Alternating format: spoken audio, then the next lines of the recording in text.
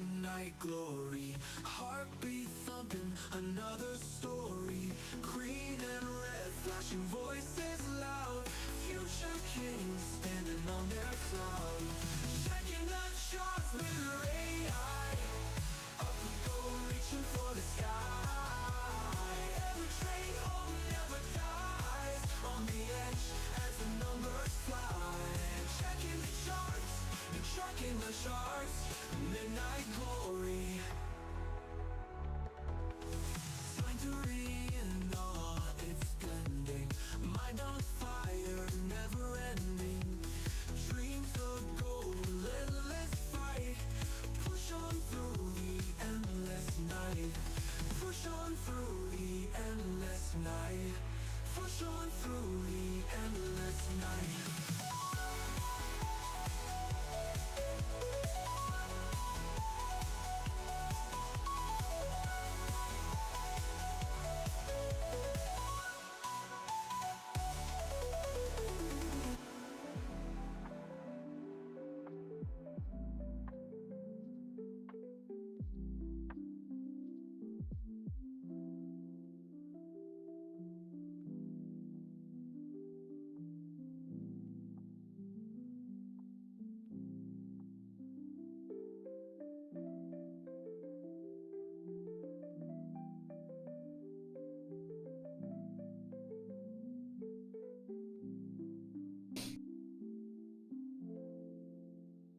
Hello, chat. What's up? Good morning.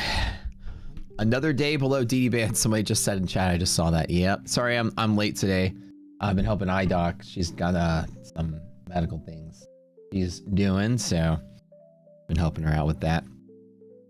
And then yeah, was day 3 in a row. What is going on here, man? We had monthly maps looking so great yesterday. I mean, everything was looking good. Prime for bull market. Then we just flushed out. It's just another crazy this November, December sort of day. Feels like it again, like it was 6 months ago. Blah. Anyways, guys, good morning. Welcome to the stream, friends. Hit that like button. First thing you do, sub the channel if you haven't already. Automatic sit out day, no matter what. It's catalysts are active. This is a day, not much is going to be done. You know how it goes. I'm shocking the market makers, giving some pivots. Haha, yeah, right. Gotta get on the phone with those guys. Somebody said full part longs at the open. This is expiration day, right? And this is gonna be like just a weird day. Apparently the world falls apart when China releases another AI. Yeah, I mean, this is kind of what happens. The Nikkei 225 and chip stocks are absolutely dumped ahead of the earnings season. I know. Dog fart in your face and the market is dead. Two things you don't want to have happen to start off your day. Crazy, guys. Anyways, welcome to the show. How are you gonna get your Audi R8 now? Exactly. Anyways, I'm a weird freaking morning. No, it's gonna be mostly me talking about how much fun it is sitting out. Then we'll entertain each other with our singing voices or whatever. Let's get Catalyst on the screen right out the door. I mean, Cat is way active. I mean, it's been like this since 68.75. S&P just right out the open.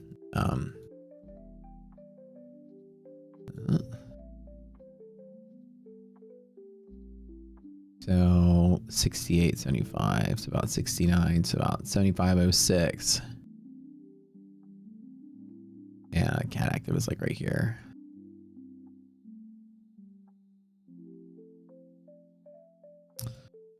All right, we'll just do giveaways and we'll sing songs and have a good time. Cat active on NASDAQ. Let's get it. 266.25. So that's gonna be 48. 0.048. I mean, sorry, 28,948.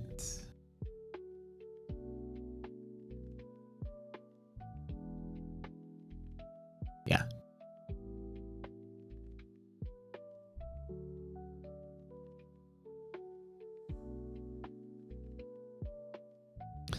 You know the drill, chat. Teach us in the boot camp. What's the rule? Open and below DD band, cat is active. This is a day you don't touch. Now, again, I can't give you investment advice, but I can definitely give you all kind of, you know, skincare advice. Sit on your hands, keep them warm. Let your booty sweat exfoliate your skin. Nice, just, you know, just cram it right up underneath there. Just sitting on them, squirm around like that. Keep your hands nice and healthy. Spam the buy button, somebody says. Like I'm telling you, I didn't expect to wake up to this. I mean, it's just like push. There hasn't been, apart from this, and this is bad. Like, this looks bad. This does not look like this, but I mean, anything happened. Chips absolutely dumping. I mean, VIX absolutely through the roof on expiration day nonetheless. We didn't expect this to happen at all. Sit out, go play golf. Yeah, like this is a day, and this could start off a week of crap. Chips kind of bottoming inside of here. Everything was looking great, like it was going to continue out, and monthly maps were good, and then all of a sudden, you know, we get this just full-on market plunge here. All right. So we'll have some fun today. Maybe we'll go over some lessons or something. Maybe, if anything, if I find liquidity pockets, I'll still trade a micro or two, but I ain't gonna touch nothing. Have a productive, joyful, and blessed Friday. Oh, thank you, man. You too. Last night's DD bounce, no. I was already like in bed at that point. That was like 11 o'clock probably. I think I was already in bed. When was that? Yeah, it's closer to like 10 o'clock my time. VIX finally moved. Yeah, it's been 2 days not moving, so this was a shock to the market. Like this move was like something nobody could see coming or could plan. VIX had spent the last couple days not really moving, and then the night before, or 2 days ago, VIX started moving a tiny little bit. Just a little bit, and then boom, we exploded.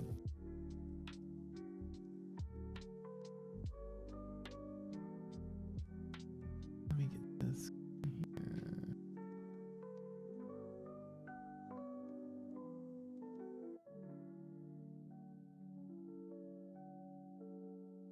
All big major chip stocks are kind of probably dumping. Nvidia's probably, let me see where it's at.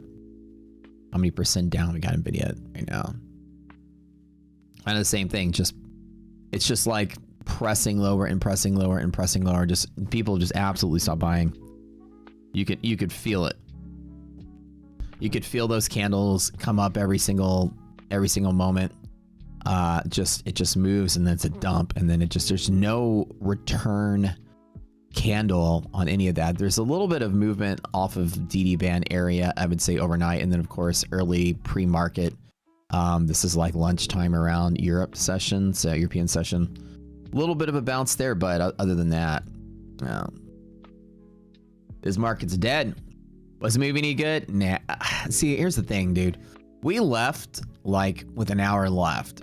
I was sitting there. I'm not saying it. I wrote on Twitter. Odyssey. Went to go see Odyssey, right? It's not a bad movie. It's just not a good movie.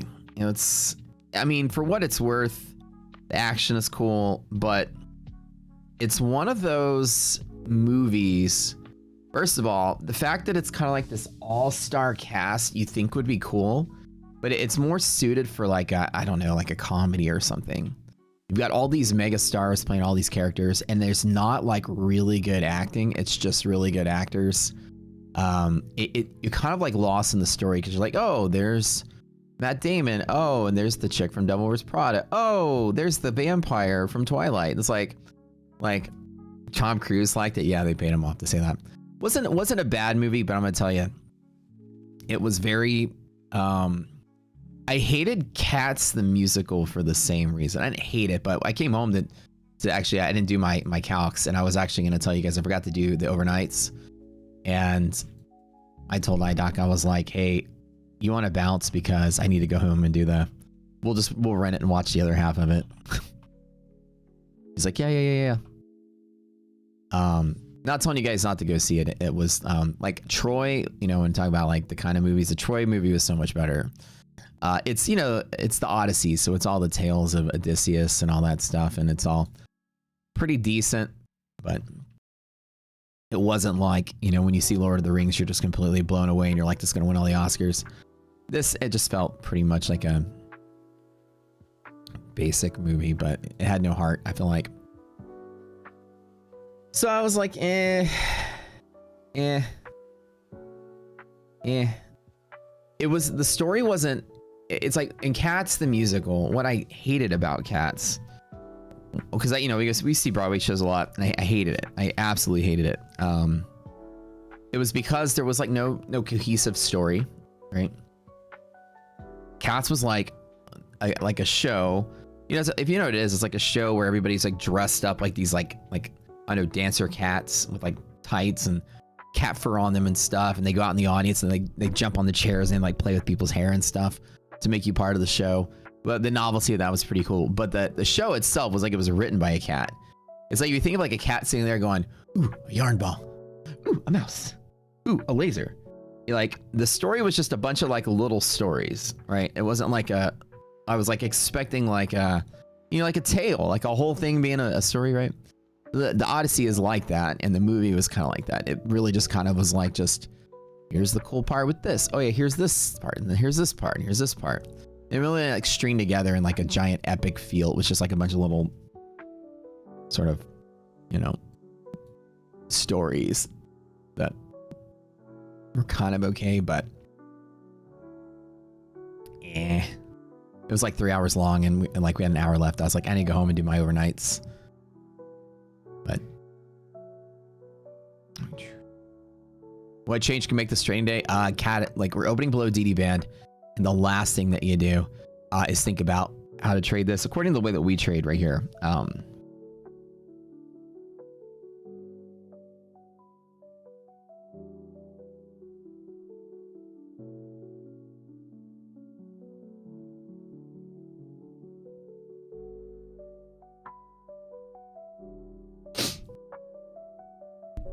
How do you calculate the catalyst for the S&P and NASDAQ? So what you do is you're looking for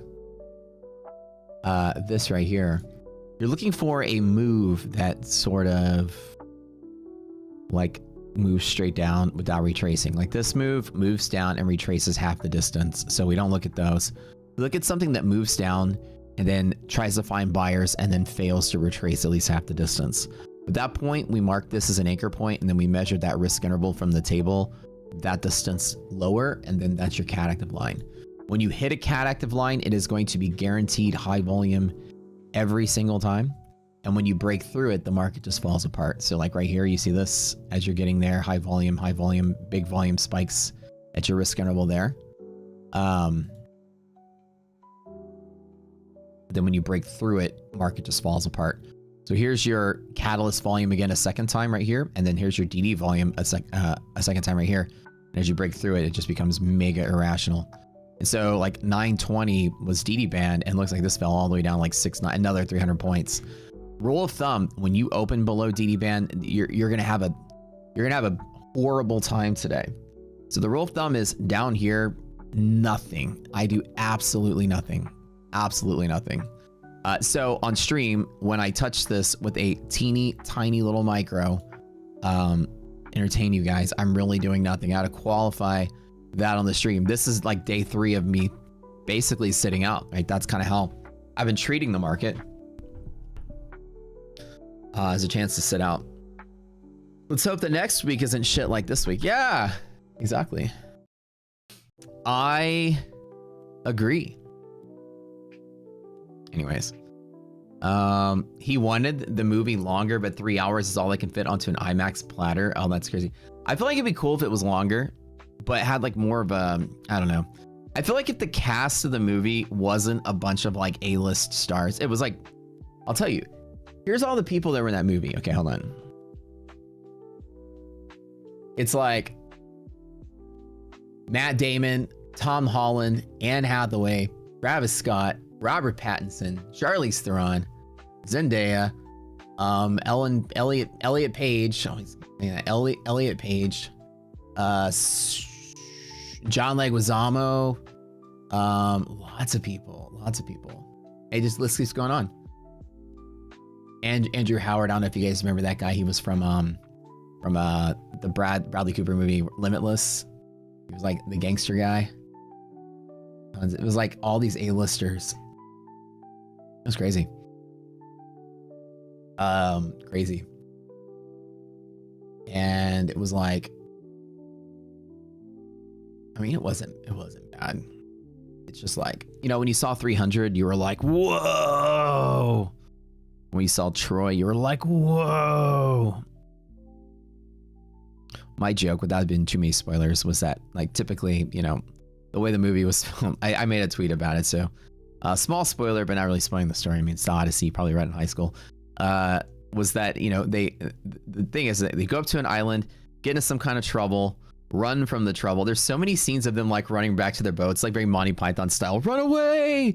And whatever they're fucking around with on the island was like chasing them to their boats. And they get to the boat and they're like sailing really quick. That literally happened 3 times. They go on the island, do something, the thing chases them, and then there's like the scene of them in the boat like paddling away, and the thing is like chasing them in the water, like oh, different monster each time. So it kind of felt like silly. Travis Scott actually acted. Yeah, he wasn't bad. He was pretty good.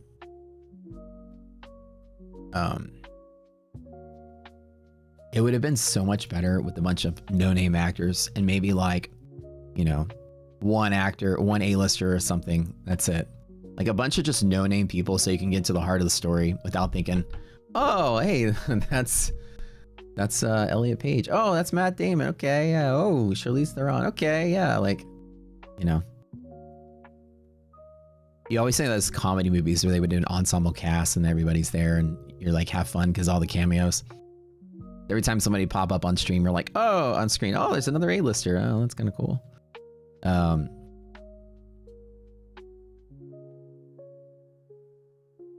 Yeah. He usually makes really awesome movies, but I'm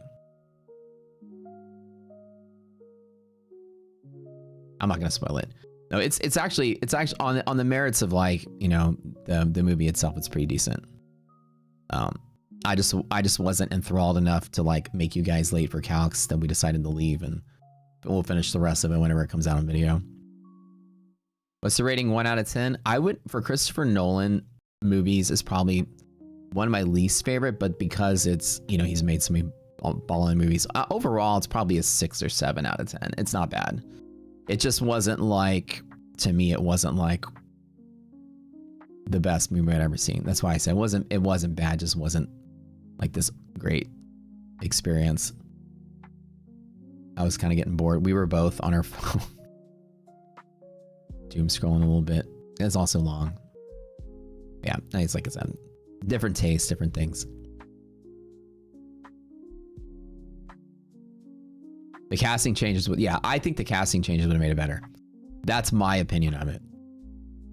Also, the directing wasn't as good as he's known to be good at other stuff. I thought like I said, the same, watching the same scene 3 times in a row was kind of like the cats, like it was like little scenes. And I was telling iDoc, I was like, you know, the Monty Python run away. So I showed her what that was, and then they did it again, and we were like, run away. Well, I had to leave early to come do the overnights for you guys. That's how much I love y'all. I missed the last maybe 45 minutes of it.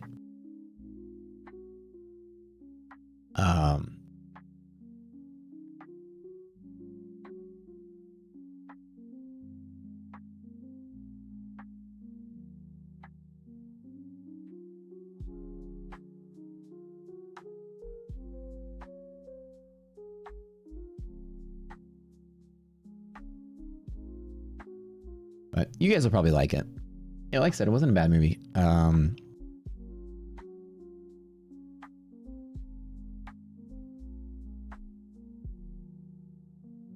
right.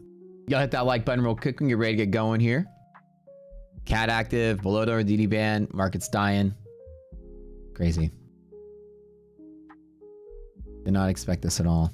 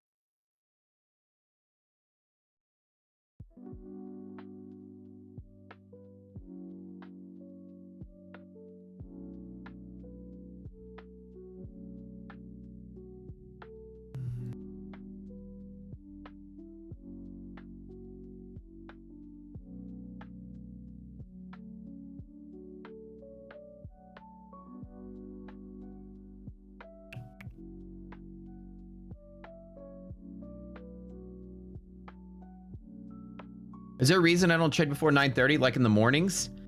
In the mornings, I'd rather have an idea.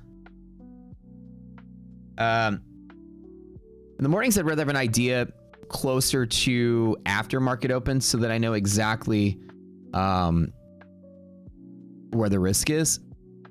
Like in the morning, I will if we're close to pivots that matter. Usually overnight, all I have to go off of is my overnight dynamic levels, and then of course bottom DD band or upper DD band. That's usually what I have. And in the mornings at 9:30, usually we're not sitting at either one of them. If we are, I'll trade off of them.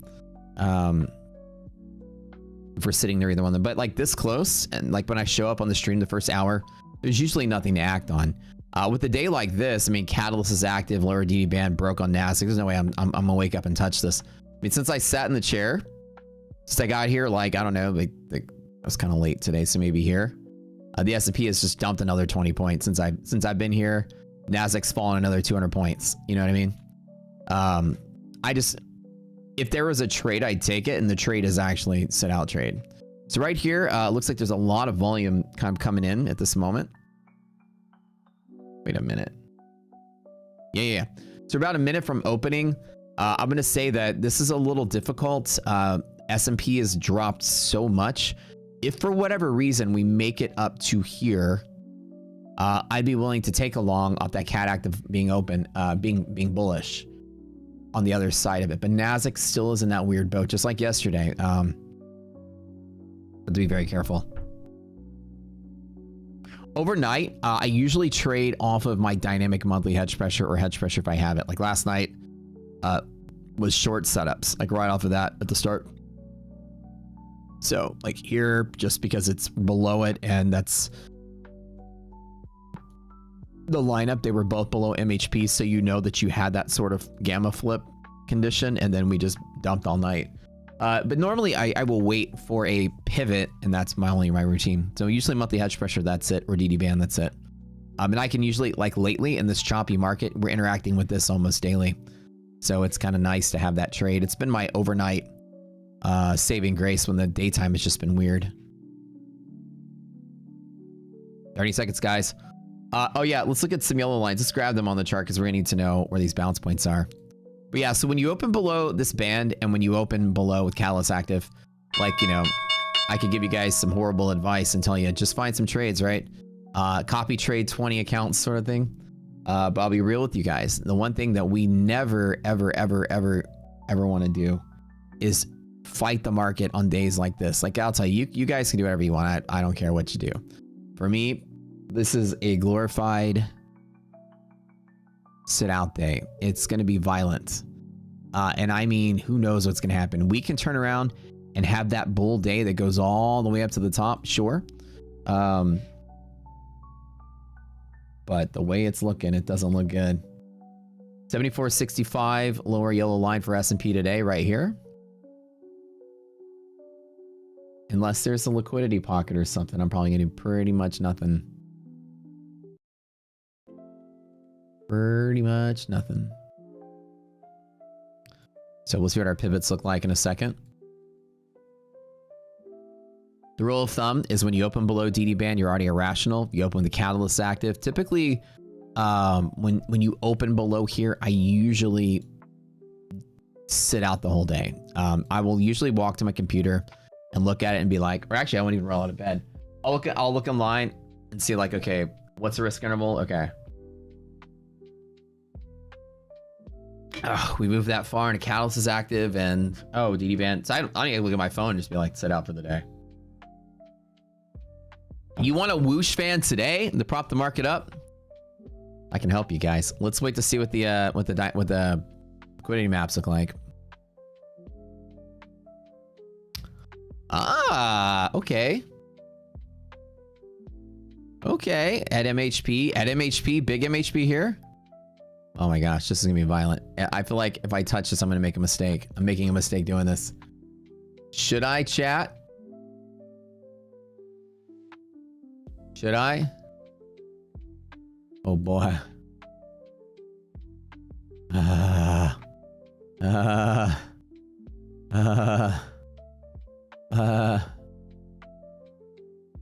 right, micros it is.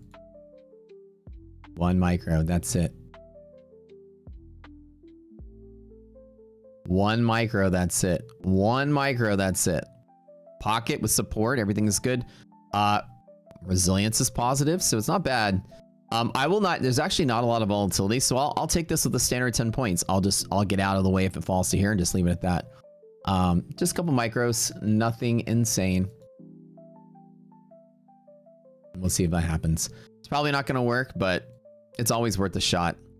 Down here at the lower.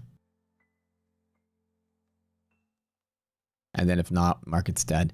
Monthly res is negative, so it's going to have strong resistance off of that. DD ratio is still positive. Let's examine monthly maps for a moment. Probably going to flush, so this is just a demonstration. Probably going to lose, but that's okay. I'm okay with kind of running on a micro. I don't think it's the strongest trade, but I do need to take it every single time for my stats to play out. If I lose 40 bucks, then I lose 40 bucks. That's okay. We are clear in bear territory. Look at this.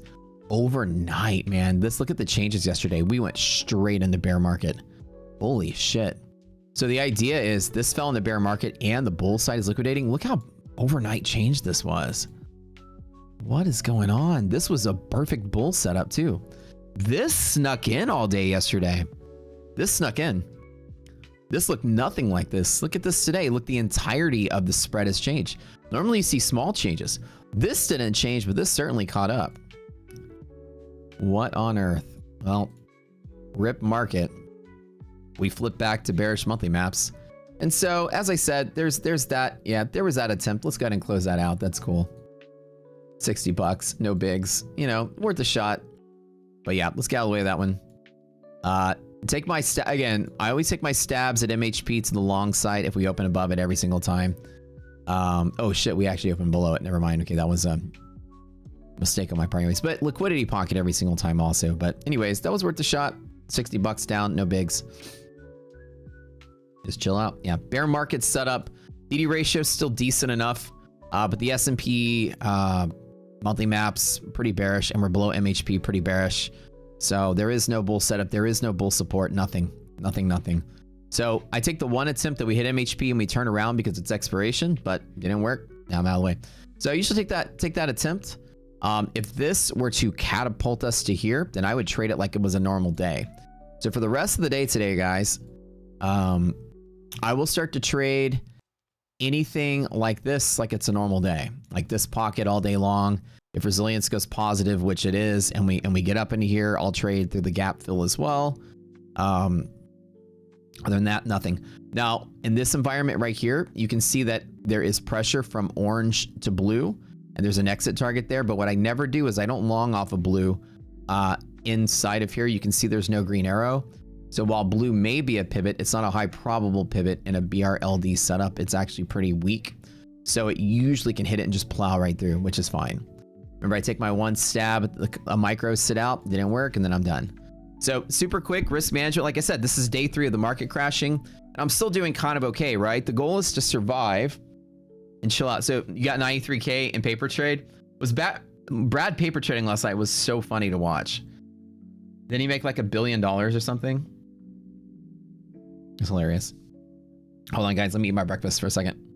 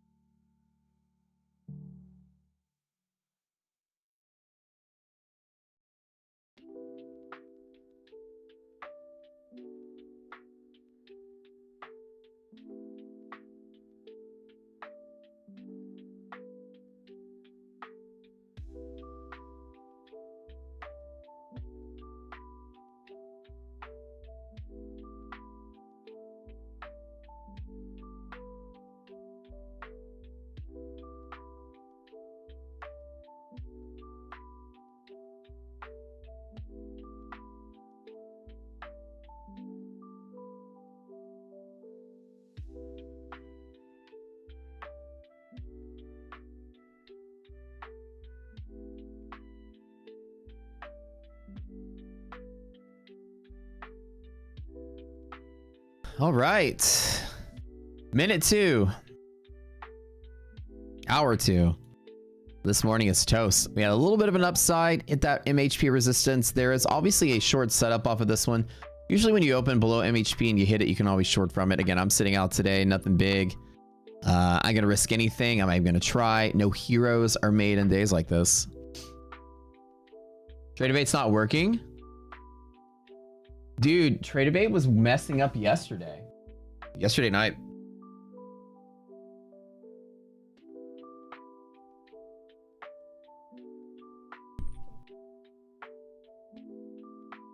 Have you guys made any trades yet, or is it just y'all sitting out and chilling today?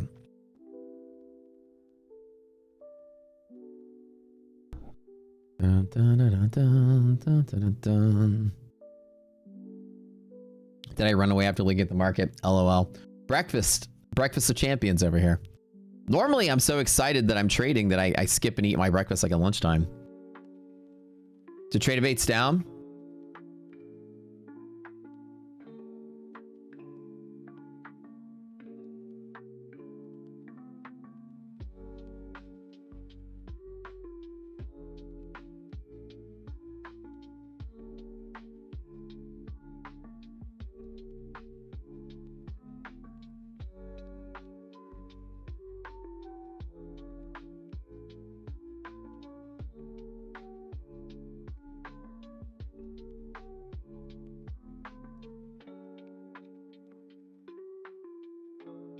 Let's try to see what kind of levels that we have to look for on the low side. Like, how low can this go today? This market's absolutely flushing out. A lot of times days like this get down inside of here and then V up and then turn around. They probably could do something like that. A little bit of a gamble, I would say, to do anything. Oops, why did I move that over there?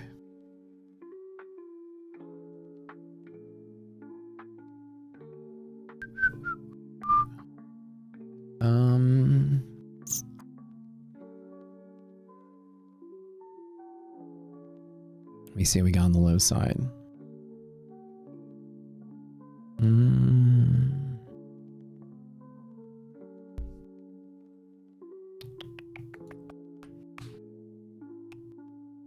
$224 Nasdaq lows of the quarter. The S&P looks like.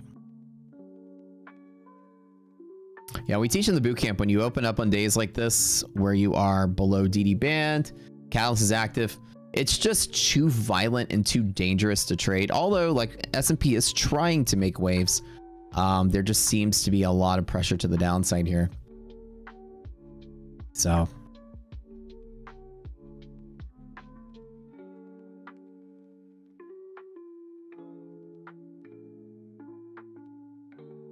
technically speaking, there is no active play. I've got nothing I can do on this one. Why not go short? Right. I mean, I have this talk with you guys all the time. Right. Why not go short? Well, why do anything? There's no evidence that sell-off markets continue to sell.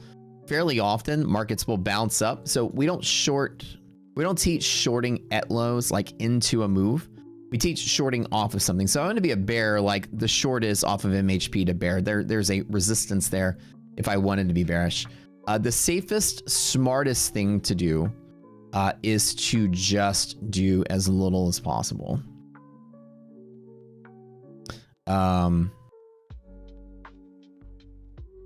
S&P is trying to make a run for it. Resilience is positive. S&P might clear itself up. This was the first trade I did earlier with the micro. Maybe there's a long play after all. So you say like, why not short? Well, I only short off of highs to resist something. And right now, actually above here, everything is flagged as support actually. So S&P does have that ability to create a move up to the upside. Now, I'm too sort of timid to take it after watching last night just brutally fall like it did. There is a possible resistance off of the cat line in here. So days like this, I just get so nervous to trade. Here to there is resistance off of that.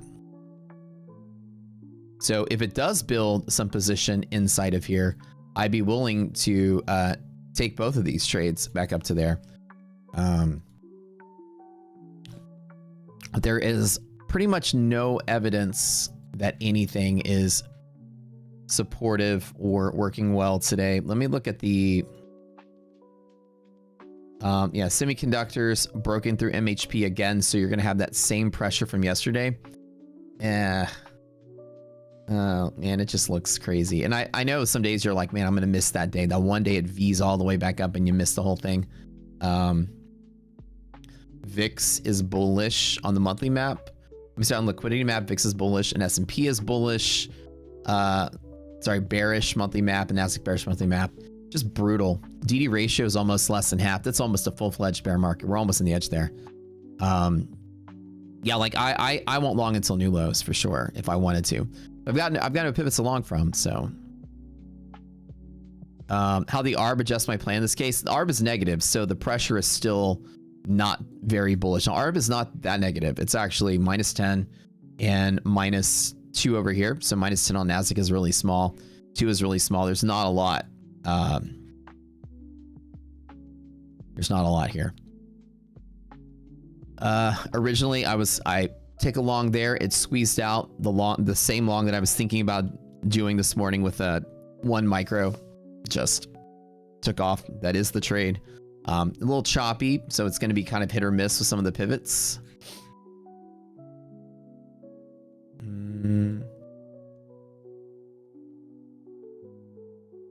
Always tell myself, you know, in times like this, that there's maybe a trade I can take, but the way it's looking, Nasdaq could make its way up here. Well, best case scenario for me today, best case scenario is that. That's it.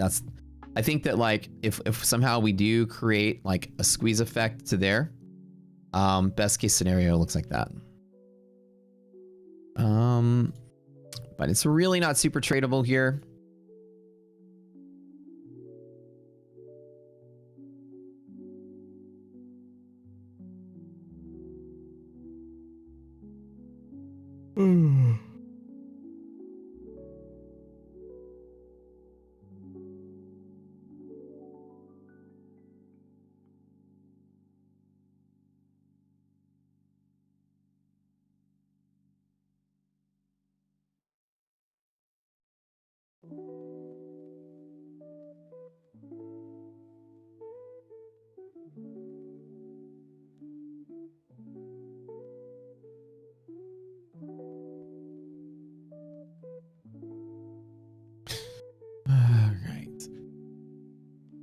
Any bears in the house? You're looking to be bearish on this one. This is, we don't only short off of DD band, but this is where a resistance can be. So off of the band at the bottom, we don't usually short off of it, but a lot of times when you open below it, that is the resistance to pivot things lower.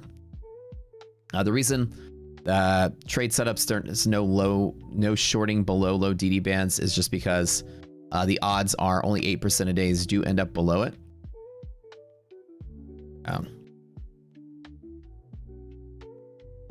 And this is expiration Friday, so we're gonna have a lot of chopping all over the place. This looks like right at the open, we've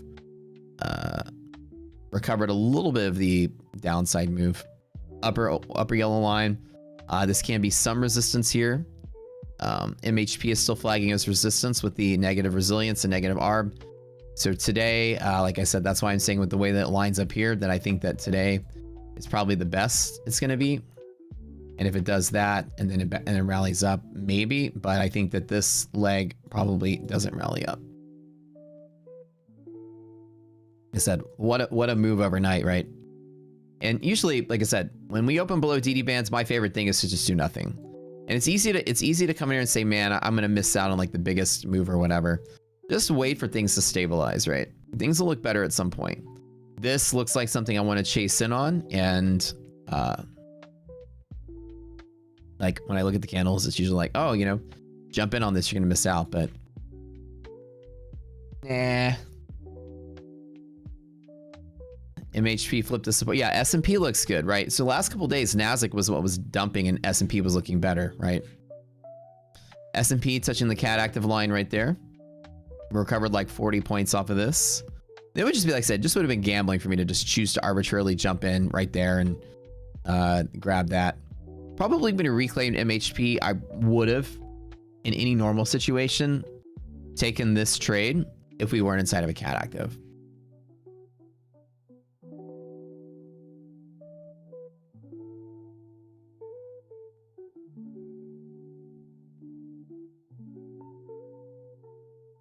Good luck if you guys are longing. Tradeabait's not working for you? Dude, it was like that all night last night. Yeah, like I said, I missed already. This is I don't days like this I don't trade. Like historically I won't wake up. When Catalyst is active near bleeding DD bands, I don't trade for like the whole day. Like first of all, in a second when we touch the green line, the normal thing would be to take a long off of that support, but in days like this, I'm going to tell you, that initial rotation is over. It can very much do this very quickly. You'll see in a second how powerful it can be. So even like normally in a normal market, I'd love to take a long off of here. But it's a severe coin flip as to what happens.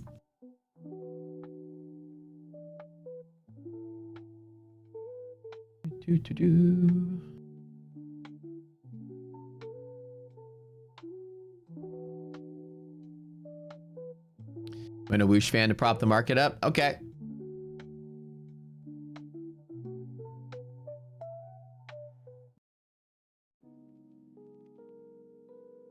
All right, let's wish it luck today.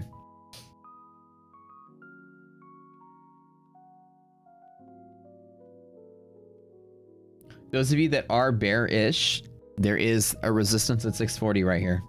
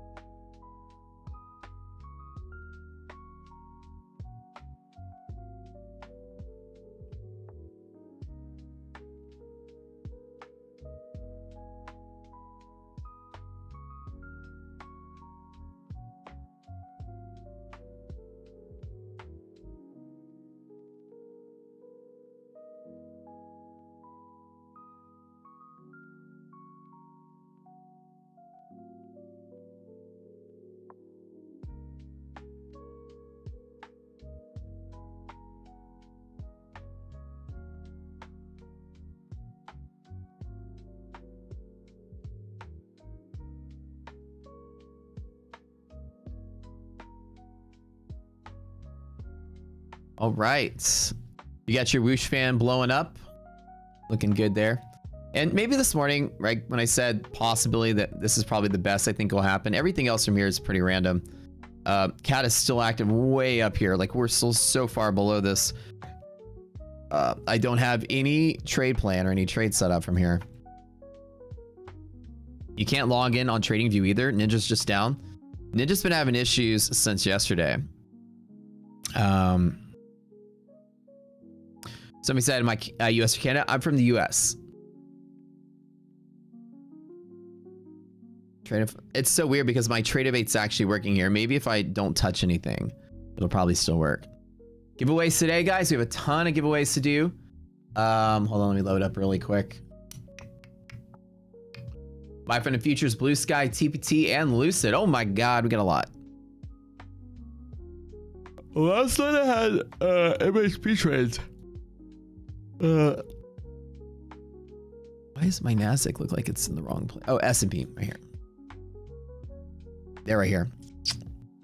Just this right here to the gap fill. This guy right here. That's it. But opening below MHP was pretty nasty, right? When both of them were opening below. We have VWAP right now on the looks like the 1 minute chart here. We hit that lower sort of Varus extra risk interval band. We're running right back up to the VWAP here. Now normally in days like this, if it were to go up higher, a lot of times the volatility is still there. So, you know, if this is the hour like so, and then it's moving around, there's going to be probably something while the volatility is figuring itself out. If it does rally up, a lot of times it looks a lot like that. Very rarely does this go straight up like that. Now, usually the volatility makes it just, you'll have these like, you'll sort of hang, and then you'll just have red, like in a minute or two, and then it pops right back up. If there is a rotation into other stocks where this turns to like a bullish day, then you're going to see volatility for a little bit before it straightens itself out. So it's not going to be an easy rally up. If it is a rally up, usually like this doesn't become a just clean move. A lot of times it is very hard. At the end of the day, it looks like, man, I should have probably long this, but throughout the day, it's very hard to nail an entry because everything is like resistance right now, especially on NASDAQ. With everything being resistance, it's hard to want to take a long, especially when CAD is active. So days like this could rally up, but it's hard to find an entry on it. And like I said, I just let the day figure itself out, and then I come back on Monday and then make my trade there. Let's see what UVXY is doing. So VIX cleared out of the bullish liquidity map and actually starting to follow the liquidity pocket. Still not in that bearish configuration we want to see on the VIX, but still, you know, better than what it is. You know, straight bullish VIX is always very bad for downside markets. It means that things can get choppier and worse as time goes by. This is cleaning up a little bit, so VIX is going to be liquid, so it's going to kind of stabilize a little bit more, but it's still not in the clear yet.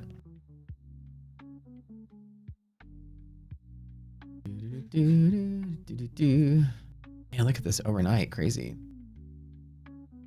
Look at this. VIX got bigger, bigger, bigger. See how these V's got bigger? When I tell you guys volatility increases on a sell-off day, right here, look. V, V, bigger V, bigger V. See how like the market gets wider as the volatility goes up. Y'all see that? Man, liquidity pocket too. Have you guys, all right, today, I know I'm chilling and sitting out. Did y'all do any longs today? Did y'all catch any of that? NASDAQ's ripped up 300 points while we're sitting here in the last 15 minutes. See, somebody said, why not short, right? Yeah. That's why. That's why. That's why right there, right? I don't look at markets as they're selling and say, ooh, let me short, right? I look for a bear market, and the bear market trade is to trade off of the resistance that you have, and nowhere else is there a resistance up here short from. So when I do short, I have to short off of a pivot from a high to bet that it turns around. So there's resistance there and nothing else. You doubled your AMP account? There you go. But what a ridiculous day.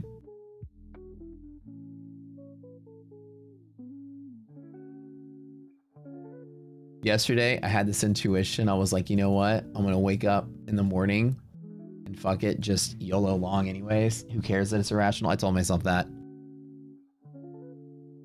because yesterday's monthly maps and everything were so bullish.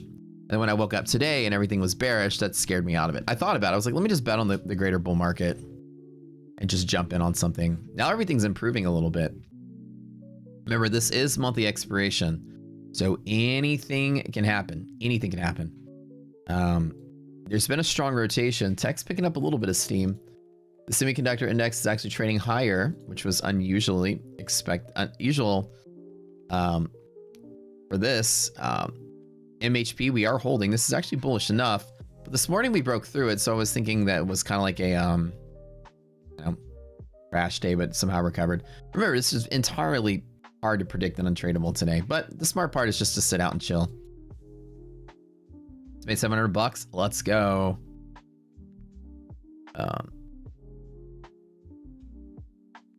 Ice cream candle. I know, it's been a good candle.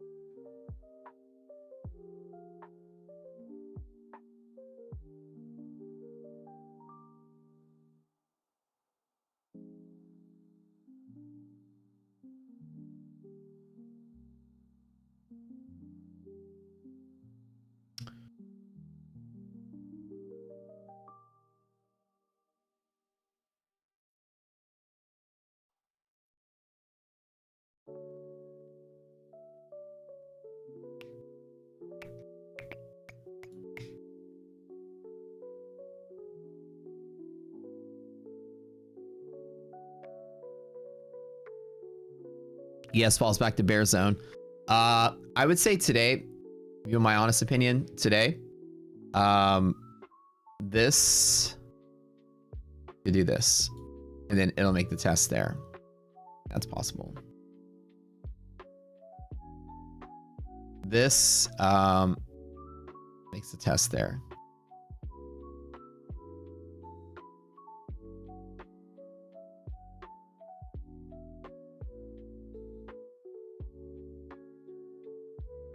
I don't know, with everything kind of solidifying, still bearish on this side, it's just kind of like one of those weird things. I think that's probably going to happen, but honestly, knowing this market, it can probably just blast straight up despite all the indicators being off. Bearish, and it can just keep going. I don't know. But what an incredible day. Half gap is probably the first interaction point here. With positive resilience, S&P is just strong like ox today. Yeah, you can see out control. I just kind of chill. I kind of wait. I know the minute I try to jump in on something, it's going to be the dumb decision. We're having 60 and 70 point NASDAQ candles in a single minute. That's pretty violent. It's half the reason when you're below DD band and catalyst is active to kind of sit out. It's easy to get chopped up unless you have really solid risk management. It's like a micro only is all you need, like 80 points on a micro every minute up and down. Your hands hurt from sitting on them? Yeah.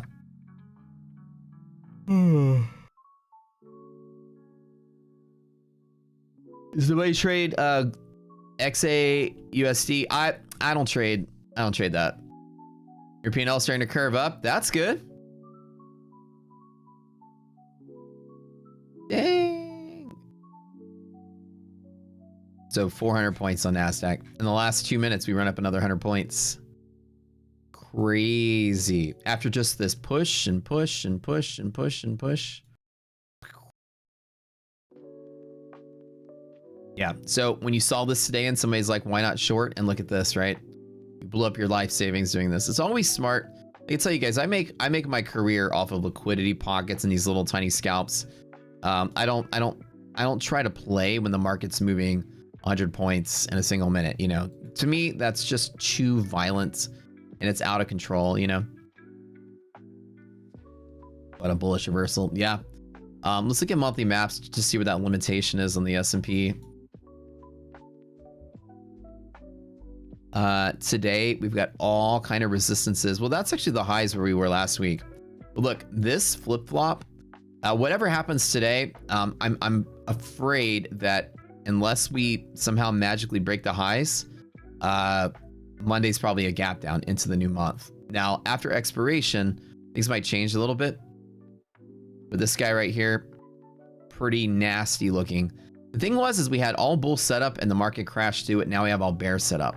It'd be weird if it bumped through it, you know, the other side. We'll see. We shall see.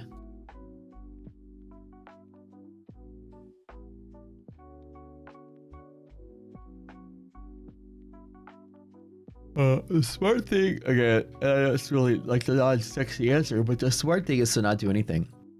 Not here, for me.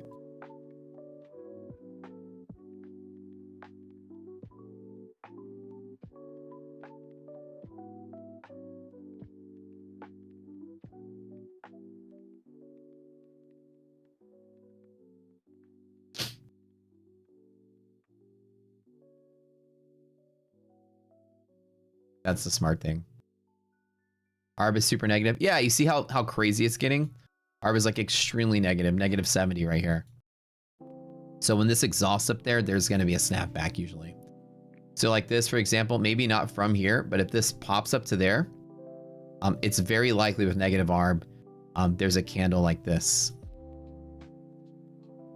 So higher highs, that's what I'm waiting for to see if anything looks obvious, right? That arb is completely ridiculous. 60 is not that great. Negative 60 is pretty much like a caution. Like the long side, I would walk away.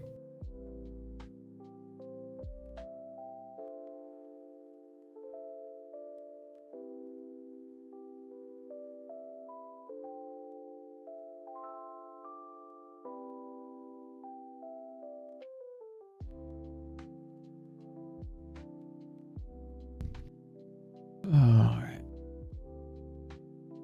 The last thing you want to do, especially on expiration day like this, is to try to short for that snap down. And then you just get squeezed the whole day. Remember, expiration is weird.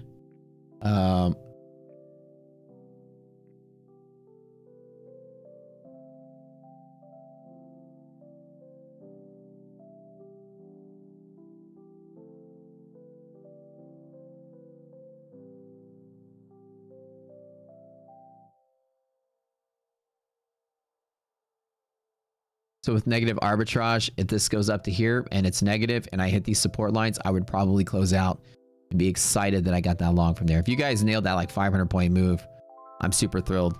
You know me, I don't need to do anything. That's the trick. Do I even trade, bro? Not today. Oh, bro, not today.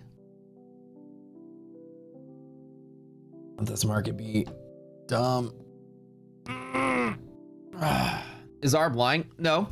It's just showing that the index is, and look at this, it just went hugely positive. Something is tracking the stocks. Nvidia now just took a bump up. Wow. People that jumped in on this. Look at Nvidia. Look at this. Everything's bearish now. Everything's bullish again. What is going on with this market? Bear setup breaks the bull setup. This is very incredible. Certainly. God, watch this be the day that goes all the way up to there. Silly. Now ARB is positive, so maybe no snapback down. This market could be a casino. Yeah, the last 3 days have been weird, right? Paper trade, I mean, like for me, I'm not practicing any specific skill set. If my skill set is to sit out, then I just follow that. If I'm practicing paper trading, then I'm just kind of shooting from the hip. I'm not really gaining anything from it. China releasing a chip 10 times cheaper. Yep. Yep. Last week was easy. We had no around news, and then war's back on. The market does. Yeah, I know. I was so excited to start my challenge with none of that. None of that to deal with. I'm telling you.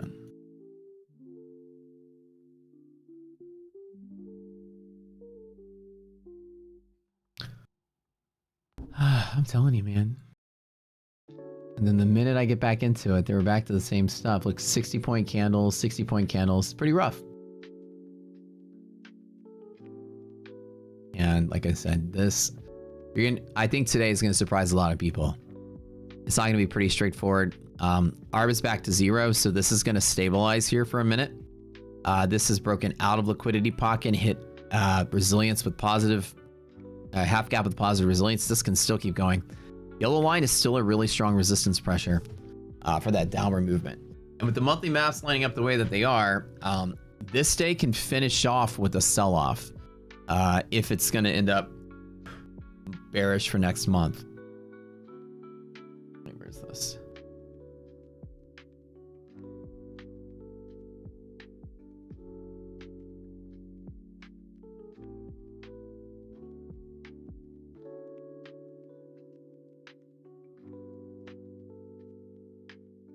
I'm always so tired today. Look at my coffee kicking.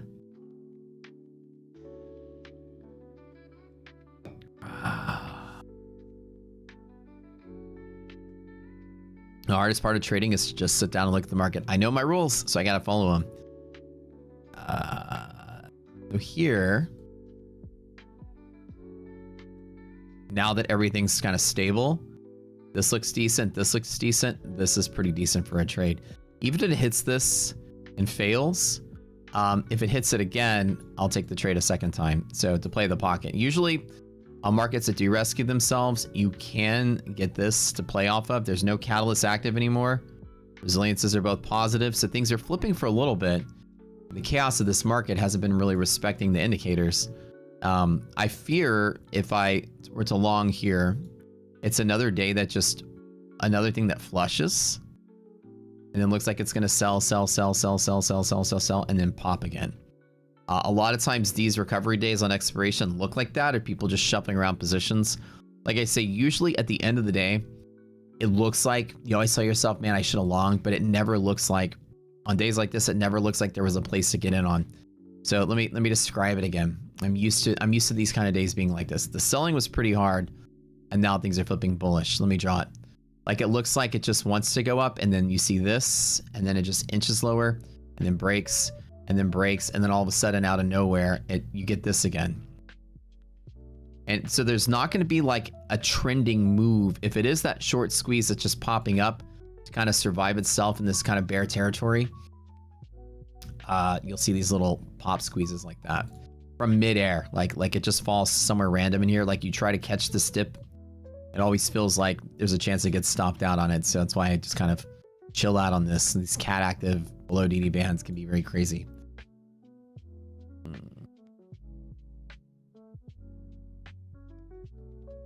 But what I don't do is I don't get in and try to short it. Below DD band, never shorting.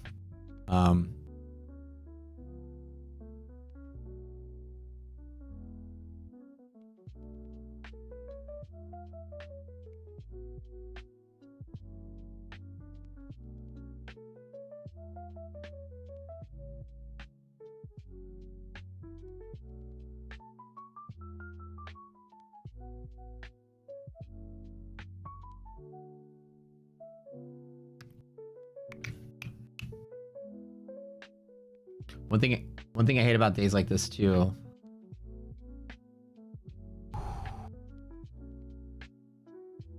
is once you break out of the cat active line, the whole thing is just, I don't know. I have too much of a memory of the last 2 days. This was just pressing lower. This wasn't even like a sell-off, like a crash day, like news driven. This was just people liquidating. This a little bit of recovery on that. The way that when markets trade down like that, not just fall down, but like literally trade down and trade down and trade down, and you can feel that flow. I never bet that it reverses out of that. That's like genuine liquidate. It's like people getting out of positions and just getting out. And so if it does rally back up, then I'm just hella confused today. But you know what? Because I know I'm confused, big fat 0 on the board, no positions. I got my couple of trades last night, left it at that, inched forward a little bit, and then kind of chill. Can't even trade. That's it. No trade.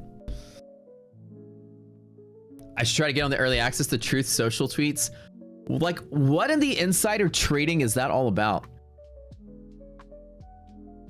What on earth is going on there? Trump, you can now, I heard that you'll now be able to pay to get quicker access to Truth Social place. Even so, you're not going to get the quickest access.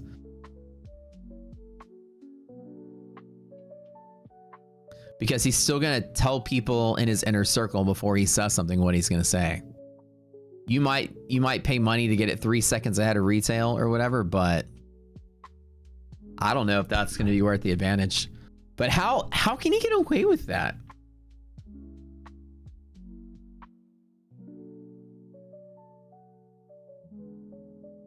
Probably because Truth Social has lost a ton of market cap. They got to make some money out of it. Yeah, probably. When the giveaway starts in about 20 minutes, we'll get started.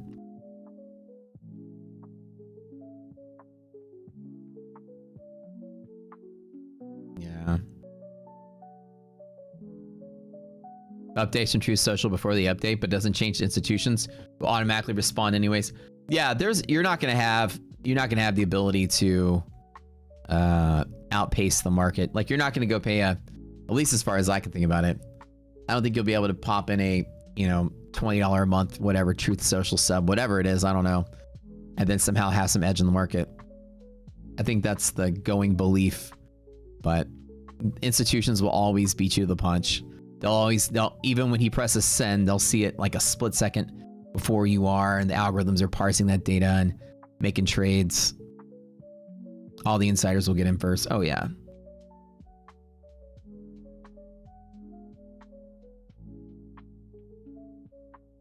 MHP Res just slipped the support. Yeah. So below DD band, no shorting, right? That's kind of the rule. Now, upper yellow line can be a sell-off resistance right there. Yeah, I'll be careful today.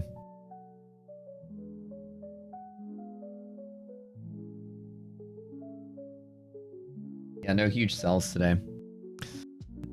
You can't feel any pressure yet, but this is just this is what irrational days look like. And like I said, the smart thing to do is let Big Wall Street figure this crap out. You might feel like you're missing out on something, but you guys have watched me trade the last couple months. I'm not missing out on anything.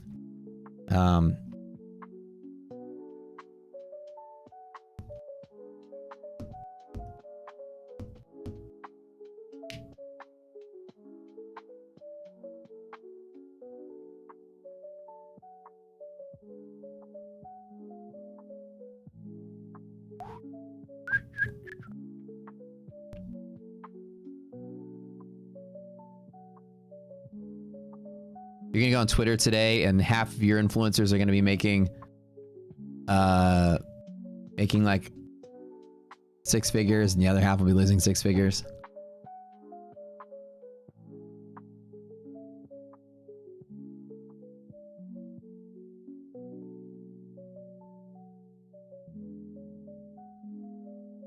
Took a few base hits, C-Star. Oh, nice, brother.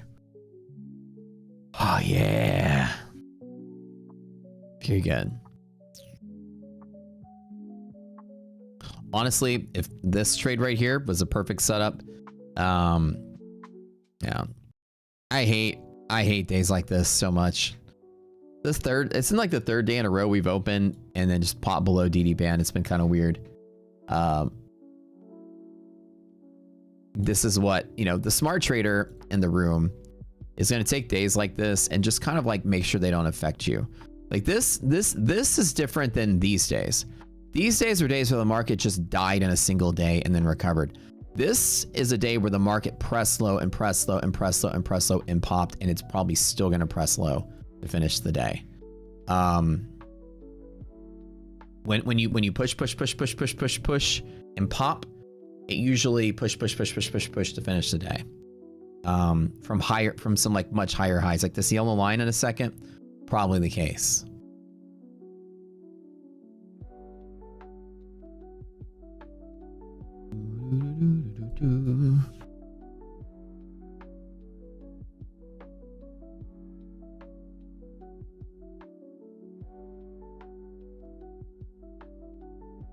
We interact with the catalyst line in a second here. I think that this will get this one final green candle.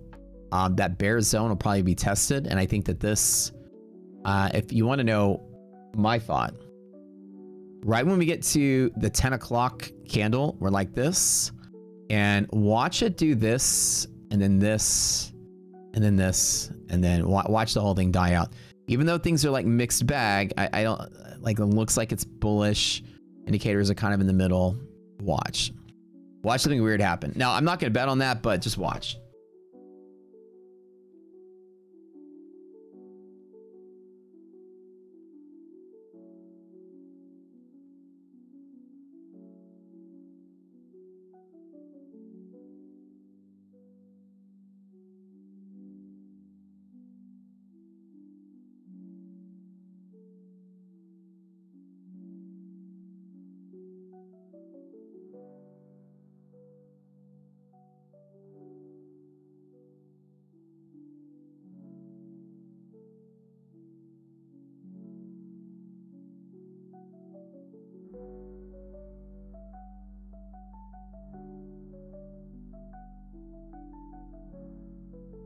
Back a little bit. Hold on.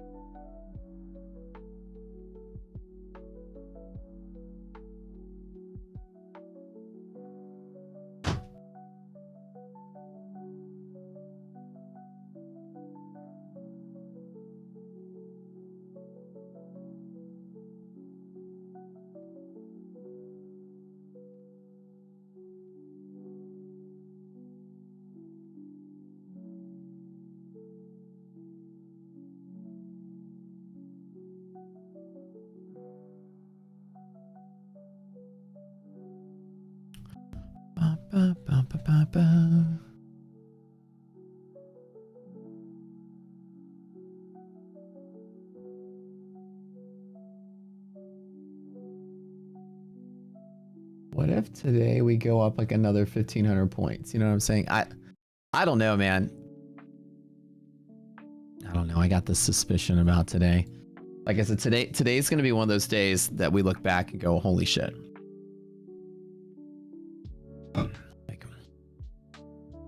Trade debate's very glitchy right now. Yeah, so be careful because it's been out. It was out last night.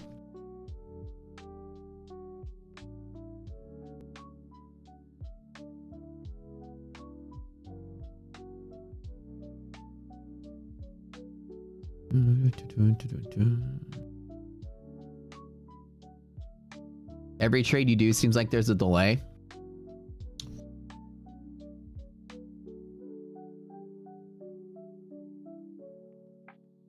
Wait, you bought Blue Sky and realized that the data is not live? I would contact them and find out. The data should be live. NinjaTrader's having some weird disconnects today as a whole, so that might be what's going on.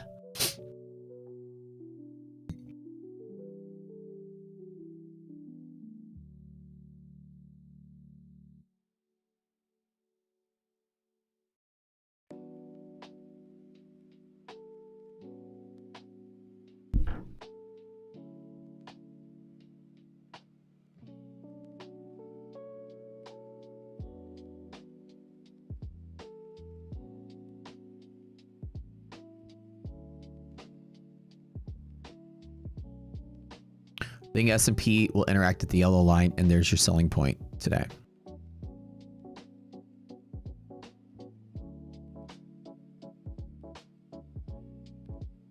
Can I tell you something? You know what I think today, guys?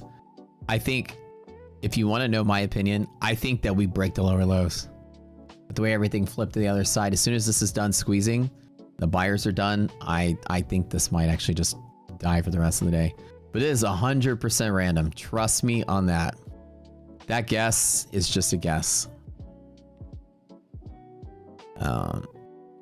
I'd love to see this be the big bull, get back to bull market, but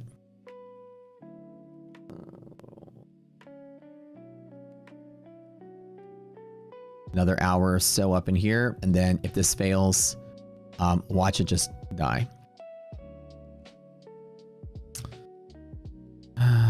Yeah, I would contact Blue Sky just to double check with those guys. Trump says stocks go higher today. Feels like it.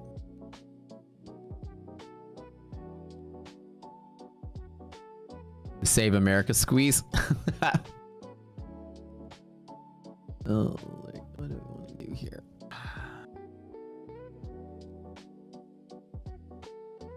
Major bounce from the heavy short covering over the higher low, then fail. Yeah. So this consolidation breaks to a high and then fails to move and then pulls back to a low. From here, a higher, like a lot, it can, sometimes it can fall out of the sky. But my thought is from here,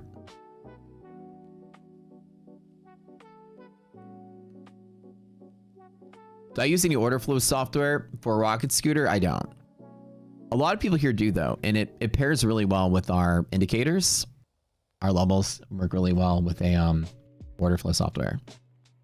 Is the other TradeC platform worth it? I've never used it, but people here that have used it said they liked it. I think people that trade with funded seat have been using TradeC.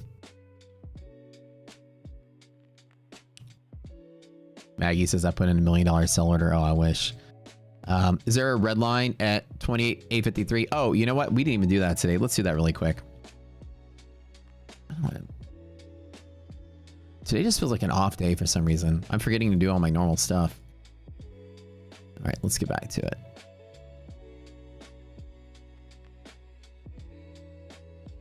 You guys nailed it. All right, let's go here and check it.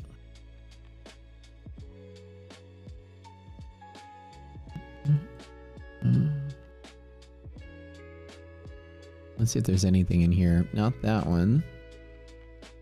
Not any of that. Well, I don't know. I mean, maybe. Let's see really quick. Yeah, that qualifies. Okay, so that's there. And that's the big... Okay. That's the one there.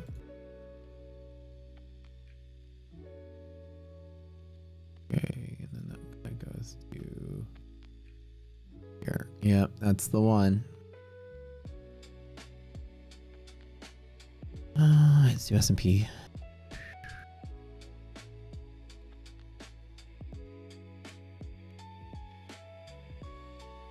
These are going to be retracement pivots, so usually on the way back up, this is where the market finds that balance between the selling and the buying. The bigger move. Yeah, I guess that counts. Eyeballing that one.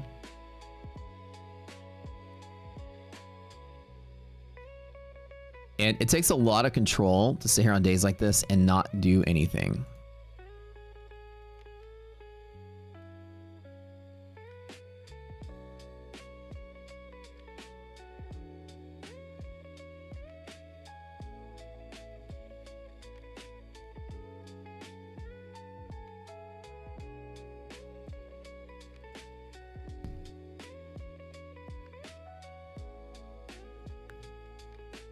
What was this one? Oh, I don't even know what that was. Yeah, I tried to do that this morning and got caught up and didn't finish it. What the heck was that? Why do I have something drawn right here? Oh, I think I did that this morning when I got here, and then I got busy talking to you and I forgot to finish it. So that's this one right there. Okay. I'll delete that extra line then.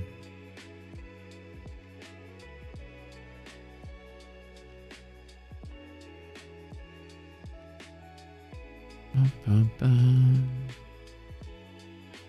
you have a lot of self-control? I mean, in this environment, that's a secret. There's not really, and it looks like you can tell yourself, man, I could have made so much money up, so much money down. Ideal, like this morning, my first thought was, let me just YOLO long this. Now my first thought is, let me short it, you know. Even though those might have been the right calls up here, it's not really, I'm not really confident in it, so. just sitting out and chilling. Days like this are automatic sit out for me every single time. Every single time. Nothing good comes out of trading days like this. And in hindsight, you'll go to social media. Half the people made a lot of money. Half the people lost a lot of money. And you came back tomorrow with a normal steady bull market or, you know, deadly dying bear market. And then you were the one that did the smart thing.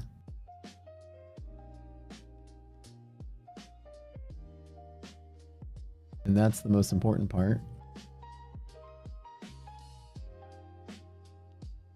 Nasdaq's pulled back about 100 points off of this little high here. DD band, catalyst active. These are your two resistances and negative resilience. See how there's a cluster of resistance right here. I don't normally short below DD bands also as a general rule of thumb because the market just has this desire to not close below here. More than, 8% of days will close below here. So shorting as a scalp is one thing, but I don't ever short for the market to stay down in here. A lot of times the reward to risk is really bad on this environment because, most days it does return back to here. And so I don't try to short directionally on this day. If I didn't catch the big wave down, usually this kind of pop against DD band, I just know that it's probably going to hit and come back. So if I was long the market, I would certainly close there. And then it looks like it's pulling back here. My brain right now is do nothing, right? This day might just be that day I was talking about. Push lower and push lower and push lower. And then maybe down in here, it pops again. Anything fun planned today? No, we got medical stuff with iDoc, so we're gonna be doing stuff over there with her, or over with her with the doctor.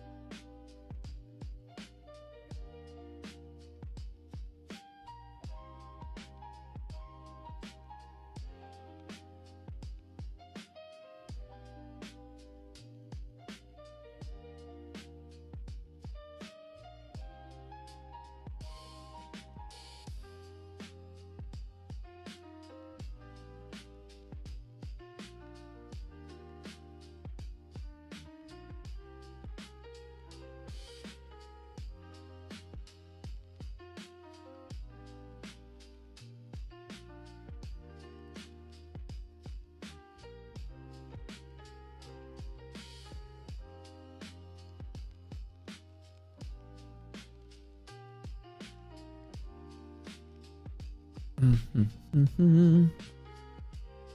I have any advice, especially for the ETH session, since we don't really watch Brad? Curious if you have any more tips. No, the overnight session is usually pretty much the same setup every single day. In a choppy market, you're gonna have two different scenarios: choppy market and sort of trending market. In a trending market, like a bull trending market, you're gonna have a hedge pressure and a monthly hedge pressure.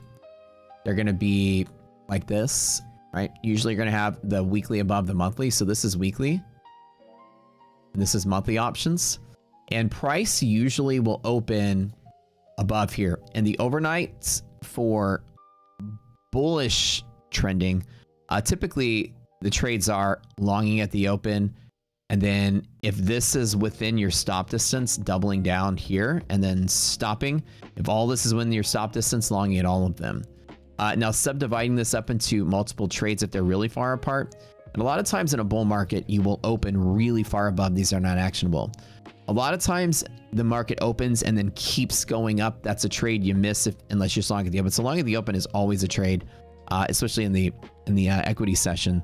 But I always take a very small trade if I do pop along at the open. If we gap up and fill the gap, a lot of times I will just take the long there as well if I believe the market to be bullish. But hedge pressures are your trades. These are your main strong pivots with high probability of supporting. So I usually wait for them. I either hit it and then hit it again, or I divide into trades that are far enough apart. So bull markets, you're going to be really far away from both of them usually, and you'll have to choose, do I long at the open and do I add when it dips, or do I divide into a couple of different trades? On a bear market or a choppy market, you're going to get multiple configurations of this. But with a choppy market, let's start with bear market first. In a bear market, you're usually going to notice the price is going to open below MHP, and then usually they're inverted, but it doesn't matter either case. In a bear market, you will see MHP nearby every time. So I usually gauge that if we're opening below MHP, I don't trade any other pivot but MHP. I don't trade open, close, nothing. I wait. If the market dumps, then it just dumps, like last night. If it does pop up towards MHP, I start to short it every single time, and that's the only trade I do. I don't trade on this ever in a bear market at all. So if you're opening below MHP, forget about the weekly, and that's it. And also in a bear market, I don't long or short at the open at all. I don't play like a market gaps down and okay, let me long the MHP then short it. Never. In a bear configuration, I do absolutely nothing except for short off of that and only that. And that's my favorite trade to do there. In a choppy market, it's going to be the same. The only difference is that in a choppy market, some days you'll be above it, some days you'll be below it, but you'll interact with MHP both days as well. The choppy market would be like what we had November through March this year and also the last 2 months. So MHP is like in play every single day. In a bull market, it'll be so far away you never get to play with it. So in choppy markets, a lot of my overnight trades are off of MHP. Which people you see me show up with money every morning, it's because MHP is like nearby every single day. And so it's in the vicinity, I get the trade off of it. And in a solid bull market, you'll see I show up most days with nothing. Maybe I put a small long at the open when it gapped up. But a lot of times in bull markets, just not entirely tradable. I might not get a trade. So here, I've got no trades for me right now, nothing. This tried to fall and it's kind of still rallying a little bit. I think up here is that last little interaction point. I think with NASDAQ 29,000 is the play.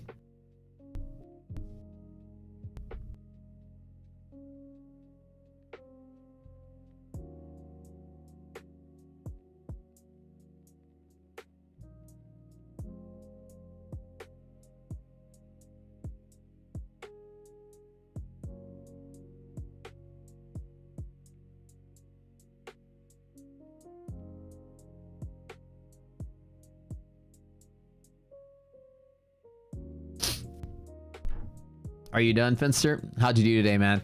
I've been done since the market opened. Do liquidity pockets on monthly maps work the same as LP on liquidity maps? Yes. So they're a bigger, longer term pivot. So when I'm looking at the way I read monthly maps is pretty simple. If I go here and I look at this, I tell myself, this is longer term bear resistance till this date. On the bottom of my screen, you can see it says the 24th. Let me put this here. This right here says the 24th, 25th of July. So the way that I read this, I tell myself exactly this. Unless we get above this level right here between now and the 24th, then it's a stronger bear market. I tell myself this is resistance to the upward movement. So when the market rallies up towards here, 75.80, give or take, that is your bear resistance to test. So actually right now, on Monday, 75.95 is that level, and then 76.16. So I tell myself overall, today's short squeeze will probably limit itself to there, and then maybe respond off of that. Now S&P is still close to all-time highs. So, oops, I forgot the level already. 76.22, 75.96.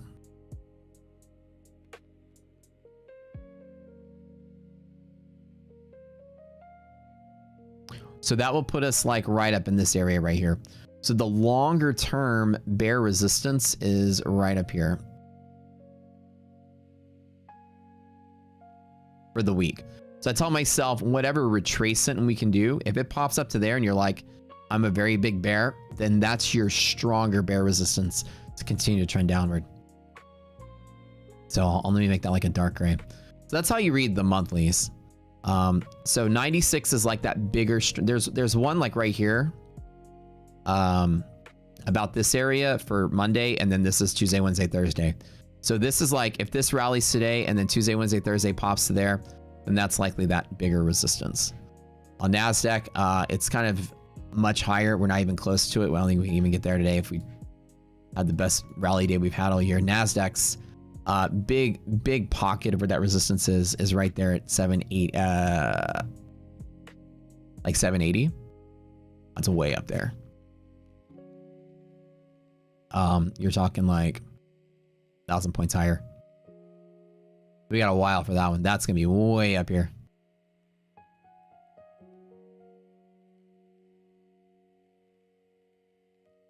Fenster, 1,500 today between 5 funded accounts. Just going to take that run on OPEX Friday. Let's go. Can I do some yellow line examples? Yeah, so we have red lines today, so let's do some yellows to go with it, right? It's pretty simple. When you identify your anchor point like we did earlier, the yellow line is just a distance from that anchor point. What you're looking for, and let's do an upside move, right? Let's do this one. What you're looking for is a place where the market has moved in a direction, up or down, and you go up when there's a buy imbalance, you go down when there's a sell imbalance, okay? And whenever there's an imbalance, the market's looking for the other side of the trade. And when you find the other side of the trade, the market will return to the middle where that's considered to be liquid.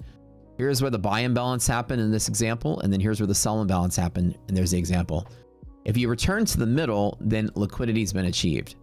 You're looking for a scenario where the market does this and then keeps going, like essentially after the first wave of buyers were exhausted by sellers, buyers cram through them again. We don't find the liquidity point, the market's illiquid. So this is what you're looking for, the evidence of a stronger shift in dynamics. So an example is this went up and retraced half. This doesn't qualify as an anchor point. This guy went up and retraced a little bit. Let's see if that's where the imbalance started. You're trying to find where the true imbalance started. We call it the anchor point, where the market decided at that moment in time, everybody's buying and everything flips to the other side. Let's look at it right here. So see right here, we came down and I guess that is, oh, that's good enough. So we didn't actually all the way touch it. And this is to the tick, by the way. So it looks like here from this point, we haven't touched it. So we should be good. This creates, well, it did try to find that balance. It did miss it by almost 2 points. So this counts. It didn't touch. So that was where the market was overwhelmed. And now you can create what's called an anchor point. Then from here, you can take this guy and draw it all the way to the high of the high for the day. And now you'll have two different pivot lines to trade off of. Like this is the one from yesterday. We did the same process on the way down. Like you have your, what we call our impact line, which is the very first imbalance, which is here, there to there. And what you're looking for is once you can determine that the market hasn't returned to the middle on that first wave, and what you're looking for is for that volatility to get as big as it can inside of the move. And then you're looking for that little biggest V right here. Here's like these little tents that I'm drawing. The market expands the biggest and then contracts. You're looking for that volatility expansion point because it's the maximum point of illiquidity. Here's the buy imbalance. Here's the true exhaustion of the buy imbalance. That's what we're looking for. So here the market was selling. Then it became volatile and then it tightened up a little bit. That's what we're looking for. Same thing here. It was like moving. Then it sold. Then it tightened up a little bit. That's what we're looking for. And once you measure those two lines, you get very, very, very, very awesome pivots to trade from. Look right here. We're sitting on that pivot. We retraced all the way to that pivot and that's where we're sitting right now. Now on the way up, it's the same thing. Like if this thing were to crash out, it's going to touch that. And when you get there, it's a high volume pivot every time. Now a yellow line is pretty simple. You take that starting anchor point and then you just draw. So this is just giving you on any move 2 high volume pivots off. There's always 2. It's a really cool thing. Then from this starting point, you just measure the exact,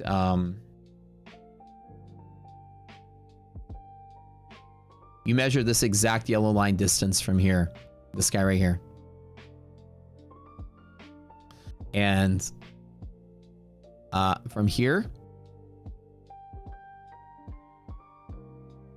NQ 266, I'm sorry, 2109.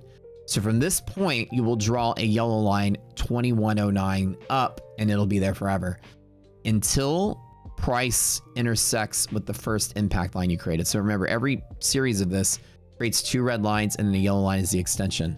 These yellow lines are high volume pivots every single time and they sit there forever. These are months old and they're still pivoting today. And these are actually really neat pivots. One of the first techniques I ever created, exploiting all this risk interval process were these yellow lines. You'll just see that the market has very strong interaction with them. Every time you touch them, doesn't matter when, they'll sit there forever. And every time you touch them, you're going to have high volume every time, even months later. It's weird how it works. So this is how you project reversal pivots beyond all-time highs. as well. So today, like for example, if this decides to rally up and you get to there, you'll see there's a little bit of resistance there. Front red line and old yellow line together are strong resistances. So today, tomorrow trading, this will definitely try to sell off a little bit from there. So that's all you do is you measure that distance and draw that line right there. Simple as that.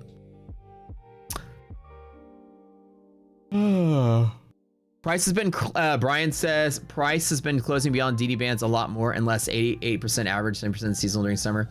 No, not seasonal. The 88% is the total of all days during that back test. We did it during that back test at that time. Those numbers are from a couple years ago, but it's over a long period of time. Roughly speaking, you treat it like the numbers of a back test don't mean anything. They're just for confidence or position size. The difference between 88%, 82%, and 78%, I don't think of it like that number of percentage of my trades are going to work. I think of it as the stronger or higher the number, the harder I'm going to hit the trade. I don't treat DD band like I'm going to bounce off of it 88% or 92% of the time, because 88 is in between the bands. We just calculated or counted how many days close in between the bands, how many days close below, how many days close above. And 88 at the time was, on that back test, how many times it closed in the middle, which just shows overwhelming amount of days don't have the pressure to break through either side and stay there. Just rare. So I take the fact that it's closer to 88 and I don't say, well, I'm going to win 88% of my trades. Or actually, sorry, 92. At 8% we close below, then 92% we close above the lower one. 88% between the two and 4% above the upper. I treat it like, okay, 88% is good, so I'm going to trade this trade hard. If I have confluence, I trade it hard. If I don't have confluence, I trade it medium. But the 88% is arbitrary. You know, it's a back test, results can change, seasonality, different things. So I treat it kind of like that. And just if it was closer to 60 or 70, I might hit it with a medium-sized trade rather than a harder-sized trade. But I use those numbers as just like a kind of a thumb gauge of how hard I hit something. Like MHP, best case scenario with confluence happens 90% of the time you stay on the same side of MHP. Doesn't mean 90% of the bounces work, but because it's a 90% of days will stay on the same side, I might take 2 or 3 attempts before it finally works. But if I have the confluence and the odds are really high, then that's a strong trade. So I'm going to hit it hard every time. So I use those numbers for the back test to tell me how hard I want to hit it, right? Hit that bad boy hard.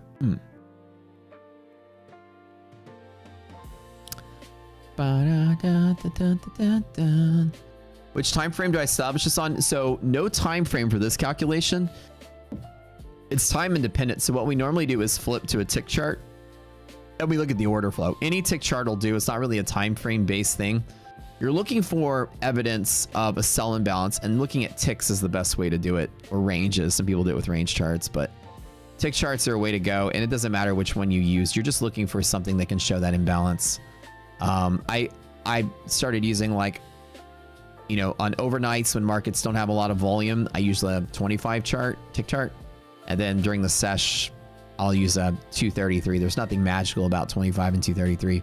233 kind of mirrors the same pace of a 5-minute chart in most sessions. Like when the session's open, a 5-minute chart. And this obviously is a little more condensed. So the 233 is showing a lot more detail because it's faster moving market and a sell-off market. But on average in a bull market, 233 closely resembles a 5-minute chart-ish. 3 to 5 minute chart. Default Thinkorswim had that as one of the defaults and I picked it. You just want to see where the order flow is, and each one of these candles on a tick chart is a number of orders. So if I have it set to 233, 233 orders on the time and sales, every line of this is considered an order. Every 233 of these creates the candle rather than 60 seconds a time. So a tick chart allows you to kind of see inside of the candles, whereas all of this might take place in a single minute. You would have one red candle that you wouldn't be able to see inside of it. Tick chart will let you dive into a single candle and really see what the orders look like. And you can zoom in as much as you want on this. Now I have 2 of them on there just in case I like really need to zoom in and say, okay, what really happened? And get on in there and let's go to that level. Here's the, all right, cool. Now I'm at the 25 tick chart. Here's the move. Cool, cool. No overlapping red candles, just all green. Cool. And then there was the volatility expansion and contraction. You see it right there. The biggest V was right there. So the lowest here and the high is the top of the big V. Here to there, there's the middle. And every single time, this pivot stays there forever until it's touched. When it's touched, it's high volume every single time, without fail, every single time. And as long as the anchor point and initial impact line, we call this the impact, in this instance we call it the run length because it's the length of the entire run for the day. As long as this is open, the yellow line's created with it always will stay there forever. And you can go all the way back in time, and it's really neat is that you can see that the market plays ping pong with these levels. I have them calculated the whole way up, and I leave the history there for the boot camp. But I mean, you could just, I mean, we can just go back to like the 5-minute chart. We'll see some of it. Actually, I think a 15-minute chart will go back even further in time. You can see the pivoting off of this.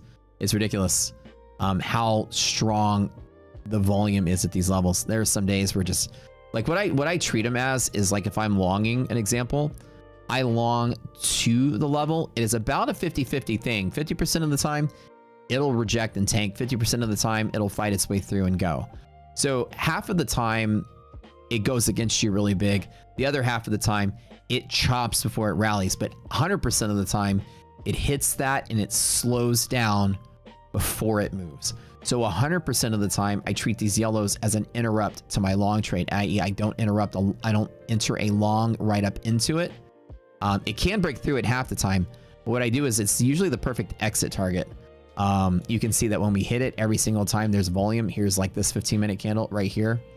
You can see relative to the volume next to it. Let me get off the screen here. Right here, you can see right when we get to it, volume increases right at that line. And it's just a pivot 100% of the time. We don't have confluence to go with it to have any evidence of like how strong it is. But like, here's this day, right? Gap up, hit it, sell, hit it, sell, hit it, sell, hit it, sell, hit it, fight, break, sell, right? When they're in the way, you just use them as, I hit it with my long target. Let me trim out a little bit or get out of the way. Half the time it dumps, and it dumps randomly, sometimes big, sometimes really hard. Sometimes your big market crash days come from a yellow line break from the other side. Here's this one. Bounce, break, retest, fail, and then you'll crash, and then you'll get rallied right back up to it. And these lines, like I said, this line sat there for 2 weeks and it's still interacting later. As a matter of fact, it'll still interact with it forever. These are like permanent accounting points for the market. The market never forgets these levels. And today, we have some old ones left over. And I think Brad was talking about the yellow line last night as a place he was trying to long from. But look what happens when you break through it. You see how crazy it is? This pivot that's been sitting there forever, look what happens when you break it. You see how the volume just flows very crazily? And then it finds the other one and then it randomly bounces. And you hit this one and there's volume again. You see how that works? So it's a way we found predictable high volume pivots.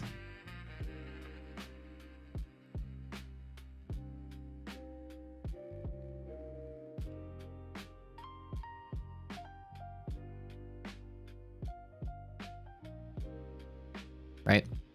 The fact that they still show volume there, even months and years later, they will always be, these lines are always going to be important, these levels. Crazy how it works. Now today, when we get to here and hover here, and if this fails, watch it dump really quick. That's why, you know, obviously we had this big pop here. I didn't chase the long. I normally don't short off the DD band, but I told you guys if I were to make a play, I would probably be shorting from there. Kind of untradeable. It's going to be very weird how this turns out. What's the NQ red number at? Yeah, let me give you the levels for those guys. So that's 659 today and 470 for NASDAQ.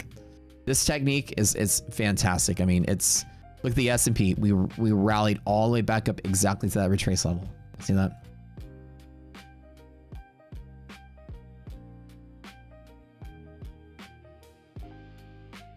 So right now, Iran and the US are still bickering at each other. So I don't think we're going to get the Trump rescue candle today, unfortunately. But what we do get today from the president himself are some blue sky accounts. So as much as I know it's like the least sexy thing in the world to not do much, type in the word today, cat active.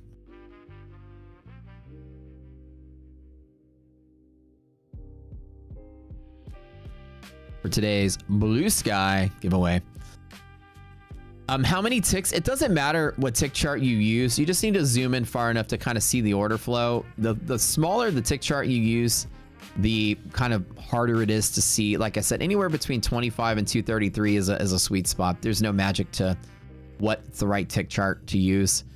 There's no correct answer. It's not based on time or orders. It's based on identifying where the buy and sell imbalances are. And sometimes you'll have like a minute candle that's just like a giant green candle with wicks on both sides. Well, the tick chart will allow you to zoom in. Like if you have a 1 minute candle on NASDAQ that's 100 points with 40 points of wick and 40 points of wick and 20 points of body, a lot happened inside of that candle. You want to use a tick chart to zoom into that candle and see where the orders are taking place inside of that minute. So much happened in a minute. You want to zoom in and see where were the pivots inside of that candle. All right, that's a tick chart to let you do that.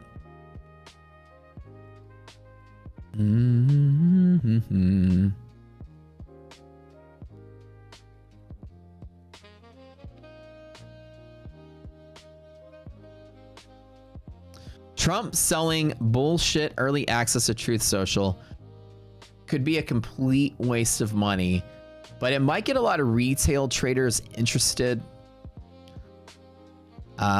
in thinking they'll have an edge. They'll only have an edge over other retail traders that don't buy it, which is basically negligent edge because institutions will always be tipped off before he tweets on Truth. So if one of you guys decide to buy it, let me know if it's worth buying it. If it's like you get the information like 10 minutes ahead of time, and we'll see, right? Like if at 10:10 in the morning, the market moves like crazy and you got the tweet like that moment in time, and then he releases it 10 minutes after the move, okay, yeah, then maybe it's worth having, right?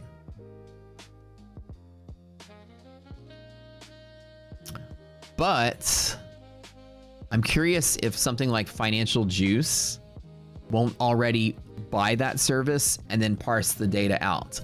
Like, I don't know if there's a terms of service that says you can't reshare the information. I'm sure there is, but yeah, I think in general, it's going to probably be a waste of money because at best, you'll still get the information a minute after institutions know what's going on.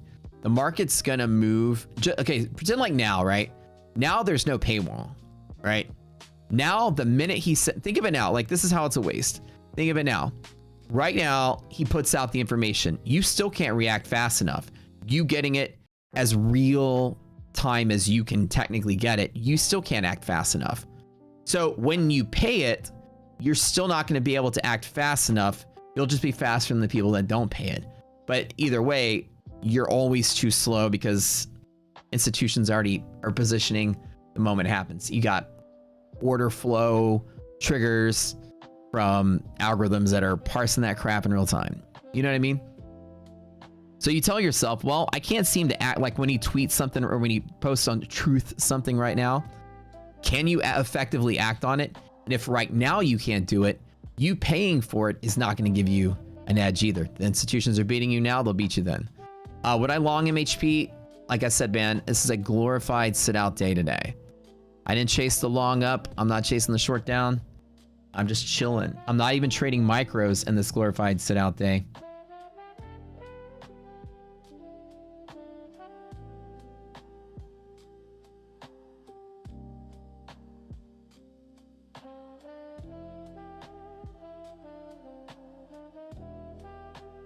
All right, guys. Yeah, they literally spend millions of dollars and they put radio towers on top of a building across the street from the exchange. And they have like direct fiber optic lines that connect A to B and send radio waves at the speed of light. So the signal can get to the exchange, 8 milliseconds faster than your internet can get you there. You'll never have the edge with that. Again, it'll be nice to know. I mean, but the thing is, it'll be nice to know why something's happening instead of waiting the annoying 10 minutes or whatever the delay is. So the question is, how big is the delay? even if it's a 10-minute delay, if it's a 1-minute delay, I'm not going to care to pay for it. If it's a 10 or 20-minute delay, I might care to pay for it for the sake of the stream, so I can tell you the information. So if anything of it, I might buy it. And then I can, oh, again, I don't know if there's a terms of service with that me being able to share it or not. Maybe they can ban your account if you do that. I don't know. So it would be a kind of a dishonorable move for me to buy it and circumvent their paywall to retweet and reshare. So I guess I wouldn't be able to do that. So it wouldn't even make sense for me to buy it. I should buy and charge you guys. Yeah, I can't do that, but we can all pitch in 25 cents. Yeah, it's not insider though. It should be public. Yeah, like the purpose of it is for, you know, raising some money because Truth Social is just dying off. And, you know, when Trump's no longer president, the entire platform is going to die. The only reason people pay attention to it is halfway because of Wall Street. Nobody's going to care what the guy says when he's no longer president. I mean, I mean, his fans will, I guess, but it's gonna slowly die out. 5, 10, 20 years from now, his voice is gonna be gone. He might not even be around at that point, you know. Truth Social, once Trump is no longer with us, it'll be a dead platform, you know, unfortunately. Okay, guys.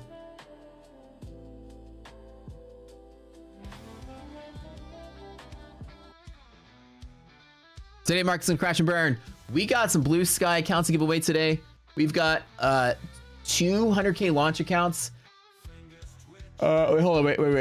Don't let me lie to you. Hold on. We got 250K launch accounts to give away with Blue Sky right now. We're gonna spin the wheel. See how this selling off. My suspicion is it's very possible we hit lows again today. Am I gonna buy here? No. Did you learn something today, guys? At least from my perspective. Pretty smart, right? To see what I'm doing was kind of smart. Would you say that it's a smart thing to do? I'm missing out of hundreds of points, but you guys have seen my bank account. I mean, my trading account. Am I really missing out on anything? You will learn that days like today is so empowering to just sit here, chat with your friends, you know, do nothing. And it feels so good. Like, I feel so good. I don't feel stressed. I'm not chaotic. I'm not upside down. Nasdaq's moving 500 points up and 400 points down, 300 points, nothing, right? I don't feel anything. Don't care. Let institutions expire this shit today, and I'll come back Monday. Whole different day. Don't have to trade. Have a great life. Just chill. Emotional capital. Don't go in the weekend mad. You know what I'm saying? Yeah, go into the weekend feeling good. All right, Cap Defender. All right, one more.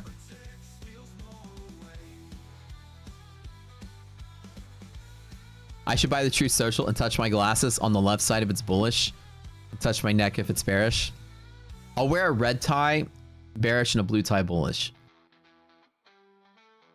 But I might buy it just so that I can have something to talk about. But the thing is that honestly, it wouldn't even be the right thing to do for me to buy it and then share it in public. That would be a complete, you know, that's kind of a dog move to do that.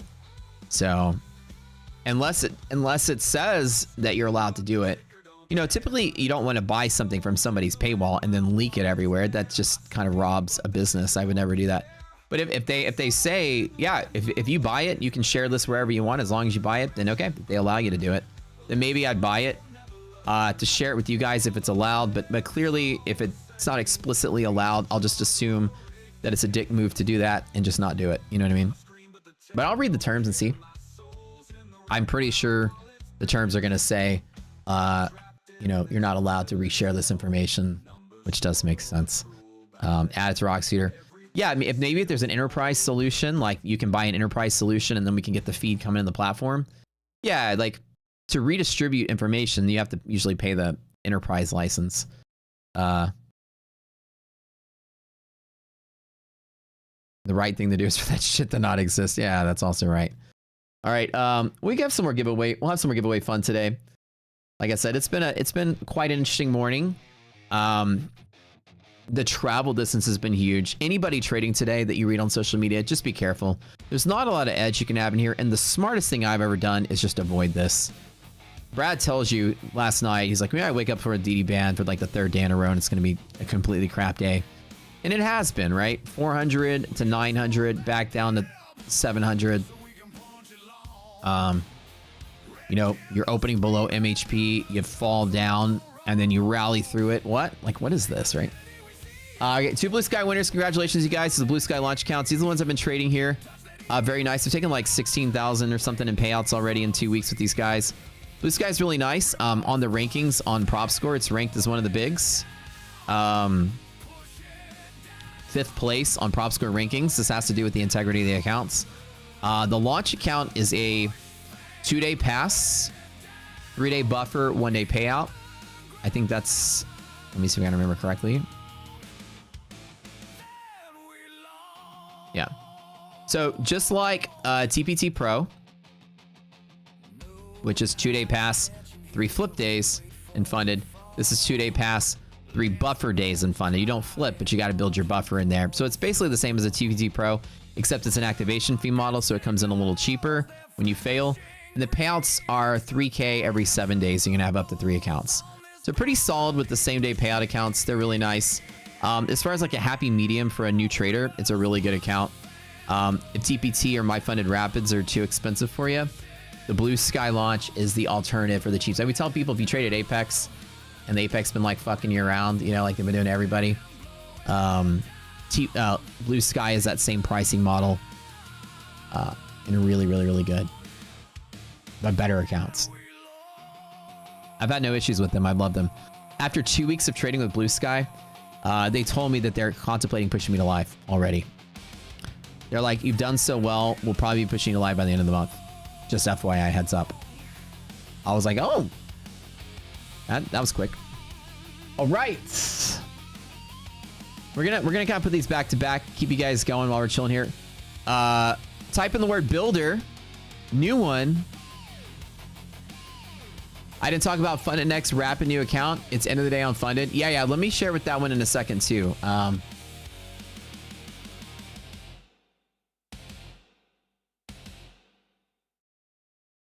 After this one.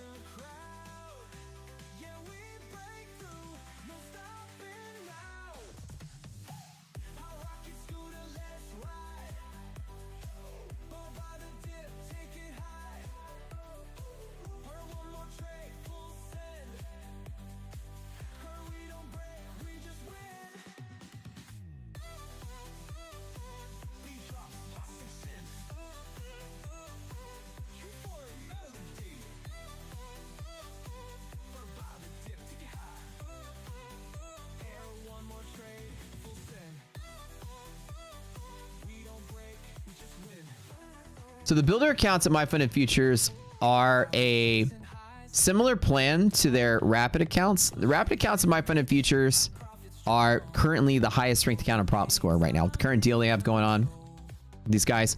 Rapid is a 2-day pass and then 1-day payout, and you can take out 10K every day by day 3.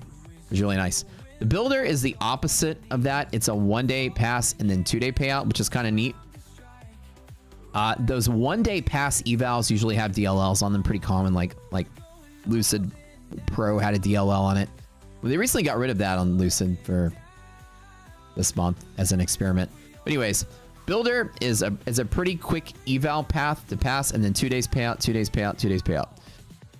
50% consistency. So the benefit of a builder versus a rapid, the rapid 50K is 79 bucks all in. The builder 50K is a little bit cheaper.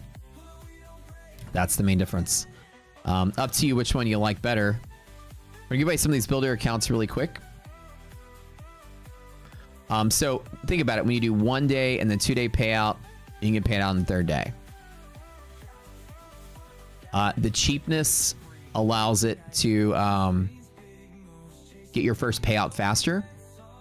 So when you pass your funded and then you pass your eval, go to funded, you get your payout a day sooner, your first payout. But then you get payouts every other day versus the rapid, which means it takes longer in the eval, then you get your payout on the 3rd day.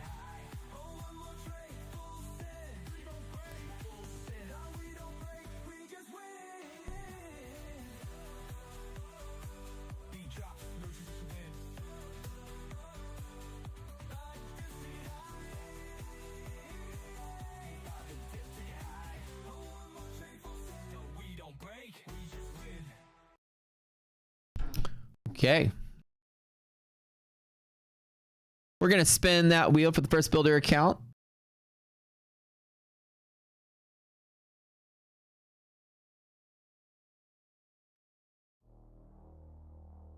For the first time in 6 years, I finally ordered new monitors for my streaming desktop. I'm very picky about the monitors I use. I don't like the shiny... I kind of lied. I bought a monitor one time and a QD LED for the center monitor of my 6, but then I got rid of it because I hated it. There's too much saturation, too much color, and the shiny screen, I can't stand it. For my work screen, I love the matte screen. I want it to be like a matte finish. So Acers have really good monitors with matte finishes on it. Non-shiny, easy on the eyes. I don't see a lot of light reflecting, light pollution. You don't get true blacks, but I'm not gaming on this, so I don't really care. Congratulations, Vampire. Yeah, the one I gave to the kid. Yeah. I gave it to the kid. So the funny thing was, is I had it on the screen and I hated it. I love it for gaming. I've got 2 of them for gaming over here. I've got the Republic of Gamers, both of them. I have a 27-inch and a 32-inch. And the 32-inch ROG, it's an OLED. It's a WOLED, I think, not a quantum dot. So it has like the matte screen on it, and I also hated the quantum dot because they go into this like cleaning cycle where they force the monitor to shut off and clean themselves, and was doing it on the stream. Is horrible. So the housekeeper's kid came in.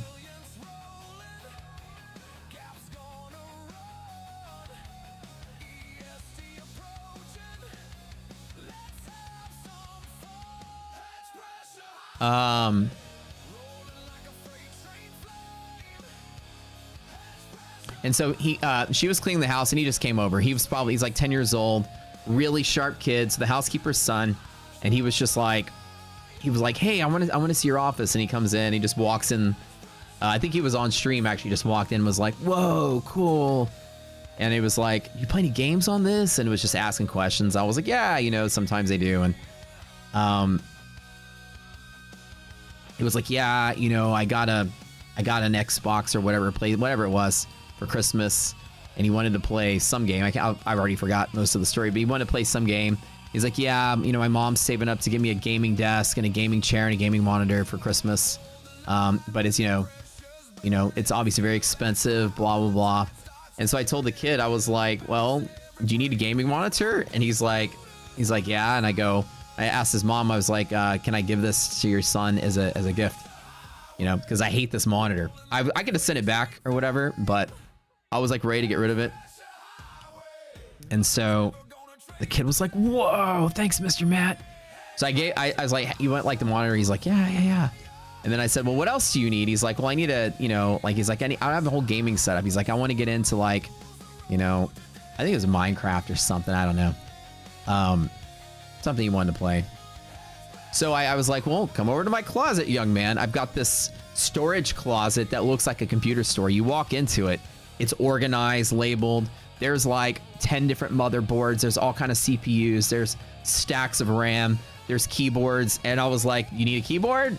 You need some headphones? And like, so the kid left with like $1,000 monitor, some wireless gaming headphones, a gaming keyboard, and a gaming mouse.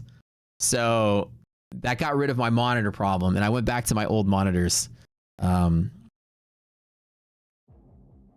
that kid was ecstatic. He was thrilled. His mom was like super grateful, you know. So I was like, well, yeah, this is like Christmas present for your son. And then the husband, he drives over to pick them up and take them home, and he just stays with his mom and hangs out. He just chills on the couch and plays his iPad or watch TV or something while she works. But the dad came over and he was like super thrilled. He was like, thank you so much. Thank you, Mr. Matt. I was like, it's okay. Enjoy. This shit just collects dust in this closet. It's all spare stuff. Any iDog needs a new computer, I can go build her a new computer. Vampire, Minon, Intamir. We got one more. So now I ordered 6 brand new monitors because it's been 6 years. These are already starting to get a little burn-in on them. They're LCD screens, by the way. I think they're LCD screens. When I touch them, they kind of look like what LCD screens would do. They kind of squish in a little bit. Maybe like a little bit of burn-in. Certainly when I have a high contrast white background, whatever was written in black will stay there for an hour. Y'all can't see it, but I can see it. The only reason I never got new monitors, I only got that one to test it out, and I hated the fact that it was glossy on the front, and it was just too reflective, and it would shut off all the time. So I found Acer, which is the company that makes the ones I have here. Acer has some brand new, you know, 320 hertz, 0.03 megahertz, or millisecond, sorry, response time, 2K OLED, not QD OLED, but the other one, not OLED. What's it called? Let me look at this really quick. So it won't do like the pixel refresh. It's called I forgot what it's called.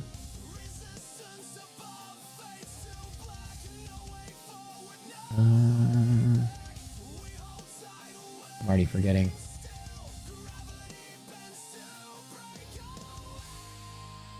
About time.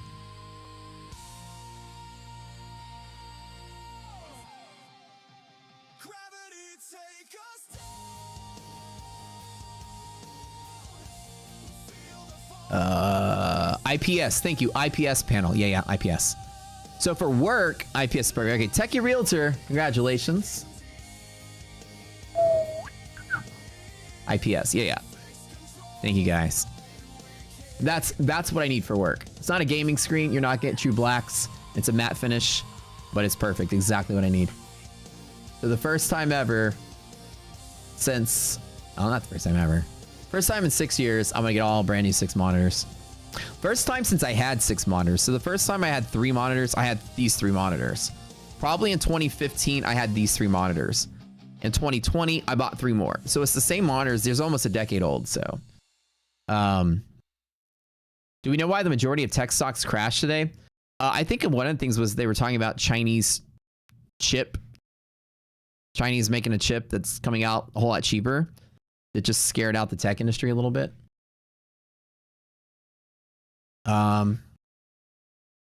Congratulations, all you winners. We'll do another giveaway in just a little bit. Let's chill for a moment. Thank you for playing Vampire Manon in Samir.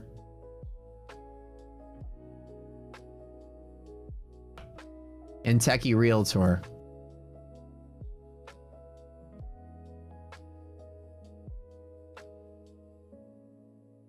Go to the Prop Score Discord, go to the Claim Your Win channel, and claim your win. You must have an account with Prop Score to participate.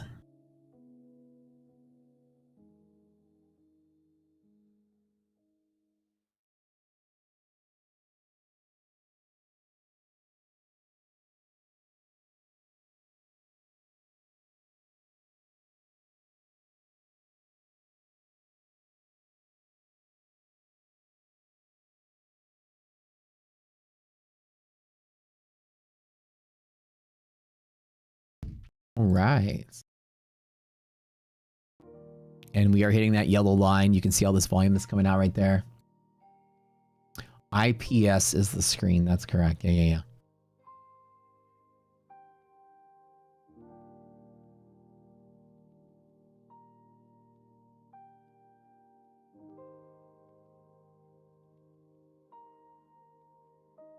But its IPS usually has a slower response time, but this one has a 0.03. Not for gaming. They usually can be very bright, so it's good for like a dim room, but also has a matte finish, which is nice. OLEDs are usually like dimmer, more contrast, but they're shiny screens. So I got this one. Response time is half a millisecond. So I got 6 of these guys. So this should be great for work. Yeah, it should be nice. 360 hertz. The ones I'm on right now are 144. That's how old they are. But I've never really needed anything better for the work computer. Ceiling whoosh fan. It's tanking again. Vampire 1 and it's a red day. Oh, I know. We're running 5080s. Yeah, so on this computer is a 5080. On that computer is a 5090. And on my laptop is a 5090. So, predators. Do I have a monitor, bro? Yeah, I know. They should be cool. As long as they have a matte finish. I like the softer, like the blacks, I don't care to see. I like it like slightly muted. It's a nicer work experience. Can you get a whoosh fan to save the market? I don't know if a whoosh fan's gonna save the market today. Should I trade like Brad with a paper account in the craziness and just try to make $1 billion paper dollars? I think this, like I said earlier, this day might just fall a little bit and fall a little bit and then fall a little bit. Then by the end of the day, do something like this. Honestly, I thought there could be a possibility that this is the day that rallies up, but I feel like today is just gonna probably be like that. Unless something magical happens. We win the war with Iran, then we go up there, then sure. But liquidity pocket, technically speaking, every single time can be a play on the S&P. All right, I got a bathroom break. I'll be right back, guys.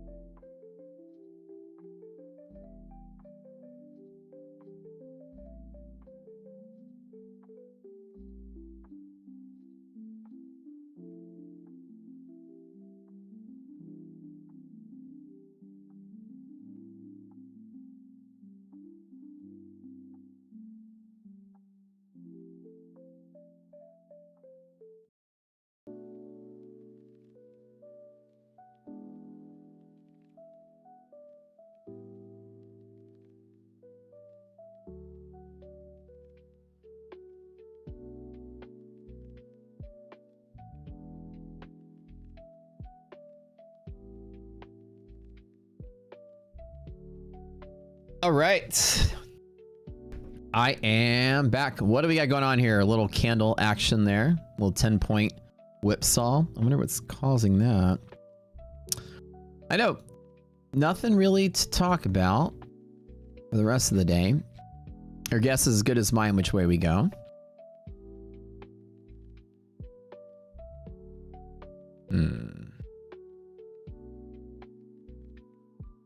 I'll look at the commitment traders report for a while. Let's see what's going on there.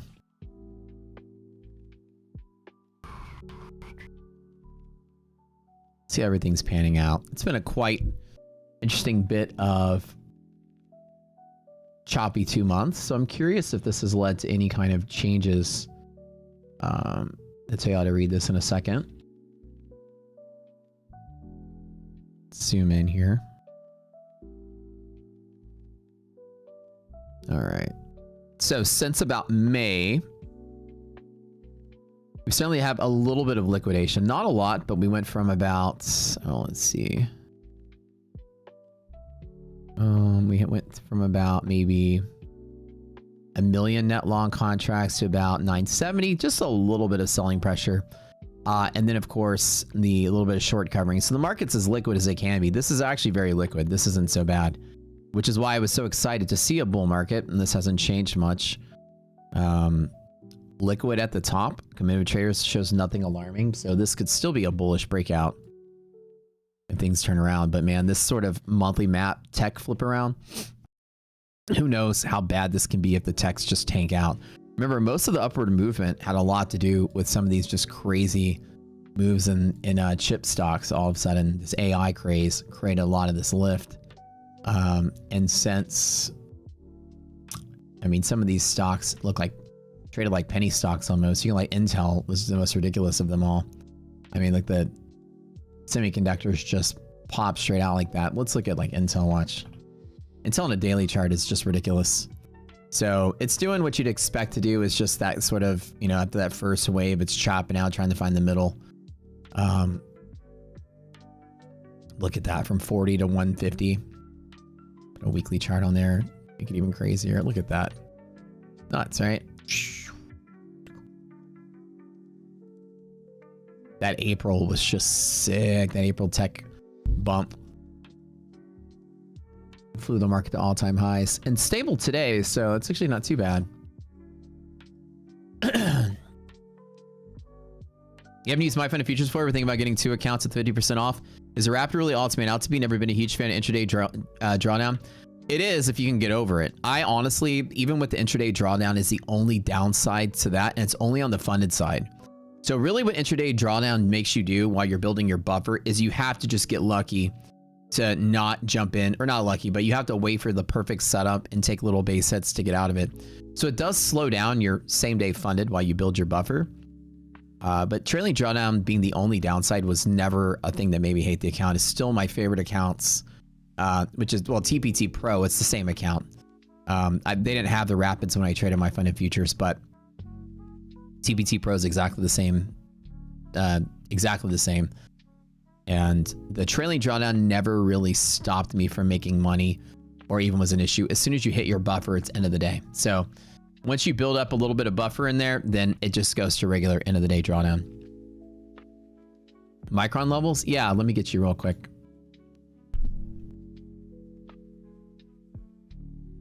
Micron has shifted from what was a BSU to the BLU. So we have broken through hedge pressure to the upside and supported it.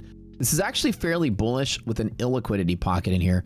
So this has the ability to go much higher today. Definitely.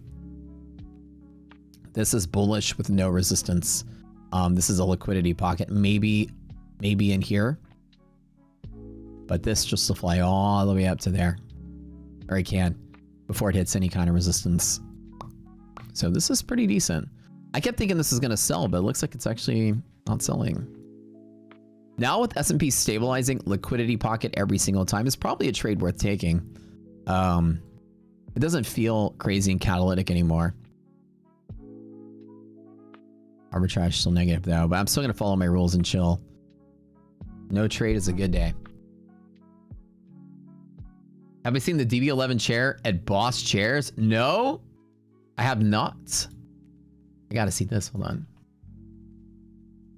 DB11, huh? What? Boss Chairs. I've never heard of Boss Chairs. Look at this. What? And it's brown, like I was a lawyer or something. This is like a brown leather, a dark brown. Go great with like a office with like mahogany bookshelves. Dang, $3,400. Jeez. All right, let's see what we have here. Car chairs.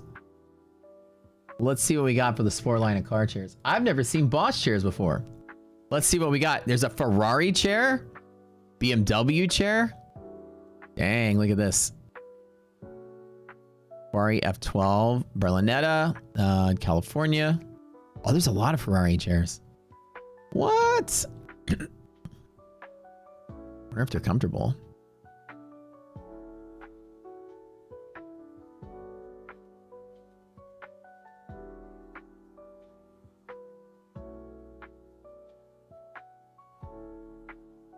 So another thing, speaking of the Ferrari, the one I wanted to get, I might not get that one anymore, and I might turn around and get the F8 instead. The SF90, I convinced myself for a little bit I wanted one because I had the orange one, but it has two things that I don't like. Number one is the SF90 bucket seats are like plastic racing seats. They're really nice. I want the comfort seat package, which is kind of like more cushion. I don't want to feel like I'm sitting in plastic seats. But another thing is that currently right now, I went and looked at a car condo builder. If you know what a car condo is. Wow, these are kind of nice. 48 has a chair. Oh, dude, this is actually what's neat. Let me tell you something that's neat about this. This is the actual interior. This is Ferrari interior. I've seen cars with this exact spec. Oh, that's neat. So the chairs themselves have the spec of the actual car interior itself. I've seen 488s with that spec in it. What else do they have? Maserati Ghibli, Hurricane, SF90. Yeah, this is... That's funny. Camry chair being your budget? Probably so. 911 Porsche. Let's see here. Dang, they've got everything in here. There's 2 different Aston Martin chairs. There's 30 different Ferrari chairs. You've got a Vantage, McLaren. Oh, that's cool. I never knew they did this.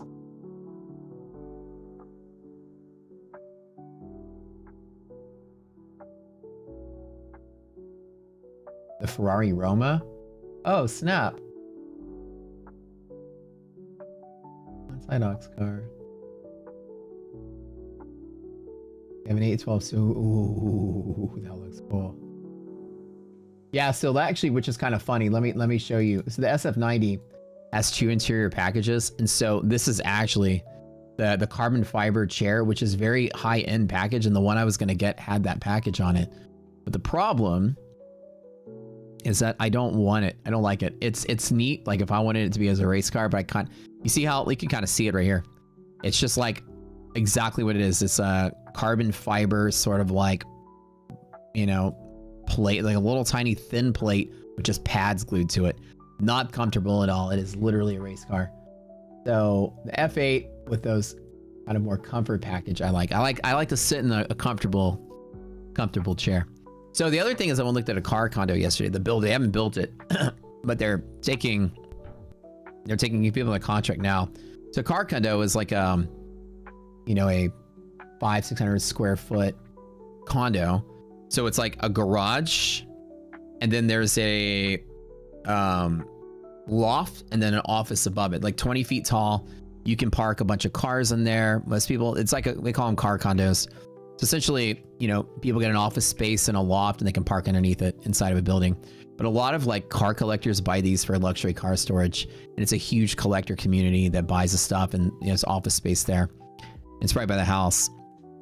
So I don't have a place to put the new car. I'd have to borrow, or like I've convinced my friend to let me park one of my cars at his place if I were to get another one. So I've decided to wait until I get the F8 that I want. And then so it should time itself with 2027 with the car condo. And then I'm gonna buy that thing and then park it there. Those bucket seat, yeah. Looks like a kid's gaming chair, kind of does, right? Big earthquake in Mexico right now. Oh, no way, no way. Herman Miller, Aeron for 7 years. I've had mine for like 7 or 8 years too. It's perfect. Some of the chairs are made from the actual retail car seats. The interior looks exactly the same.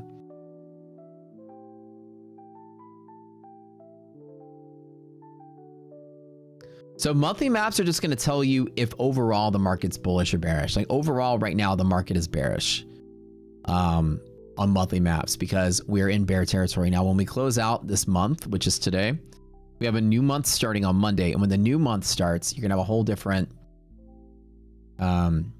monthly map to look at.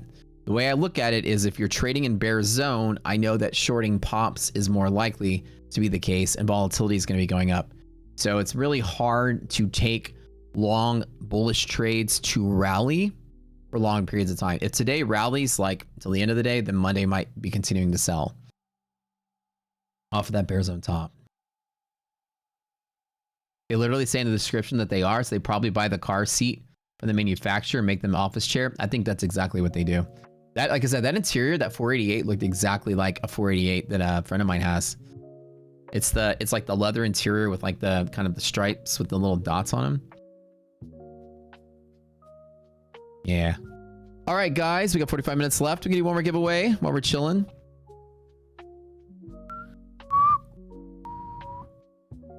I know it's the most boring thing in the world to not see me do much trading, but it's all part of the master plan strategy. Gotta take this count to $1 million, and I didn't get there in my life gambling on crap. Letting these crazy markets, these one-off things figure themselves out, and then I come back when things are better.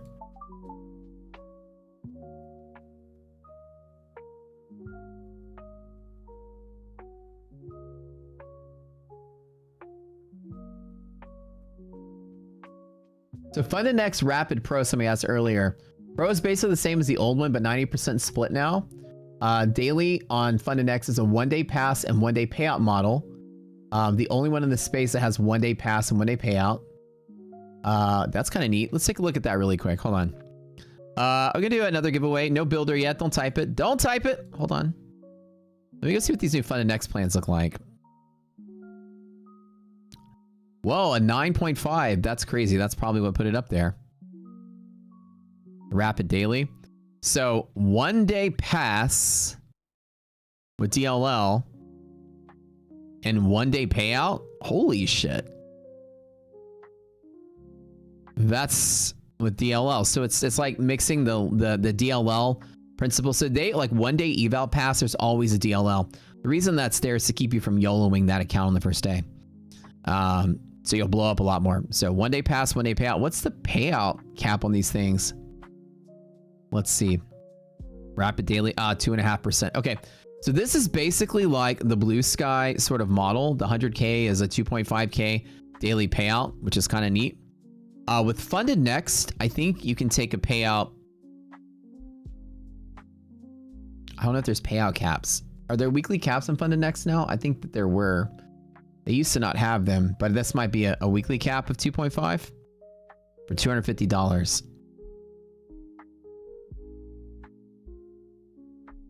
That's a little pricey for 2.5, but it's not bad for being a kick-ass plan like that. 2 days to pay out. And I think if it's, I don't know if Funded Next still is where you had to wait a day to get your accounts turned over once you pass, but yeah, I don't think Funded Next you can activate your funded in the same day you pass it. When I traded them, you couldn't. You had to wait like a whole nother day. That's kind of cool. All right. All right, fellas, we got some TPT accounts to give away. Again, I'm reminding you today's keyword is sit out. That's what we've been doing. Sitting out, chilling out, nothing crazy. Not same day activation on Funded Next, yeah. Diego, is there a weekly cap on those things? On the same day payout, or is there no weekly cap? With Funded Futures, My Funded Futures, and TPT, there's no weekly cap. That's like the best part about those two.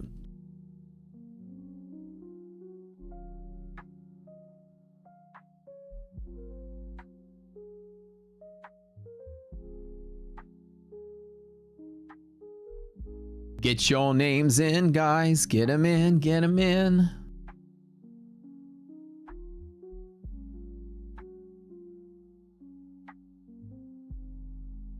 Get your names in. Same day activation is a must. I think on 1 day passes, it kind of defeats the purpose of a 1 day pass if you can't same day activate, you know? The real I liked about the Lucid Pro is when I pass the eval, 5 minutes later, I'm trading the funded, which is kind of nice. No weekly cap, but it counts in after 5 payouts, closes and ends. Oh, okay. There's a total payout cap. So with Funded Next, with 100K, you can take 12,500 per account and then closes. So with that, you can do a total of 5 accounts with those guys, I believe. So what, 60? So 12.5 times 5, 62,000.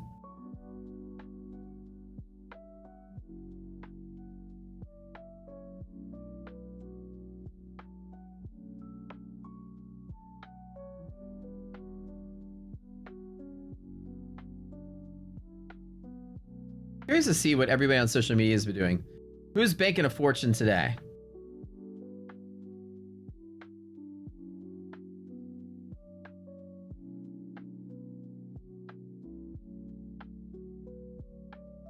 Let's see if anybody's making money. A lot of chop, a lot of red.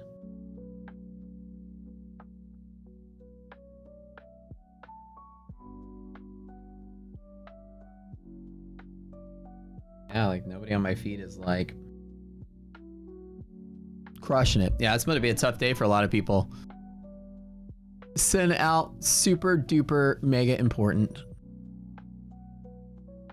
Okay, so now we got a couple to do. We got a TPT Pro and some Lucid accounts.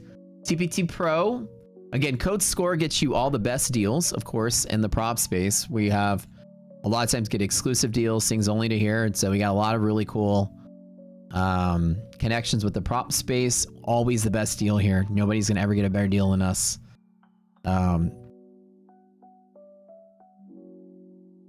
TPT Pro.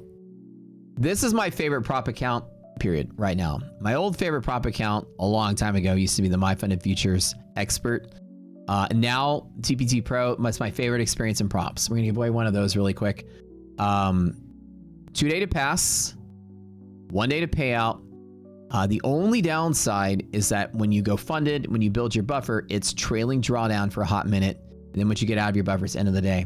Not too hard, and you can reset your funded account, and you can make $10,000 per day per account, 5 accounts total. which is 50 grand, at an 80% split, which is 40 grand net you can make in cash per day on day 3. Tradeify Select. Select is great. They have the flex option, daily option. They're both pretty good. Select Daily is similar to all the other daily payouts. It's similar to this one. It's just Tradeify will be 3 days to pass and then 1 day to pay out.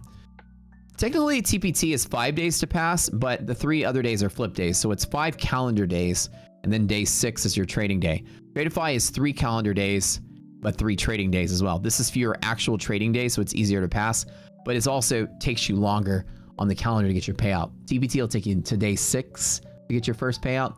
Tradeify Daily, Select Daily is day 4. Why do I prefer TPT over MyFund Futures 150K Rapid? They're so close to each other. It's almost impossible to choose a difference between the two of them.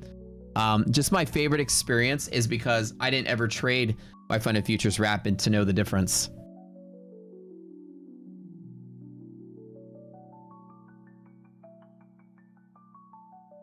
Hold on one second.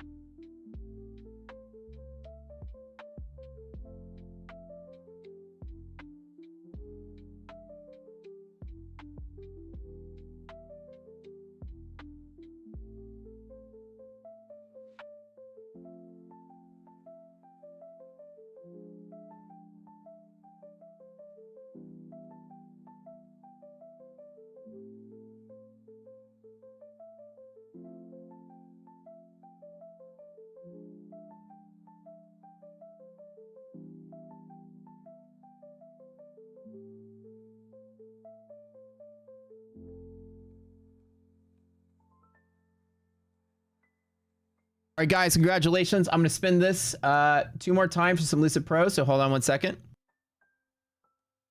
Lucid Pro 100Ks. 1 second.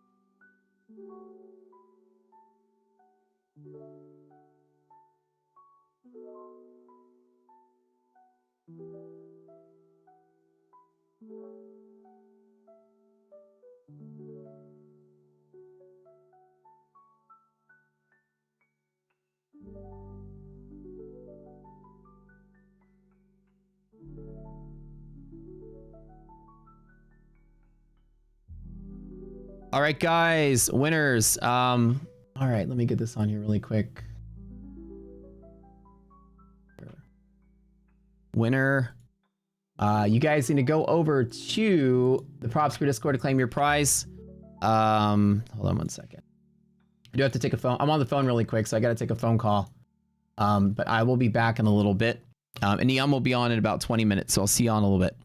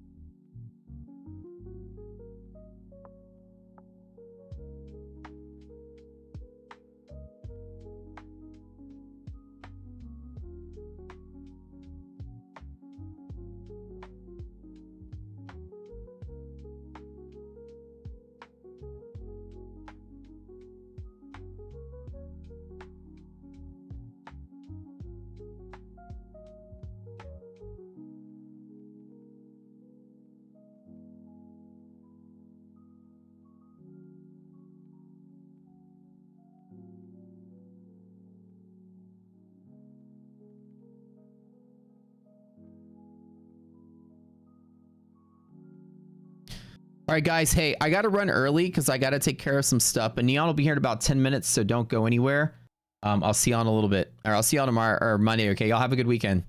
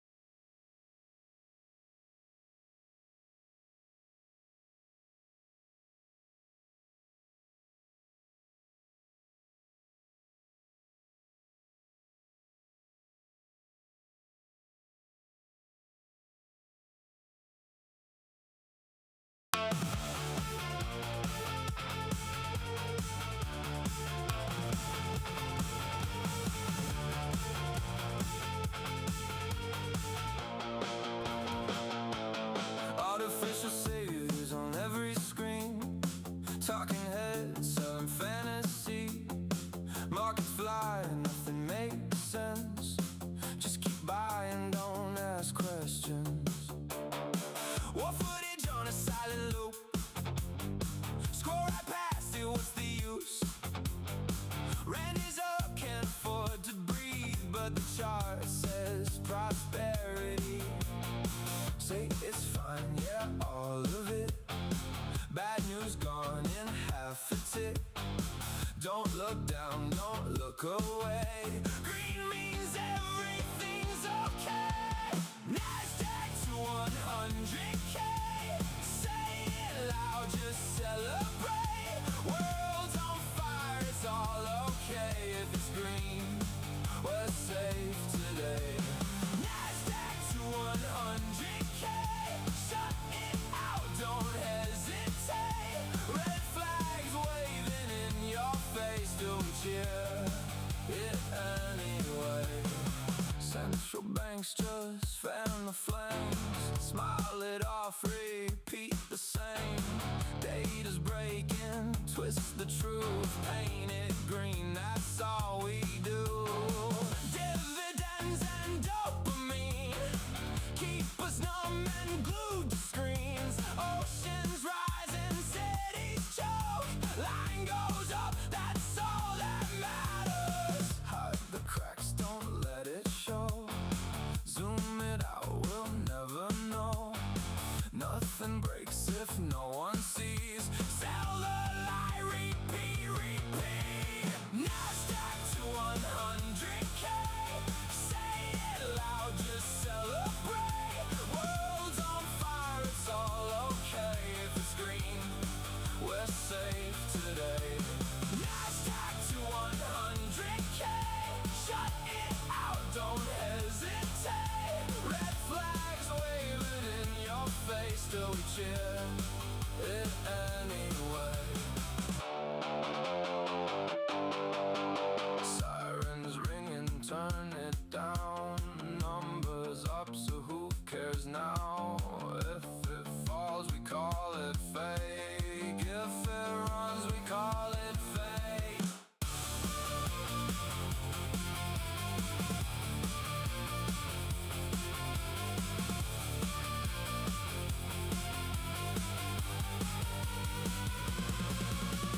Nasdaq to 100K. Screaming like it's all okay. Burn it down, just let it run up again for everyone. Nasdaq to 100K. Nothing real, just what we say. If it's green, we're safe today. Nasdaq to 100K.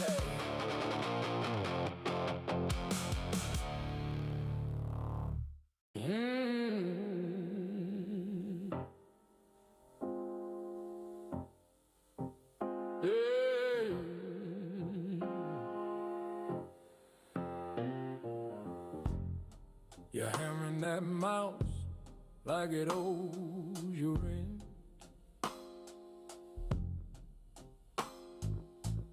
Red candles dancing, every click's another cent.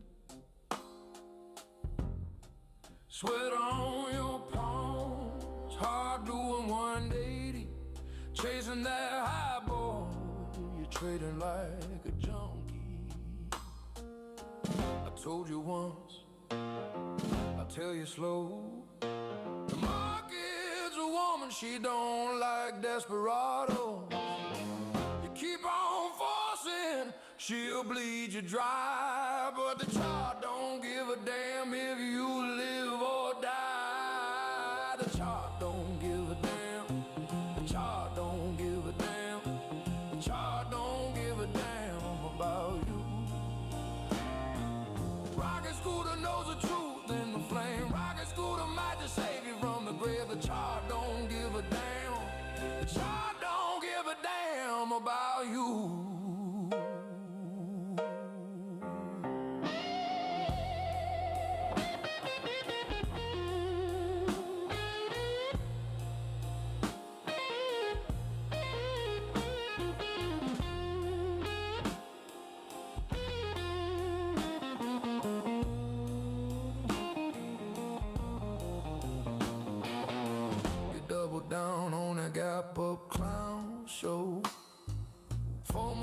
champagne like cheap whiskey flow.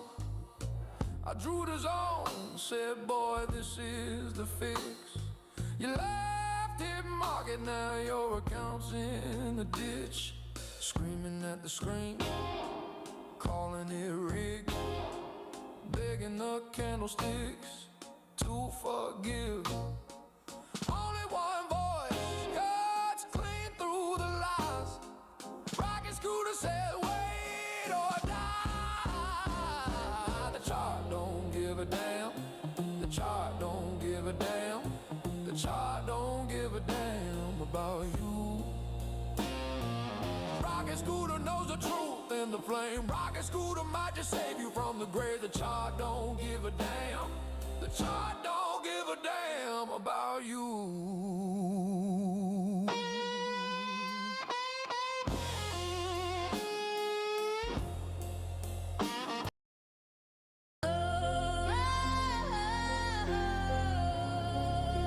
Yeah.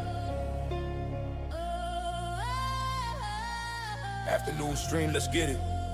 Neon on the mic, yeah. Neon stepping in, yeah. Session wide awake. Night shift laid the ground. Word. Matt set the play.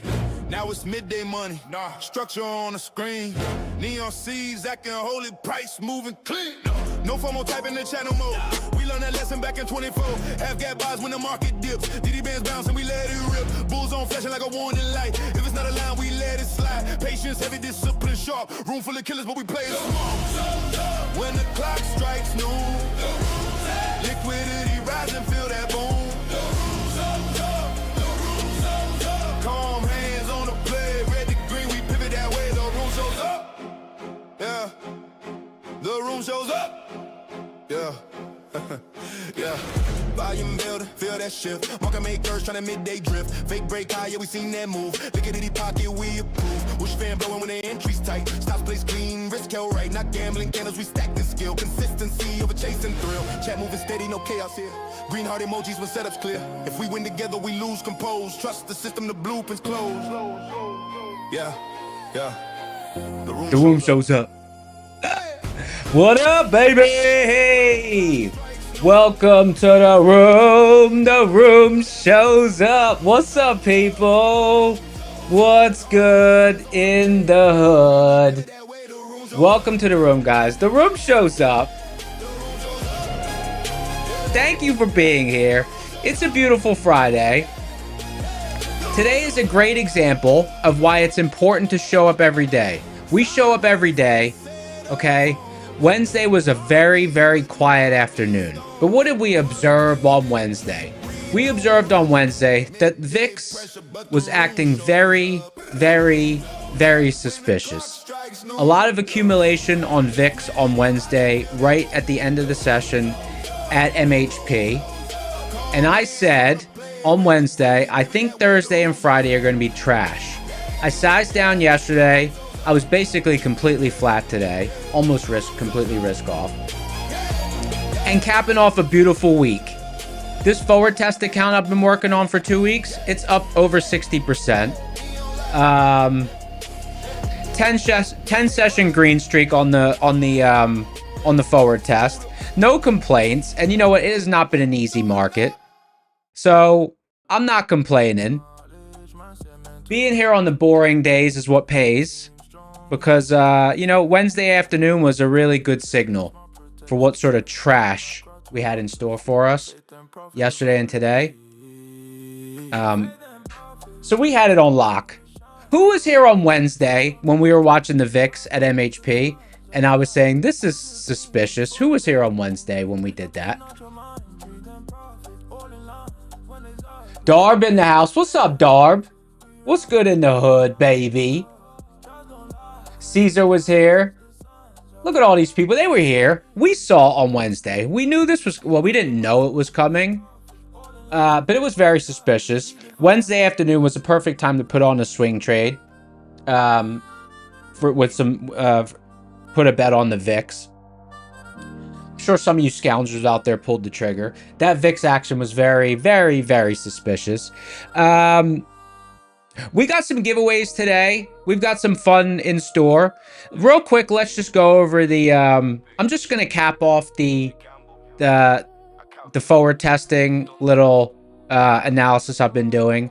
You know, I'm still gonna keep doing it, but I just want to take a look at the stats for the 2 weeks of the forward test. So let me just bring up the little Blue Sky dashboard. As we know, Blue Sky, they have a cute little dashboard that they give for free with their accounts. So this is their cute little dashboard. So I've been tracking my forward testing. I've been using this account to do forward testing. So the account's up 60%. Right, I've been doing regular risk management. I didn't YOLO. So it's up it's up over 60%. No, it's up 60%, a little over 60%. Average win, average loss about 1-to-1. I took 82 trades. Let's see. This is over 10 sessions. Actually 9 sessions because last Friday was flat.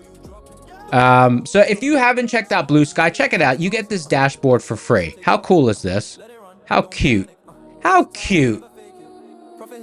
You get this cool calendar. Look at this little calendar. How fun is that? They give you this for free. Very cool stuff. I kind of wish you could dim the green a little bit. It's a little bit bright. I don't like bright colors, but that's okay.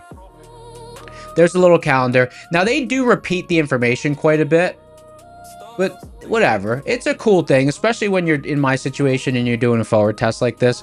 It's really nice to have a dashboard like this where you can like analyze the situation.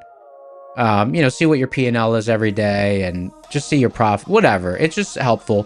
67% win rate. So win rate is a tiny bit lower than usual, but risk reward is higher than usual. So that was kind of expected with the forward test. You know, statistically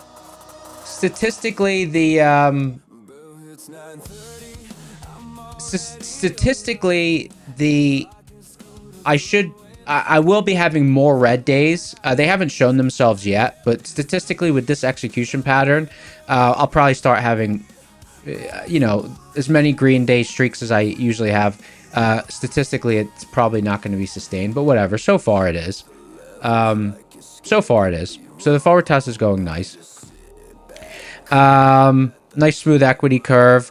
And then I also, because the equity curve in this is a little bit by day, it's choppy. So I also just did it in Tradovate as well, because I like to see like my execution. For a forward test like this, I like to see the execution equity curve. So I did that as well. Let me just bring that up, because it's a little bit easier to see because it steps up with every execution. So I like that better, because I like to see how smooth my equity curve is when I'm doing an execution forward test like this. Let me close the browser. So it's nice and smooth. Okay. So really, what was I trying to do with this forward test? What was I trying to do with the forward test? You see this right here?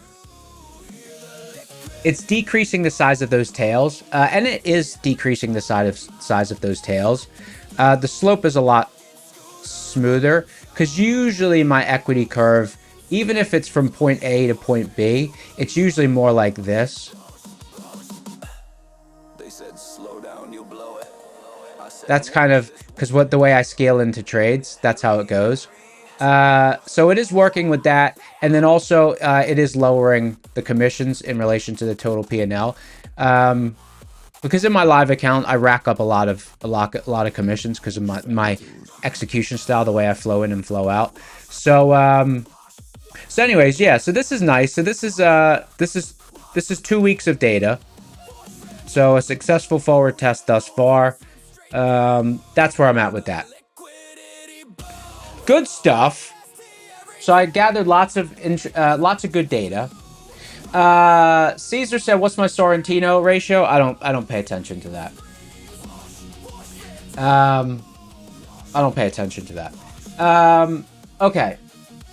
So those are the results. Good stuff. Good stuff.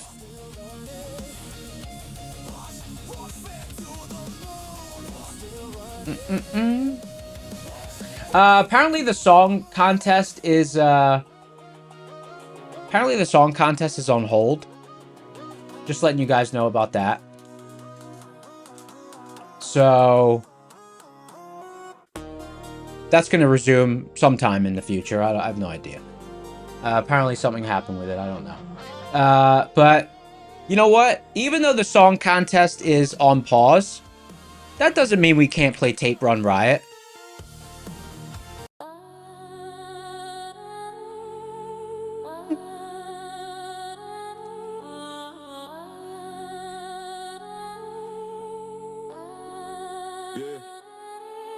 Open the terminal, red on my screen. I don't blink twice when the candles lean. Coffee gone cold. Tape Run Riot. I watch that spread like a hook on a post. Bid get slapped and off for runs. I cut that drag. Okay, so I was pretty light on risk today. Basically risk off.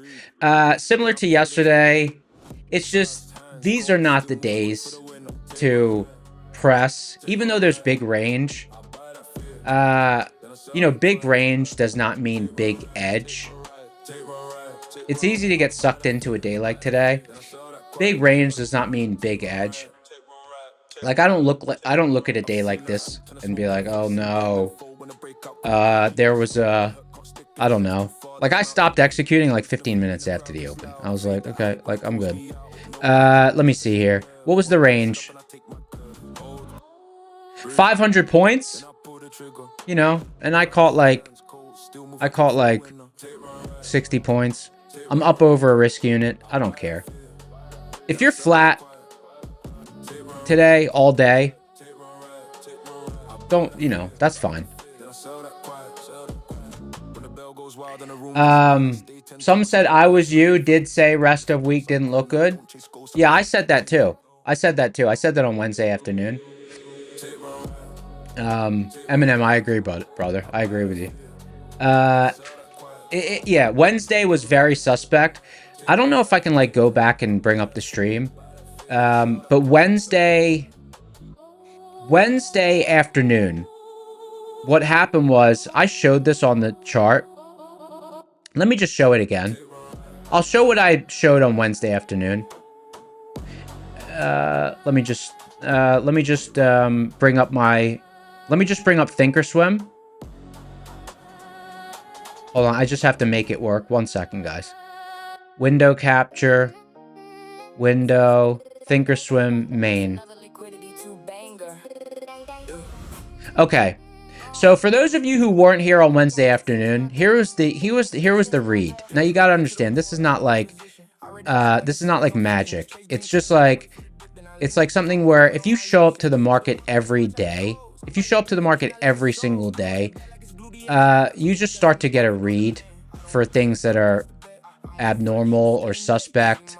Okay, so on Wednesday afternoon, MHP on VIX was like right at the bottom of the session. Let me make this orange. Okay.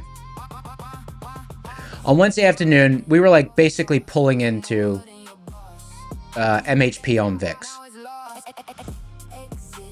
Right, like this. And I brought up a ES chart and I inversed the VIX so that people could see what I was talking about. Let me just let me kind of replicate what I did. Technically, I could go back and rewind to the stream, but I don't want to get into the whole YouTube thing right now. Let me bring up ES. Let me change this to 5-minute stream. I know people like the colors. When I'm not on stream, this is what I have it look like. I just need, you know, I like muted colors. That's just how I like it. Okay. But anyways, this is the one I set up for stream because I know people like normal colors. Okay, let me just get this set up so I can explain what I saw and why I was so suspect that yesterday and today were going to be a good possibility of being trash. 5-minute clean. Oh, 5-minute stream. scroll back. Okay, here we go. Let me hide that. Okay. Okay. Now I'm going to inverse VIX. Okay, I'm going to inverse VIX. So on Thinkorswim, you can inverse a symbol by typing in the negative sign and then the symbol. Now, I just read it by looking it upside down. That I didn't need to inverse it to see what was going on. But you can inverse it if you want. If it makes it easier for you to make reads like this. Okay? So what happened on Wednesday, and let me draw the line where MHP was. It was right about, it was basically sitting right at MHP.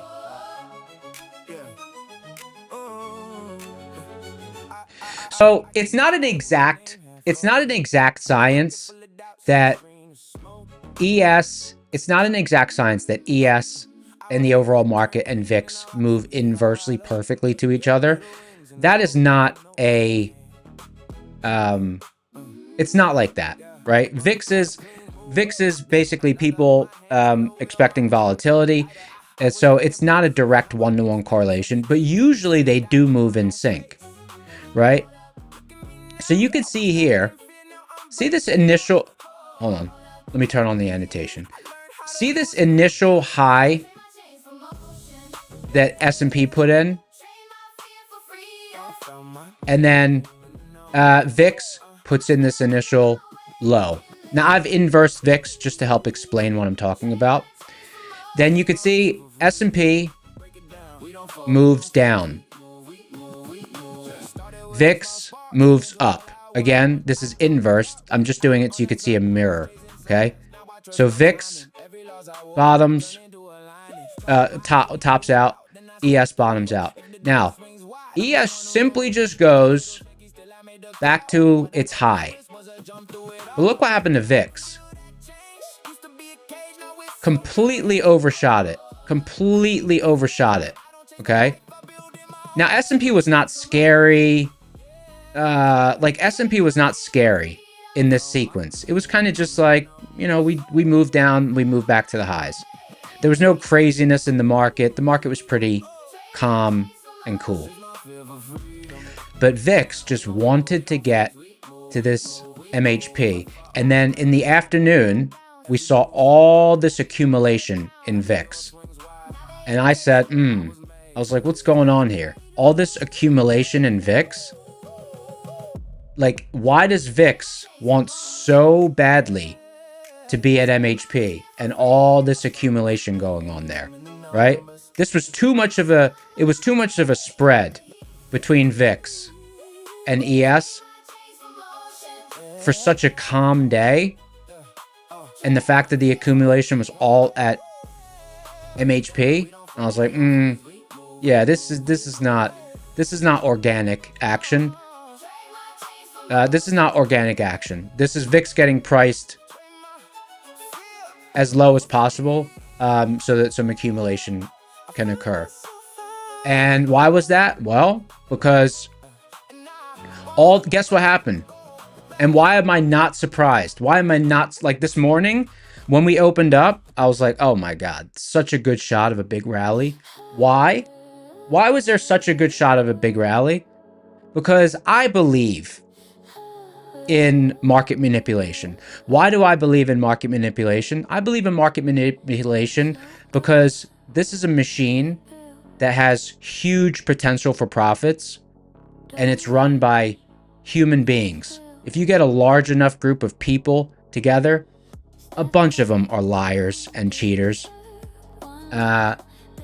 So if there's something where the prize for cheating is huge financial gain, of course people are going to cheat.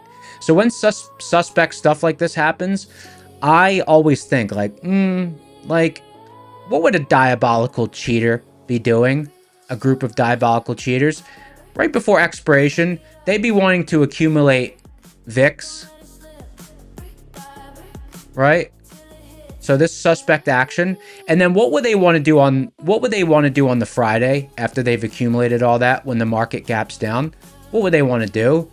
Kaboom! They want to take profit. They want to cover. Right? So this is all those people getting out. Right? This is all profit taking. This is all profit taking from those bets that were placed on Wednesday. This is all this is, in my opinion. Okay, not financial advice. Prices and participation may vary. See store for details. This crazy rally, to me, is all because of this that happened on Wednesday. And this that happened on Wednesday that I knew after watching the market for 14 years, basically every single day. And this is why it's important to show up. Even if you show up on the boring days, you just get a feel for these sort of shenanigans. And this is why I didn't get smoked yesterday and I didn't get smoked today. Because I was like, let these scoundrels finish their trade. Because I know the market's not going to move organically. I was like, let these scoundrels finish their trade. So, you know, to me, that's kind of was my thesis. And, you know, that's why I kept out of trouble yesterday and today.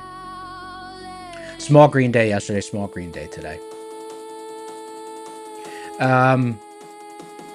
So the whole point of saying that is show up every day. You know what I mean? Even though Wednesday afternoon was boring, like, honestly, we could have all just taken a nap with that action. We could have all just put our heads down and then just taken a nap. But you know what would have happened if we missed that sort of suspect action? We might have got smoked yesterday and today. We might have got smoked because we didn't see that something suspect may have been going on. And you know what? If I thought something suspect was going on and I was risk off yesterday and today and nothing suspect ended up playing out and I missed good opportunity, I wouldn't be bothered because sit out edge, even though there are going to be sessions where like sometimes I'll be risk off and I'll miss good opportunities over the course of like, you know, 200, 300 sessions, sit out edge will end up helping you more than it hurts you. Like you might have some opportunity costs when your reads are wrong or when you sit out or you undersize when you think things are a little bit off and then they end up being fine. But over the course of a large set of sessions, it contributes positively to my equity curve. You know, and like usually when I have a read like that, I'll also put on a swing trade. I'll also put on a swing trade when something's going on like that, because if I think that something shady is going on like that and there's like a 2-3 day, there's like a thesis that's playing itself out. I want to get in the head of those manipulators and I want to be in the trade with them. Right. So when I see stuff like that, like those are the kind of, sometimes those are the kind of situations that I'll put on a swing trade for.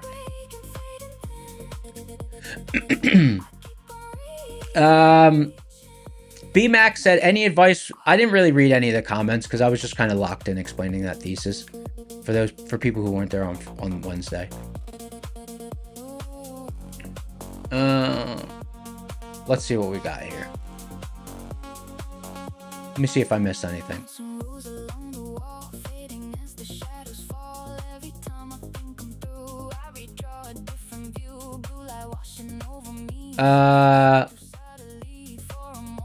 Meow, cat active? Cat's definitely not active now, though.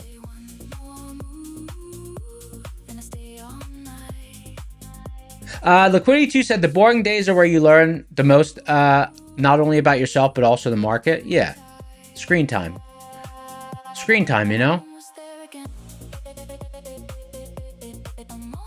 Because let's be honest. Let's be honest.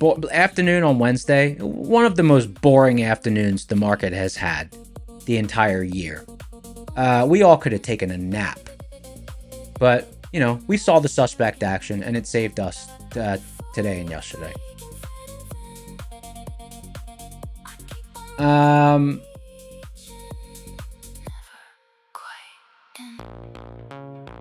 Nara said, during a big breakout like NQ today, how do you find the next area we're shooting towards?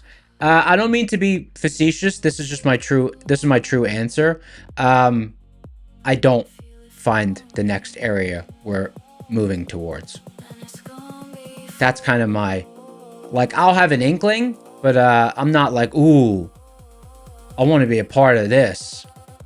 I'm more like, you know, the normal days where the market's kind of moving around through its levels, rotating, finding liquidity, chopping out people. Those are the days where like pivot traders thrive, because like we know exactly where to trade from.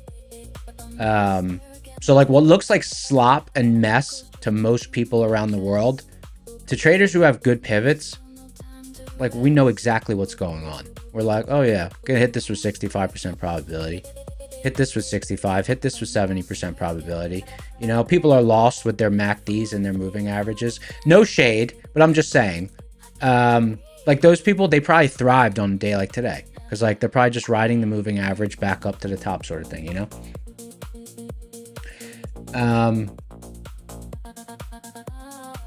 Like when the market's a little bit crazy like this, you know, either sit flat, or if you see like one setup you really like, you know, take a stab at it. And then, you know, if it's a win, great. If it's a loss, you know, move on.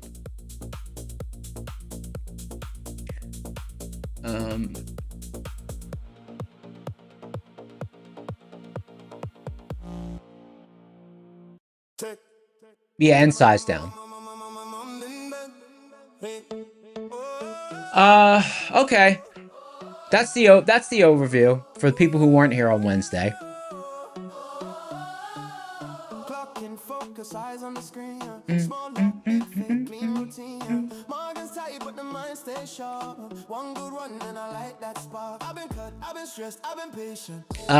Big resistance spot here. Big resistance spot here. We got bear zone top, we got upper varus band, and we got a seed zone all in the same spot. A lot going all in one spot. First pay. We're gonna do a giveaway in. Let's do a giveaway in a few minutes. If you're long, not financial advice, but just be careful up here. We got a upper varus band. We got a bears. We got a liquidity pocket, and we've got a seed zone, all at the same spot. So it's a battleground right there. Gerald said, what is the varus band indicator called? Gerald, I'm assuming you're messing with me. What is the varus band indicator called? That's like saying, what is your friend Mike's name? Hey, what's your friend Mike's name? Let me think about that one. Gerald? Gerald, are you messing with me, Gerald? Or did you just have a moment? Am I confused or are you confused? I'm not sure.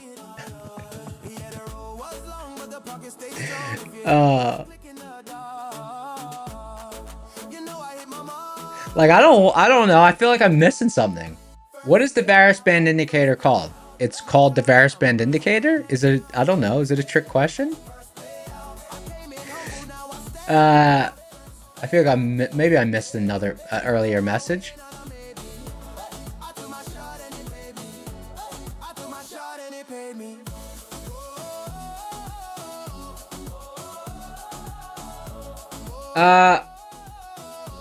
Oh, Gerald said you can't find it. Oh, I got you, brother. Hey, no problem, brother. Hey, here's what you do. Let me walk you through it. Hold on. Okay. Let me get you the link. Stand by. Rocket Place. Okay, Gerald, here's how you get access to the indicator, brother. I'm gonna put a link in the chat. 1 second. Stand by. All right. Okay, go to this link. I just posted it in chat. It's rocket.place/interval lab. And then what you do is you subscribe to it. And then after you subscribe to it, close and reopen your rocket scooter. And then you're going to go to indicators. And you'll type in VARIS and it will pop up. And then you can add it to your chart. Now, the only thing, when you add it to your chart, it will squeeze all of the data. you have to right click on the y-axis and just say scale price chart only. It won't scale to indicators, and then it will look like normal. And then what you can do is in the variance indicator, you can like go, you know, you could change your settings, whatever you want, however you like it to look. You know, like I don't like things shaded and all that, so you can adjust it. I have the indicator on my NinjaTrader, so I don't actually activate it right here on the Rocket Scooter view. But you can add it. You can add it there, and then it's released for NinjaTrader as well.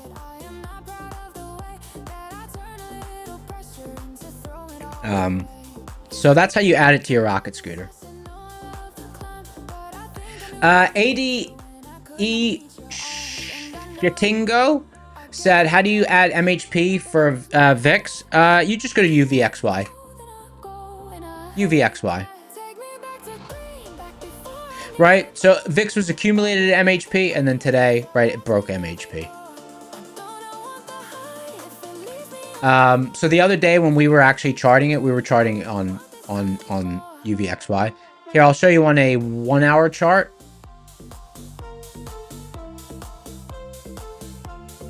Hello? Rocket Scooter? Hello? There we go. Oh no! Old zones aren't working? Maybe a 15-minute? Oh no. Let me try switching symbols and then switching back. Oh no. Historical data is not there. Oh, there we go. Okay. Let me try switching back now. UVXY. Maybe you just gotta wait a minute. Maybe it's a little bug. Hold on. Give it a minute.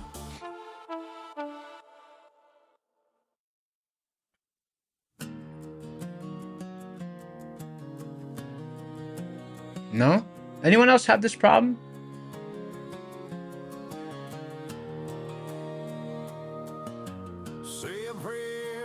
I guess it's not working.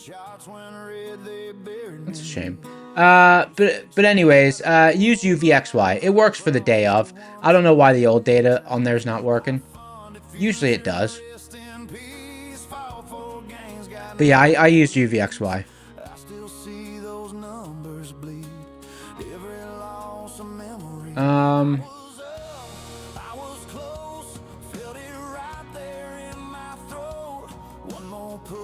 Really, market's having a tough time getting through this spot.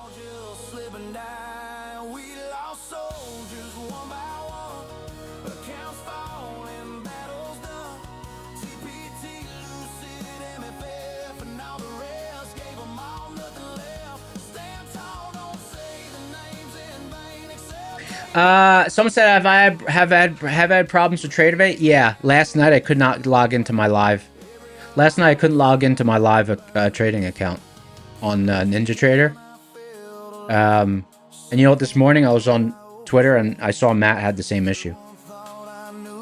He posted about it.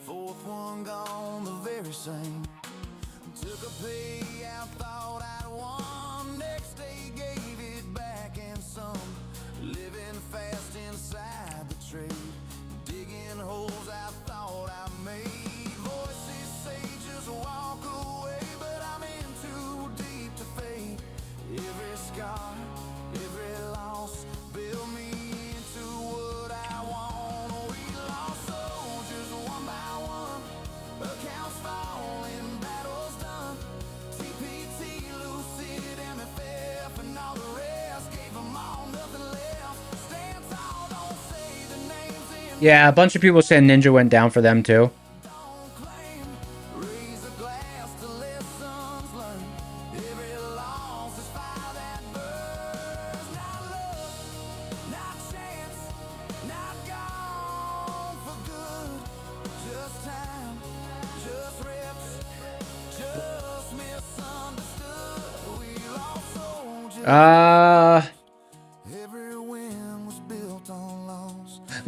Let's do a boot camp giveaway and then let's do a prop account giveaway. How is it? Let me see. Guys, smash the like button if you haven't hit the like button already. We're trying to get to 40,000 likes. We're trying to get to 40,000 likes. We're at 672. Smash the like button. Trying to get to 40,000 likes if we can. A little over 39,000 away. We'll see if we can get there.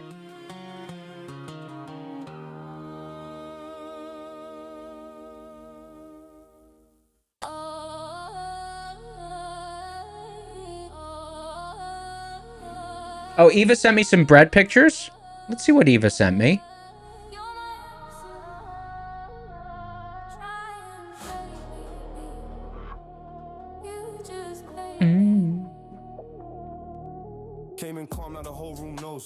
Nice. Hey, Eva, this looks good. Hey, Eva, can I share this picture or no? Click that button, pay my bill. No hard feelings, that's just skill. I stay cold when the chart gets ill. Late night screen bright, I'm locked in. One good rid in the bag is locked in. Andrew says, what's the difference when you trade between 5-minute chart and a 1-minute chart? Hey, Andrew, that's a great question, brother. Brother, sister, other. Okay, so what's the difference when you trade with a 5-minute chart or a 1-minute chart? So that's a really good question, especially for newer traders. So I don't care about the time frame. So, you know, I'm a pivot trader, and most people who hang out in our chat also are pivot traders, or they're trying to transition to that. So with pivot trading, the time frame is not really important unless you're doing other sorts of like old school or like new school stuff that like maybe someone posted somewhere, like moving average stuff, different indicators, things like that. But what happened, the problem with a lot of those time frame things is the moment that a candle closes is random. Okay, so let me just show you real quick. So real quick, I'm just gonna put this, see the chart on the right. I'm just gonna put this to a candle chart, because that's what most people look at. Okay, so this is a candle chart, right? So what a lot of people do is, especially when they're newer to trading, is they'll like judge the action based on like the shape of the candle and stuff like that. So for those kind of strategies, the time frame is like super, it makes a huge difference, because like if the candle closes now versus now, it could have a different shape, but like that's kind of random. So what people who look at time frame charts, there's two kinds of people who look at time frame charts, okay? There's people who look at time frame charts and then like they're looking for certain things on the time frame chart, like, oh, this wick and this body and this color of candle. And if you are one of those people, then the time frame changes completely, the shape and the color of the candle. But I would just, not financial advice, but I would just be cautious of that, because it is pretty random. So unless you have like some proven system or some mechanical system that helps you with a time frame, just be careful of the time frame, other than how much you zoom, other than just viewing it as a zoom, okay? Because one kind of person who uses time frame is to like read the shape of the candles. There's a second type of person who does have a time frame chart up, but they don't care what the shape of the candle is. They're kind of just using it to watch the market, and that's most rocket scooter traders. Like Matt, example. Matt has a 1-minute candle chart on his dashboard that he looks at through the stream. You know, he's not like, oh my god, it's this shape candle, it's a hammer, it's a engulfing, I need to do this. He's just basically saying he wants to be zoomed in to the market. So like people like him, you just view it as a zoom. 1 minute zoomed in, 5 minutes zoomed out, but shape of candle, don't care, sort of thing, right? You're just using it to watch the market. So personally, I use a 5 minute because I just need to see about where the market is. I don't really need to see the shape of the candles or anything. And That's one of the reasons I use bars anyways, because I just want to, whereabouts is the market, and whereabouts has the market been? Like, I could technically, if I'm sitting at the session the whole day and I'm paying attention, I could trade with just the line and not any candles. Like, I could just have this line and no history of where price has been, and I could trade okay. But like, sometimes it's nice to be like, oh, did we test MHP yet today? I forget. Did we test it this morning? That's kind of the only reason that I need to see the past data. But if I made it a point to remember everywhere the market's been today, I could just trade with just the line, right? And if you're able to do that, that's kind of means that the time frame is not important. And to me, those are the easiest ways to trade, because the time frame is a little bit random. Time frame's super random. Now let's bring up the picture of the bread. Hopefully the person that asked that question, hopefully that answer helps you. Because I have a 5-minute chart on Rocket Scooter, but honestly, if I could, I'd have a tick chart. I'd rather look at a 5,000 tick chart. Oh, and why would I rather look at a 5,000 tick chart? Because here's why I would rather look at a 5,000 tick chart. I don't like time frame charts. I like tick charts. Let me show you why. Let's just say,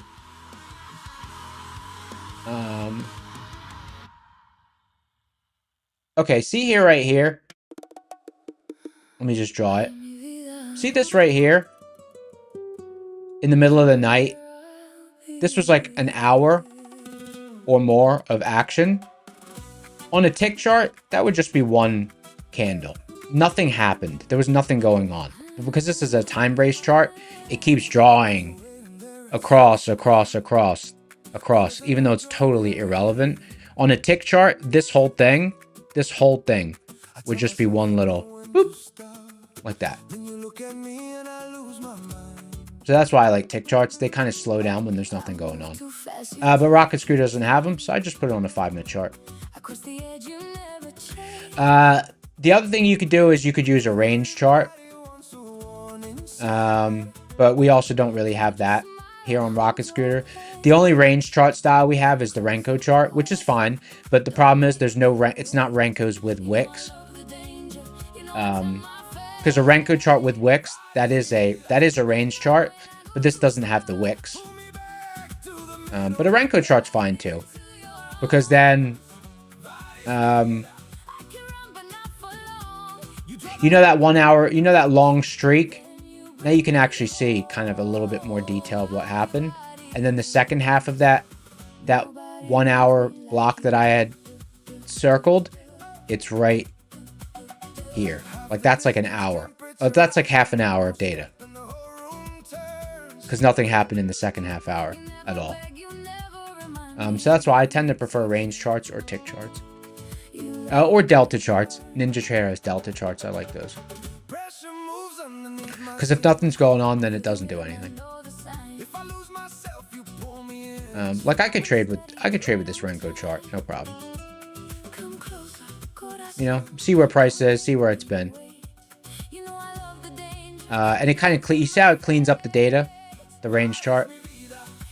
Like, let's say you were long here, you know, you just ride the ATR. It just kind of, it's easier to see where the market's going, where it's been. It's a little bit cleaner. Some people like these Renko charts. I like them, they're cool.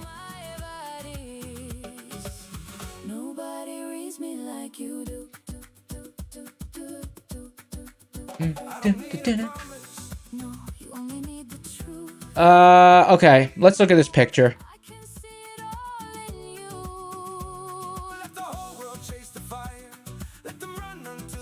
This is some bread that our community member made. Properties.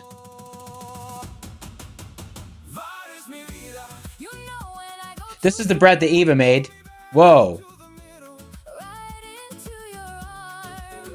Hold on. That's a close-up of the bread.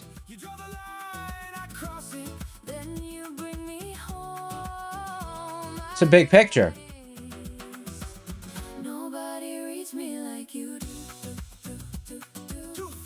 What resolution is this? Oh my god.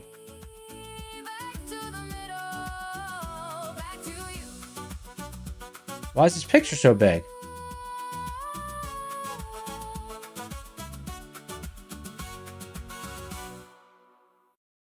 You know what? Let me just take a screenshot of it. Let me take a screenshot of it. Stand by.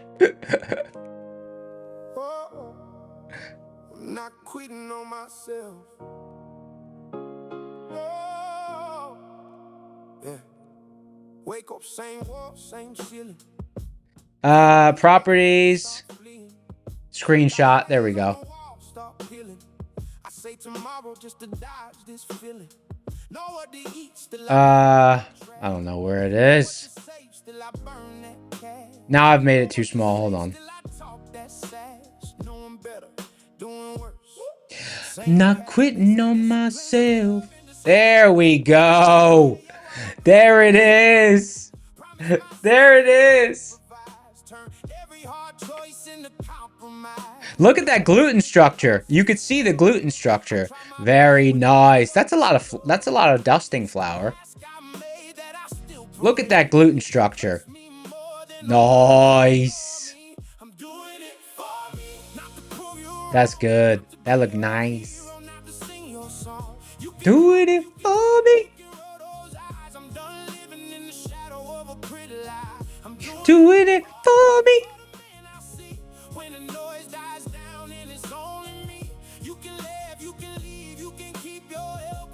Maggie in the house. What's up, Maggie? I'm not quitting on myself.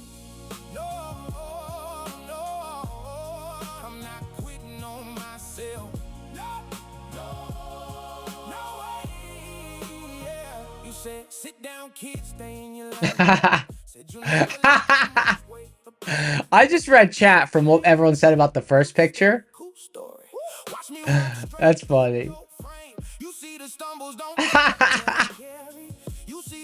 That's funny.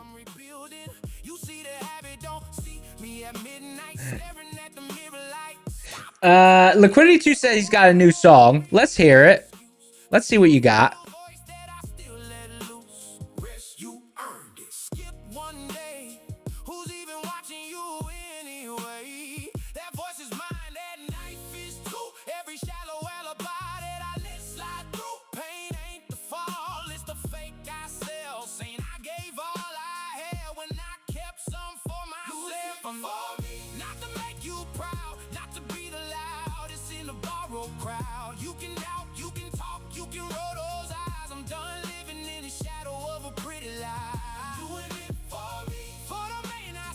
All right, we got a new song coming up. It's called Trader Alphabet by Liquidity 2.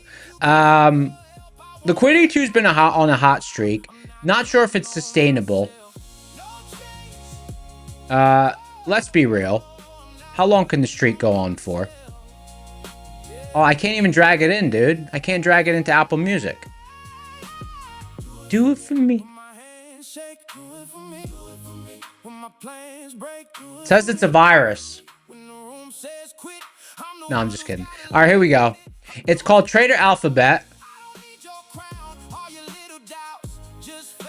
3, 2, 1. EA Sports. It's in the game.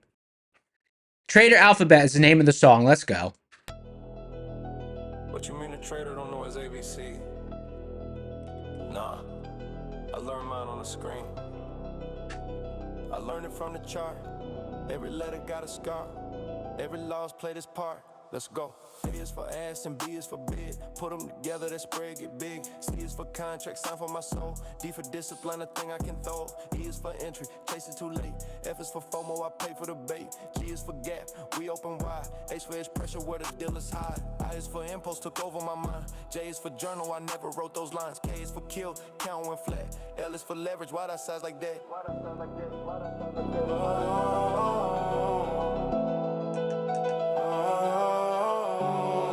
M is for margin, don't play with that. N is for NASDAQ, moving too fast. O is for open, where demons are born. P is for payout, I pray for that form. Q is for qualified, I finally passed. R is for revenge, that account ain't last. S is for stop loss, should've stayed there. T is for tilt at me punching the air. U is for uptrend, I call that a blessing. V is for radius, it show me direction. W is for wick, all the ones that I sniffed. X is for exit, should've clicked it quick. Y is for yesterday, I can get it back. Z is for zone where I waited to tap.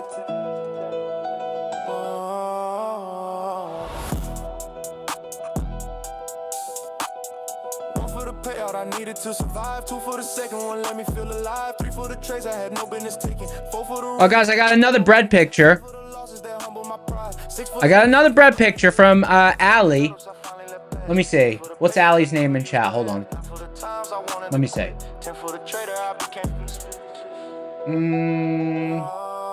Really? Oh, it must be real Allie. Allie sent a picture of the bread, of some bread. Let's check it out.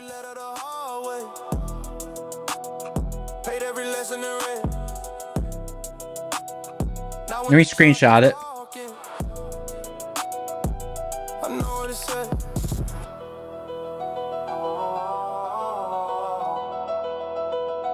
Only breads. Trading / baking stream.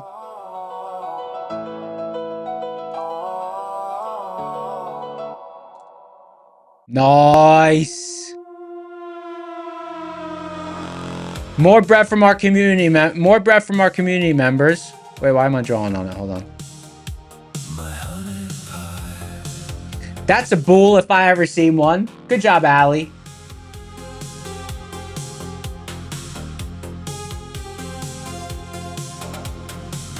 Morning breaks across the screen. Matters chasing shades of green. Coffee's warm, the candles fly, but you're still somewhere out of sight. Very nice. Drawing near, hidden underneath the fear. Every tick just whispers why. I still wait. My honey pie.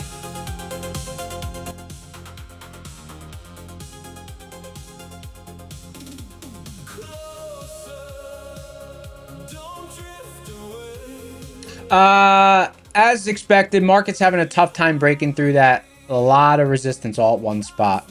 Now, just because there's a lot of resistance, you know, it's not really like a spot I would say, oh my god, I need to slam on a short here. But it's definitely a spot that if you're long, you know, you want to be getting out of the way.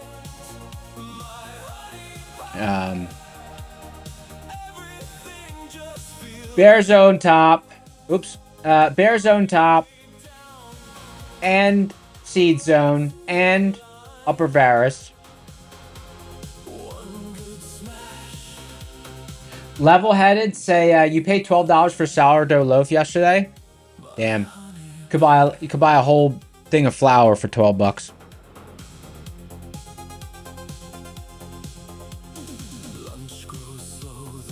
Hey Eva, take it easy.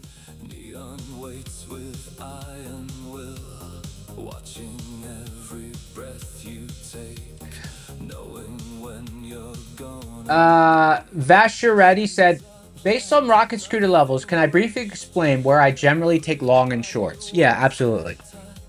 Absolutely. Okay. So let's go ahead and look at... Let's look at rocket scooter on the... Let's look at ES. Okay. So usually longs, the best longs are going to be at MHP. That's going to be the orange line on the chart. Okay, that's typically one of the best long setups. One of the other best long setups is when there is a bear zone. Right, this line here. Hold on, I couldn't draw that straight. Okay, so one was MHP, which is this orange line here. And then we have something called a liquidity pocket. I'll just draw the pocket.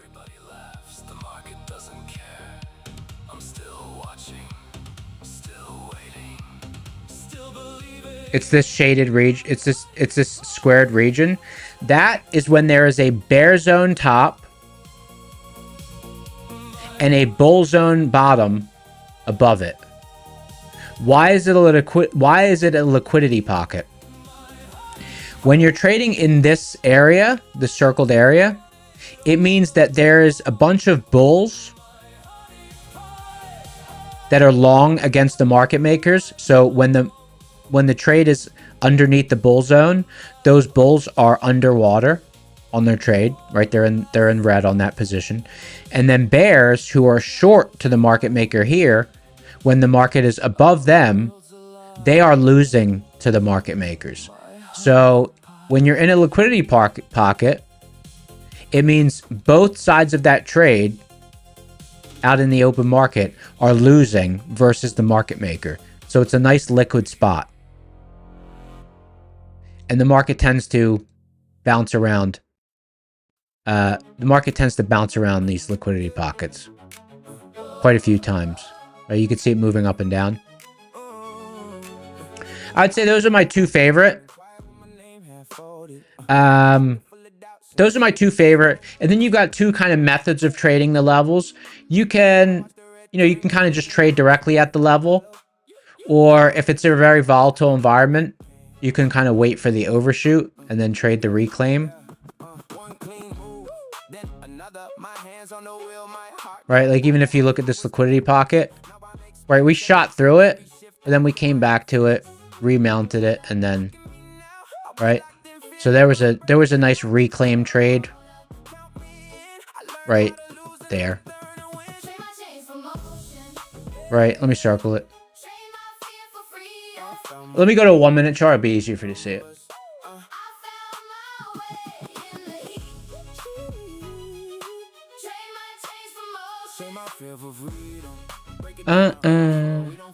Right, there's your move through it. Then eventually you come back, you overshoot it, and then you could see all the movement in that liquidity pocket, even when you overshoot it. All right. It's kind of like a nice balance point for the market.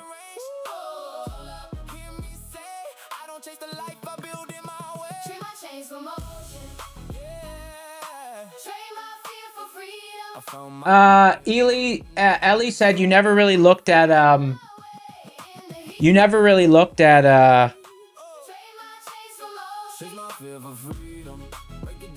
Renko charts. Looks a lot cleaner for you. Yeah, if you have trouble reading the charts, yeah, don't be afraid to go over to a Renko chart. It clean things up for you. You know, maybe you don't mind looking at that. But just keep in mind, there's no wicks on the Rocket Scooter Renko charts. There's no wicks. So like price might move up, but not move up enough to create to draw another brick. But yeah, some people like them. Like if I switch my charts to Renko charts, that'd be fine. I'd be able to read it just fine. I would just go to a green color.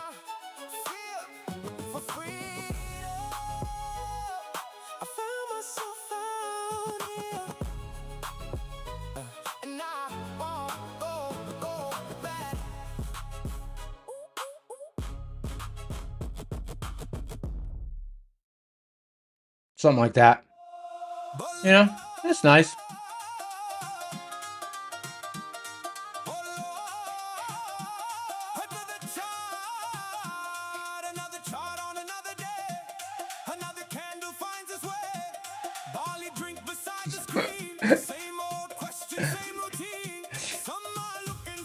Very good.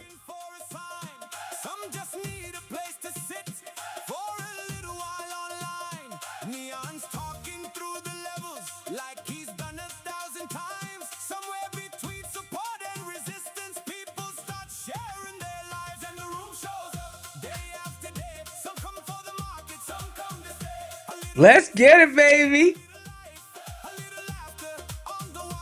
Oh, guys, careful out there. It's pretty illiquid right now. I just noticed how illiquid it is up here.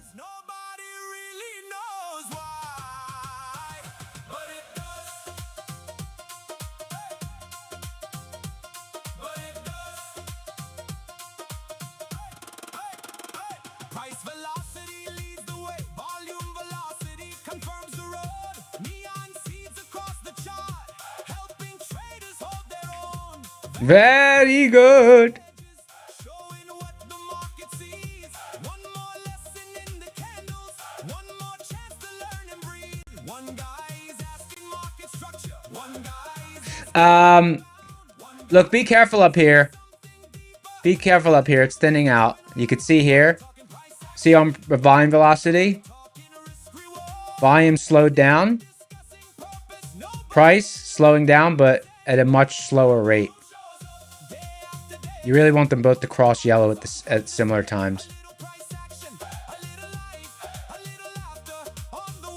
Okay, be very careful out there, yar.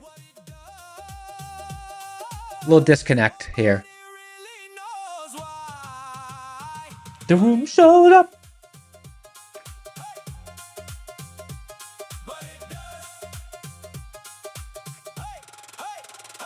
Maybe it's the price velocity. Maybe it's the volume too.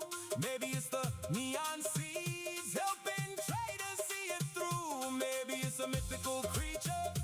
Maybe it's a pasta vibe. Maybe it's a bunch of people trying to make sense of life. Oh, I got a new song. It's okay. I just got a new song. Hold on. We got a new song called "Scale Me In." Oh, this is careful now. My forward test. I'm treating scale-ins differently. New song coming up. I gotta organize my playlist this week. Markets close, but people linger. Conversations carry on. Looking for an edge tomorrow, but not quite ready to be gone. And the room shows up day after day. Some come for the market, some come to stay. A little price action, a little life, a little laughter on the wire. The room shows up. That's what it does. Nobody really knows why. The room shows up. I'm so bad with names. Who made this? Who made this? Who made this? Hold on. I'm so bad with names, man.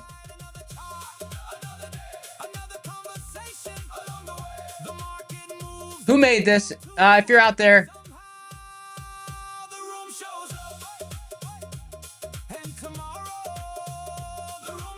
could you imagine if like someone made this song for me like my second day on the stream, like before anyone knew who I was? All right, here we go. This song is called "Scale Me In." Any lower, right? I bought the dip. She dipped some more. I said I've seen It's Hypnotherapist Trader made it. Hey, everyone loves the song, Hypno. clean. Then NQ turned into a guillotine. Matt said scale it. Sounded smart. So I clicked by with a racing heart. 5 points lower. That's People asking about where to get the songs. If you go to the Prop Score Discord, it's in the description. There's a song submission channel. my dog's concern. My wife's gone nuts. The neighbors hear me yelling. Come on! Scale me in. One more contract that'll fix it. Scale me in. Average price is looking wicked. Down 500, down a grand. Still convinced I've got a master plan. Scale me in. Scale me in. My account's on life support again. Now I'm 80 points underwater, questioning my life and my father. Checking Twitter, checking Reddit. Everybody Liquidity 2's out there in a long. Are you in a long? Damn, dog. Nice. on time. Then one green candle starts to grow. Nope. False alarm. There she goes. Heart rate's 200. Leg won't stop shaking. Pretty sure this trade has my soul for taking. All right, there we go. I decline. Liquidity starting to come in at this top here. Hey, Liquidity 2, you might be good, brother. You might be good. Surely this is where she bounces. Scale me in. Listen to my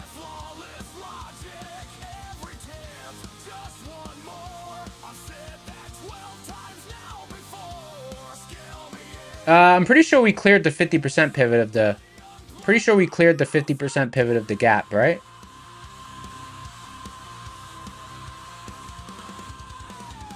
Oh, wow. We well cleared it. We well cleared it. There's a lot of resistance here, though. 40 points, 50 points, 60 points, within my wrist. No, it isn't. Yes, it is. No, it isn't. Liquidity 2, if this was a regular day, I'd be fading you right here. Yeah.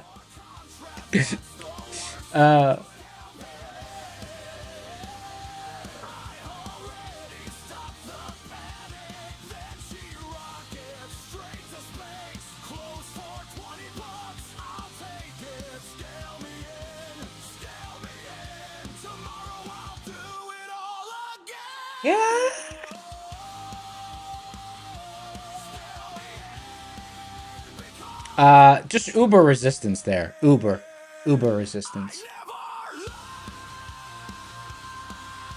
But we'll probably sweep it one more time.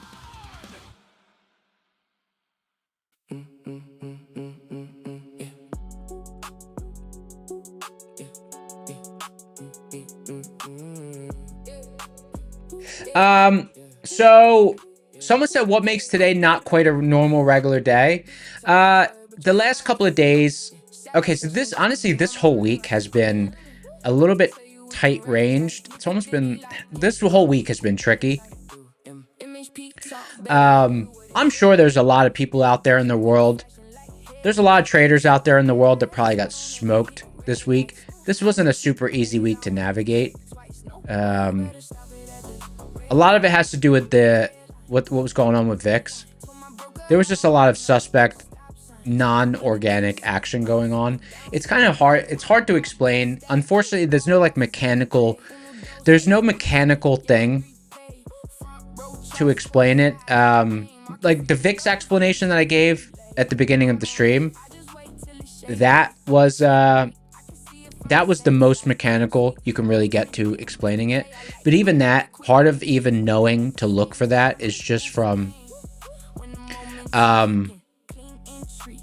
having a lot of screen time. Like, I don't constantly look at VIX. You know, I'll glance at it sometimes. But like on Wednesday, I was like, what's going on here? In the regular session, I was like, this seems like weird action. I was like, let me see if VIX is doing something weird as well. And I brought up VIX and I was like, oh, okay. You know? So I would say you just got to get screen time and you'll just start to feel out when things are not moving organically. Unfortunately, I know that's not the nicest answer. That's not like a clean cut answer, but there is some intuition that you gain over a lot of screen time. So, you know, just keep showing up to the streams and also just keep getting in your screen time every day. And then over time, it just kind of builds. So you just know when things aren't quite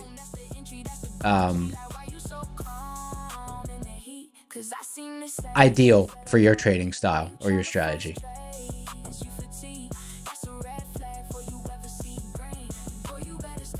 And then also, you know, you need to keep in mind that it depends on your strategy as well, right? Like, I kind of just like normal. I'm good with just normal action. Like, I'm just good with like normal everyday, like boring normal days, market moving up, moving down, trying to find liquidity. You know, there's an imbalance and then it's kind of trying to balance itself out. It's navigating up and down. You know, those are great days for pivot traders.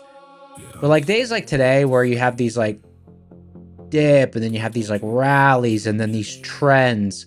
There's some traders whose strategy, like they'll wait all month for like 1 or 2 days like today. And then like they take little wins, little losses throughout the month, waiting for a day like today. And then all of a sudden their big risk reward trades pay them. And then like, you know, they pay for their whole month is made on days like today. So it's not like today is bad or whatever. It's not that. It's just that there's certain days that certain strategies thrive in more than the others. That's all it is.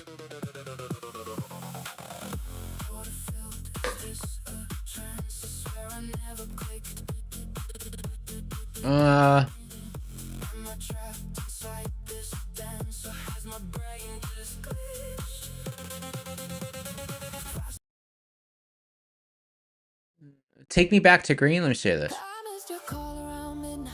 I was staring at my phone. Said I only need a minute. Then I let an hour go. You were out with your friends. Let me put this on Bangers 01. With the same two open windows and a half that attitude. I keep saying I am different and I do the same thing twice. Make a mess out of Someone said thoughts on NQ shorts. If I was wanting to short, it would have been right here at 29.033.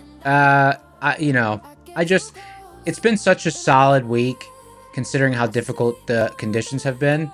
I'm up over one risk unit today, and it's not really an easy. It's just I just don't want to push my luck. But yeah, if I was looking for a short, that's where it would have been. The reason being, there was so much converging on one spot. Upper Varus, 1. Bear Zone top, 2. Seed Zone, 3. It's a liquidity pocket, so you've got some protection if it overshoots. 4. 5. It's the 75% point of this whole gap. Like, so much resistance there. Insane amount of resistance there. So that would have been the spot.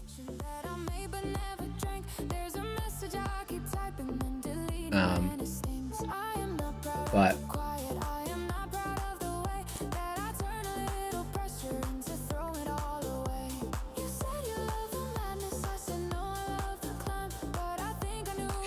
Yacht said that's exactly where you shorted. Nice. Beautiful spot. Beautiful spot. But like, if to me, like, that trade would now be over. I would have been looking for like 30 to 40 points. It's already moved back 72 points. Yeah, I would be out of that already.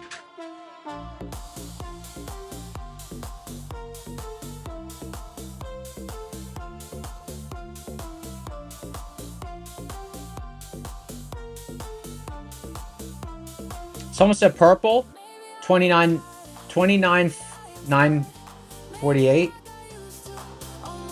Purple? What's that, catalyst?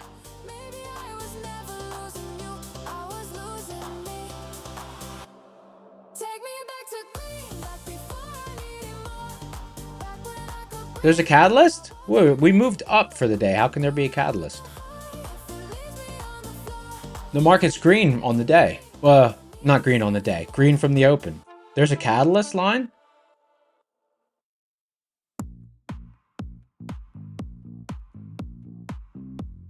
Overnight catalyst? Was there really a crazy action overnight? Was it an uncontrolled sell-off? Oh, yeah. Market never found any liquidity overnight.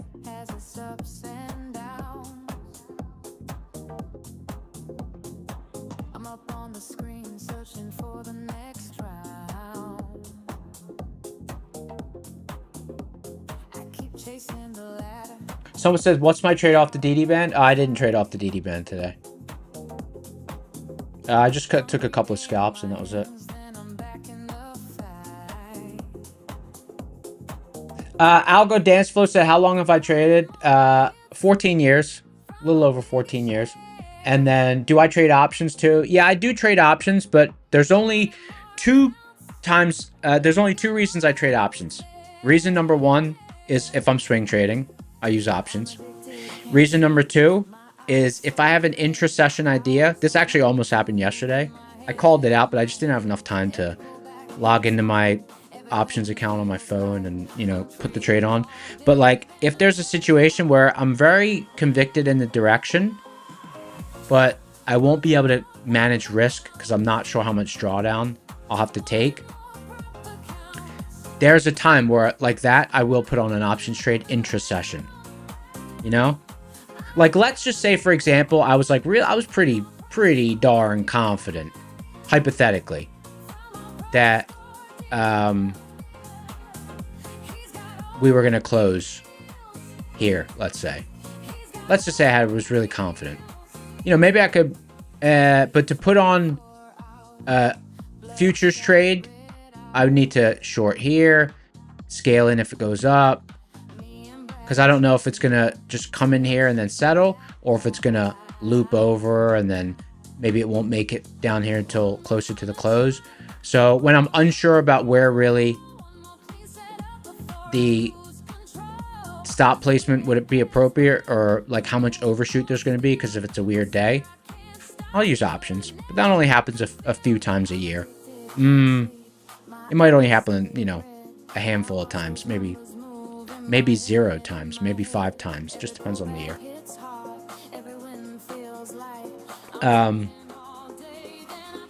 And then swing trades, you know, I'll put on a swing trade every couple of months.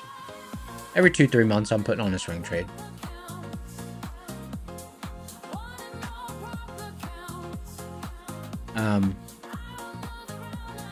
You know, I don't like announce those because otherwise people will like try to follow your trades, and I don't want people following my trades. But like that VIX action on Wednesday, you know, that was like a ideal setup for a swing trade.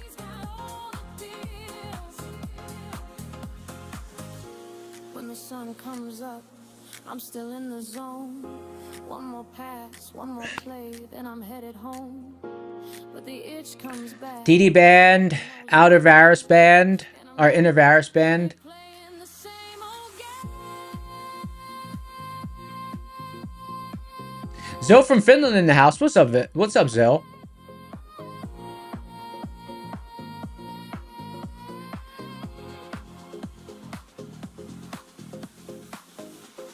All right, let's do it. Let's do a giveaway. Let's do it.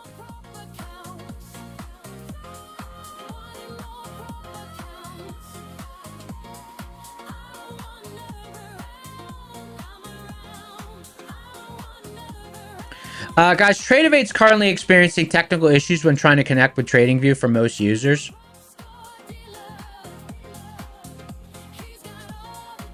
Okay.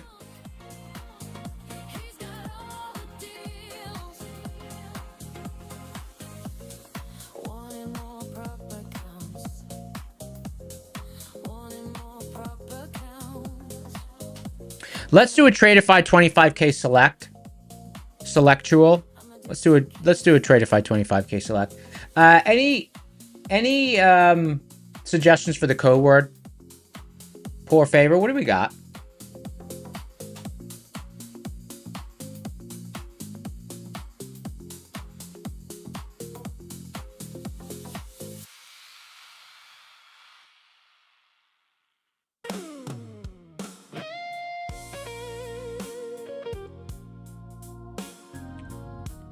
Code word is Kyosho. Code word is Kyosho. Let me bring it up. Kyosho, there it is.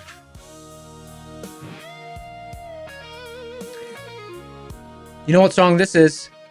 Cat Active.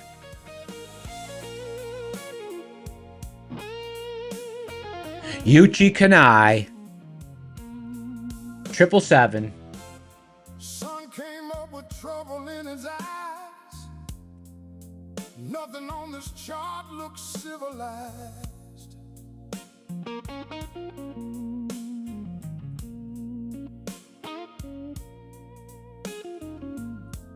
Every level breaking one by one. Somebody said this day's already done.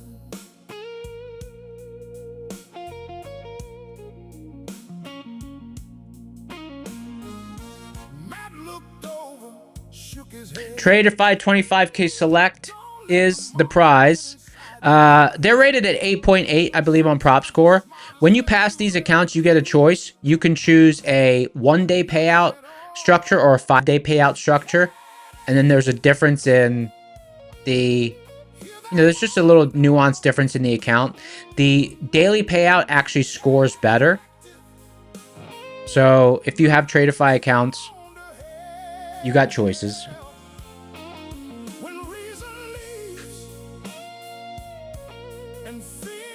Tradeify, good people. They're good people. All right, here comes Stop Typing Kyosho. Stop typing it. Please stop typing it. The code, the unlock number is 682. Okay? 682. That's the unlock number. Type that in if you win. 7, 6, 5, 4, 3, 2, 1. EA Sports. It's in the game. Pick a winner.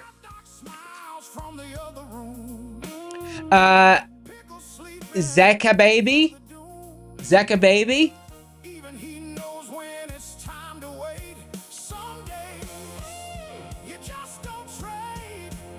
Hey, Zeka baby typed in the unlock number. Hey, congratulations, Zeka baby. Not a bot. Congrats on your big win. Guys, congratulate Zeka baby on the big win. Very nicely done. Tradeify 25k select. Cat active. I still need a sound effect for an angry cat for when cat is active. Because when cat's active, I want to come on the stream and I want to have like a, you know, like a alleyway cat, like, Wah! I want to have a sound effect for that. When I'm like, guys, be careful. Wah! Cat active sort of thing. I think that'd be fun.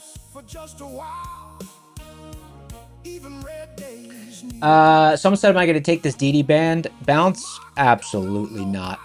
The only trade that had any potential really was this with the short up here. That was just seemed too diabolical. Seemed too diabolical, but definitely not long here. Not for me.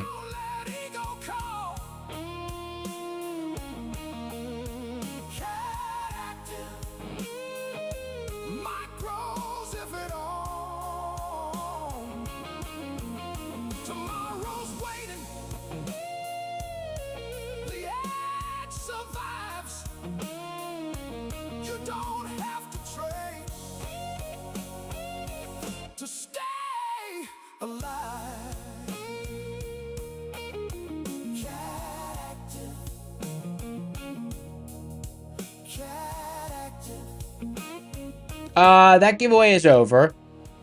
When the market loses its mind. Remove.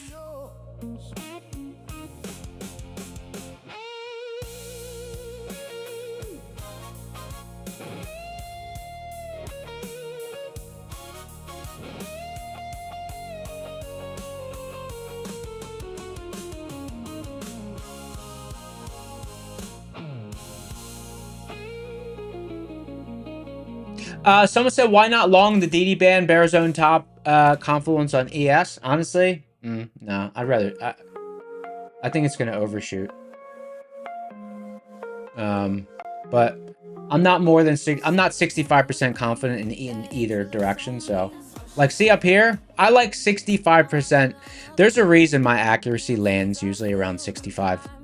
It's because usually I'm 65% confident on my trades. See right here?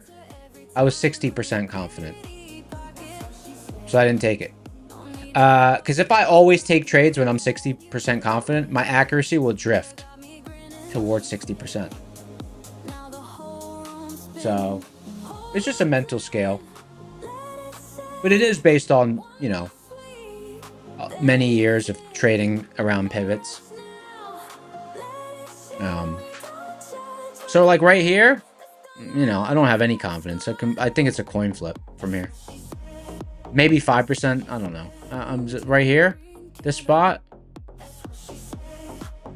From this spot, we could get continuation down. We could get a bounce. We could get an overshoot, and then we could get that.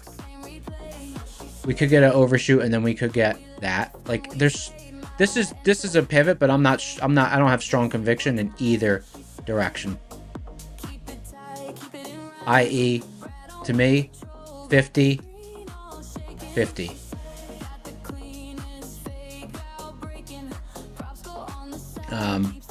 So I'd rather just burn my money than take a 50-50 trade. At least there's something to watch. And you can get some heat. Warm up your hands or something. Cash. They call that a cash campfire. Taking a 50-50 trade, they call that a cash campfire. I'm just kidding.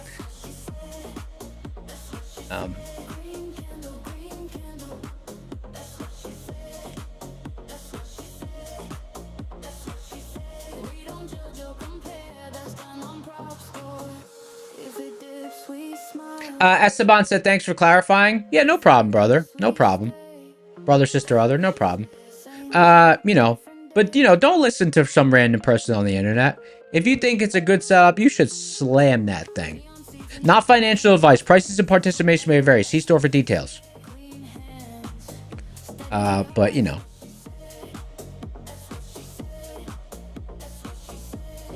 I only want to get smoked out 35% of the time. I don't mind getting smacked around 35% of the time. I can handle that. But if I had to get smacked around 40% of the time, I don't know how I could handle that. I might start getting upset. 35% smackage and smokage, I can handle that. Oh, it's on again.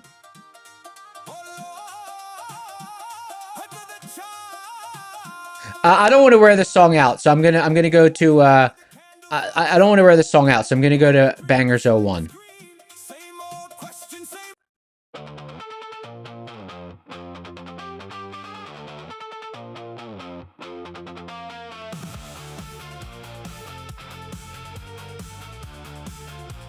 Guys, I'm still on my Caesar salad kick.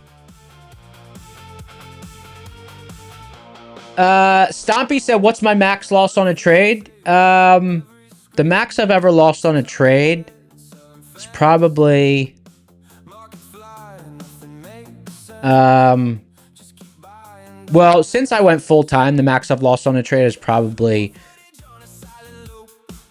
maybe like 1.6, 1.7 risk units.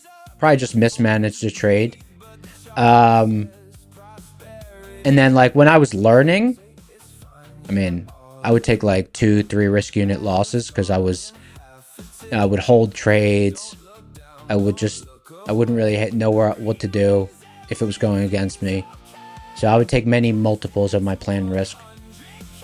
But I would say probably, like, you know, in the last, like, 10, 11, 12 years, probably 1.7 risk units. Just a mismanaged trade sort of thing.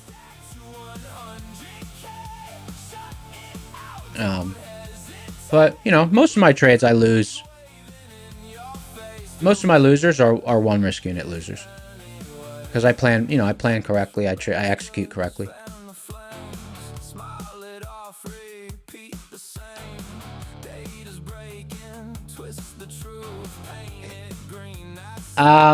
Stomp said, you meant individual trade? Yeah. I'm talking about individual trade. I'm talking about individual trades, brother. Individual trades. I'm talking about individual trades. Oh, and also, hey, just so you know, like, I refer to it as risk units because, you know, like 10 years ago, my risk per trade, dollar-wise, was way less than I risk per trade now. It's like, you know, 10 years ago, if I lost, you know, $3,000 on a trade, I'd probably be like, you know, oh no. Whereas, you know, now that's just... the numbers are different as you move through your career. So, I only think of risk units. I don't think of the dollars.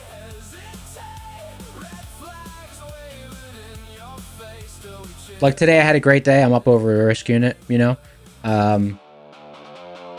So, you know, in the props, if you're risking $80 per trade and you're up, you know, 100, 200 bucks, you had a great day. If in your regular account, you risk $1,000 per trade, $5,000 per trade, 50,000 per trade, whatever your risk unit size is, you don't get confused later down the line when you're thinking about how you performed in the past and all that stuff.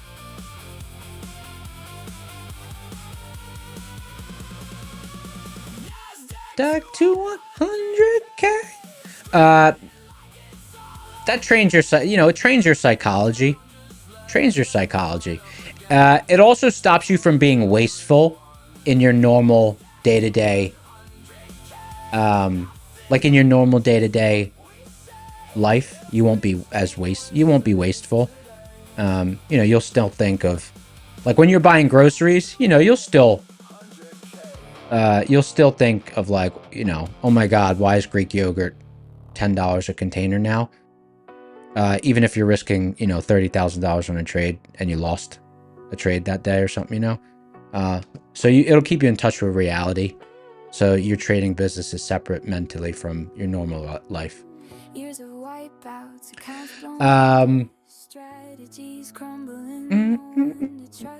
All right, we're sitting under DD band here. Little coin flip moment here. Oh, Algo said you like the energy. You're new here. Hey, thank you for being here, brother. Someone said, what does sizing look like in terms of a 50K account? Okay, so it's going to be different for everyone. I'm a bit of a minority. I'm a bit of a minority with the way that, like, I don't like to, I know you're supposed to trade the props differently than you would regular accounts, because the accounts are so cheap. But my problem is, because of the way that my brain works, I need to stay in a certain routine. So like the way that I manage risk in my main account, like I need to transfer that to the prop accounts. I can't, like if there's a prop account and it has $2,000 of drawdown, I'll divide that by like 10 and take a maximum of that risk per trade or less, like today on these prop accounts, I was risking $80 per trade. And I had a fantastic day with an $80 risk unit. Why do I do that? Because what happens is, let's say I change, I can't manage 2 games mentally. I just can't do it. So like what would happen to me, like let's say I said, oh, it's a $2,000 drawdown account. I'll just risk, $1,000 or $700 per trade. It only costs $100 sort of thing. That will just confuse me, because then I might end up taking the wrong risk on my main account. Be like, well, wait a second, like, like I just trade a certain way. So I'm a minority in the sense that I would say just treat it like a normal regular account. That's not the optimal way to trade props. It's not optimal at all. But it's optimal for me because I'm most concerned with, I don't want to adjust. I'm in a mindset of risk management in the way that I trade for my main account. In that game, I've spent years building up refining my edge and, trading a certain way and having a nice smooth equity curve every year. So, I wouldn't let anything jeopardize that. So that's why I trade the same way. So with a $2,000 drawdown account, I will trade it as if it's a $2,000 live account. So if you have a $2,000 live account, you're probably trading 1 or 2 micros. So,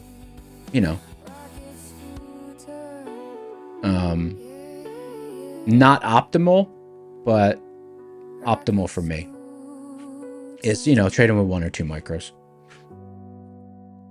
But honestly, if you get in that habit, it's very difficult to blow an account when you size correctly. If you have edge. If you have edge and you size as if it's a live account, if you blow the account, you must have been doing something really wrong.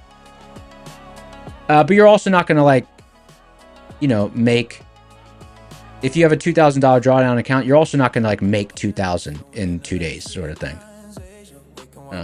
But it's good training.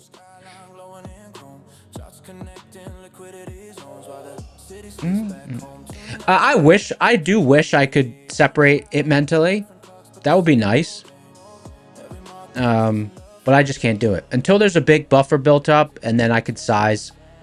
Until there's a bigger buffer built up, and then I could size risk management correctly and still take bigger risk. You know, it's just tiny little base hits.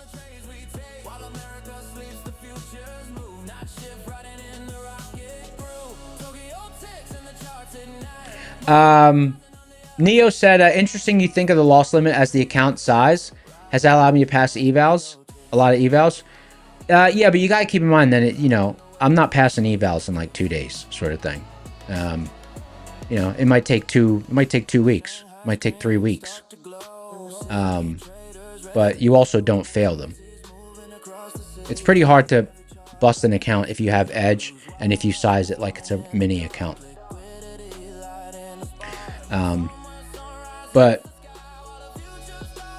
you know, I don't follow my lead. If I could separate mentally the two, I would. But I can't, so I just accept that and just do what I do.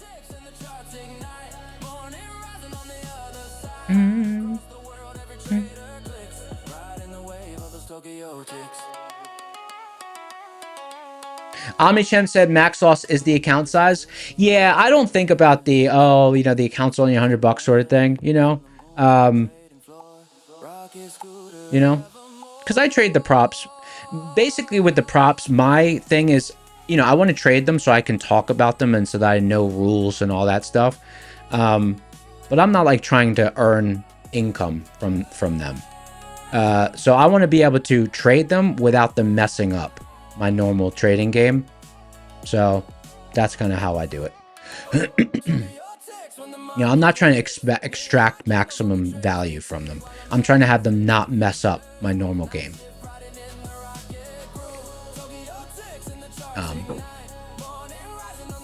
You know, and I've learned so much about them. Like when people ask me about consistency rule, I know what they're talking about.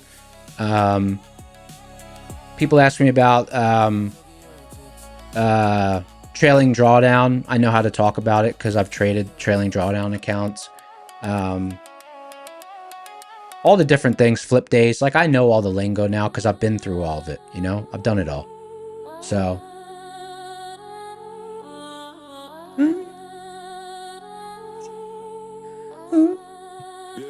Hey, you know what? Here, let me give you an example. Because we were actually talking about this earlier. Here, let's look at it. Full browser window. Okay, here's an example. Right? This is a $2,000 drawdown account. So if this was a, like, you got to think like 170 bucks, 90 bucks, 280 bucks, 180 bucks, $110, $20, $205, $75, $98. Like, that sounds boring. I know it's boring, but that is just how you trade when you're doing normal risk management. You know? That's just like normal trading. It's not like exciting. It's not like, oh my God, I made $10,000 on this account that costs $100, you know? But whatever. If you have a $2,000 drawdown live account, you know, this is kind of what your numbers would look like. This is just, I don't know. It's just how, you know. And then like, that's how I trade a regular trading account, you know, but the numbers are multiplied. So it's just like, these are just like small versions of regular trading. So like, because I'm programmed to just trade that way, I don't want to trade a different way. You know, because it will cost me my edge. It will cost me my edge. And my edge is, you know, my life. You know, this is my craft. I don't want to mess it up. Let me close that out. But you know, I know it's boring, but whatever.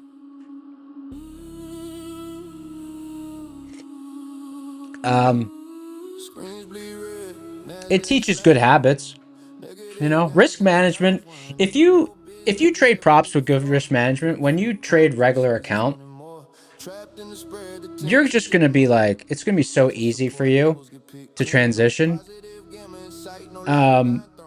Because some people, when they transition to live account from prop trading, like they like, because we've talked about it in chat, people are like, oh, the psychology is so different. It's because they're not used to thinking about it that way, you know? Like if you have a $2,000 live account and you lose the account, you lost $2,000. You didn't lose $100. So, but if you always trade this way, even though it's boring, after 3 weeks, you're going to have a bunch of funded accounts, and then you can kind of start your evals. And then after trading your funded accounts for 3 weeks at this boring way, well, now you've got another 5 evals that you've passed that took you 3 weeks or a month to pass, sort of thing. So it's really just that front loading step that like takes a while, because let's say you're just starting, you don't have any accounts yet, and you want to get accounts fast, but I don't know, the market's not going anywhere. Like if you're getting into trading and if you want money like tomorrow, I'm like, dude, you're gonna get smoked. But if you get into trading, you're like, like, think of it like a doctor becoming a doctor or something. See, this is why I didn't buy DD Ban. Think of it like being a doctor or something. You're like, you know what? If I can make money or figure out how to extract any capital from this market in the next few years, that'll be good. If you take that sort of mindset, patient, you'll probably be a lot more successful.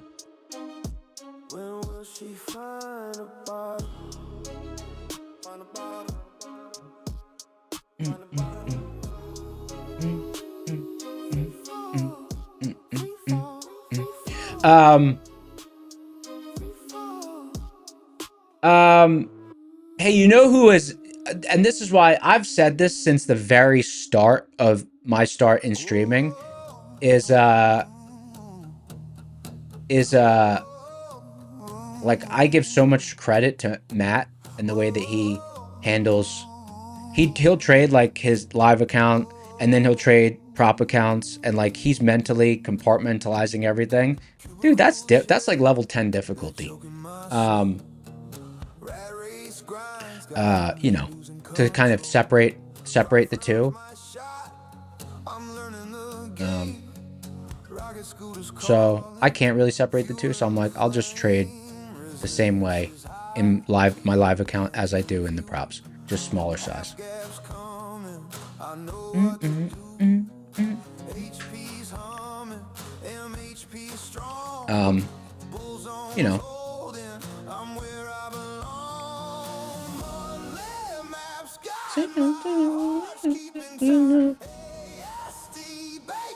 This isn't my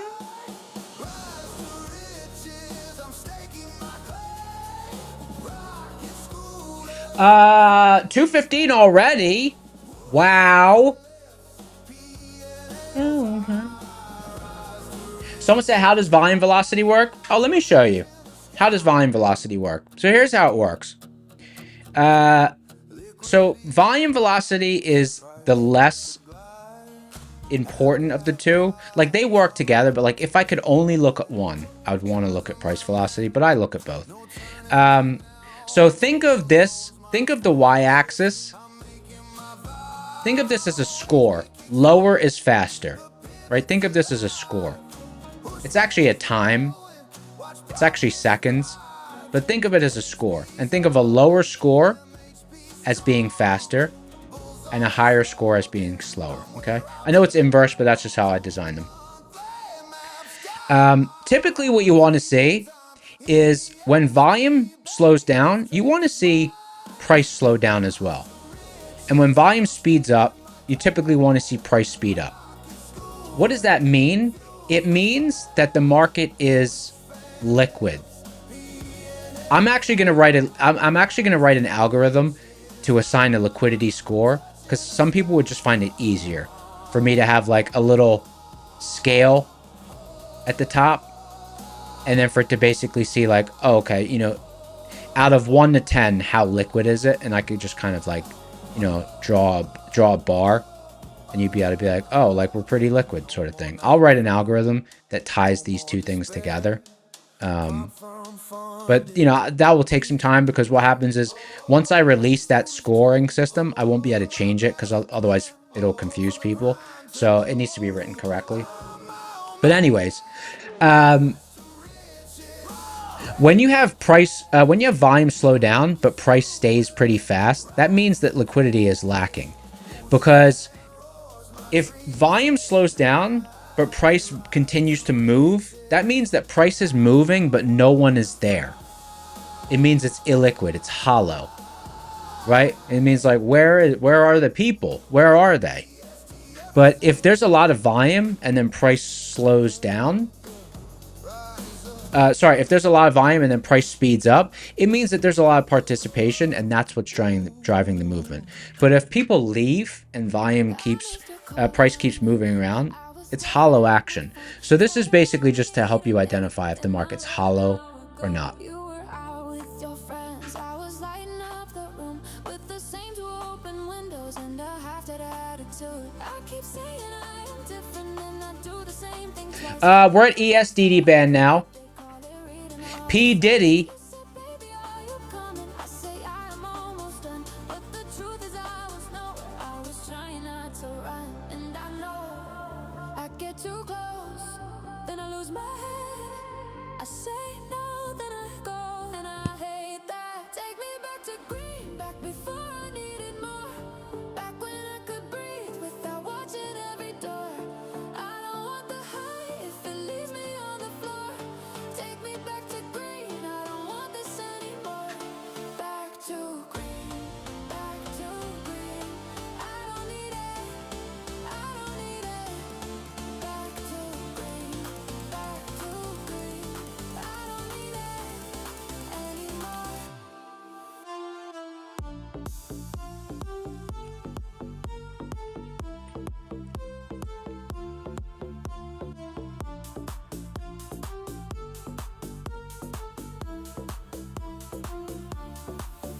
There is coffee in the kitchen that I Do I think NQ or ES is stronger right now? Honestly, I don't think either is strong or weak. I honestly just think that there's positioning, profit taking happening from the manipulation that happened on Wednesday. That's my opinion. I just think that I think this whole move up was just profit taking. Okay, all that weird action that happened on Wednesday, I think this whole move up was pretty much just profit taking from that suspect move. And now I think this down move is pretty much just like that profit taking is ending, and then the market's now trying to find actual balance. You know, like honestly, I feel like we could almost say that like this is the open. Like, forget all this. Forget it. That's the way I'm looking at it. I'm basically like, okay, like the market just opened, sort of thing. All this, forget it. Forget it. All this, forget it. Fake, non-organic action. Just people taking profit from the you know, to me, like, it's almost, I'm looking at like, okay, like we just opened.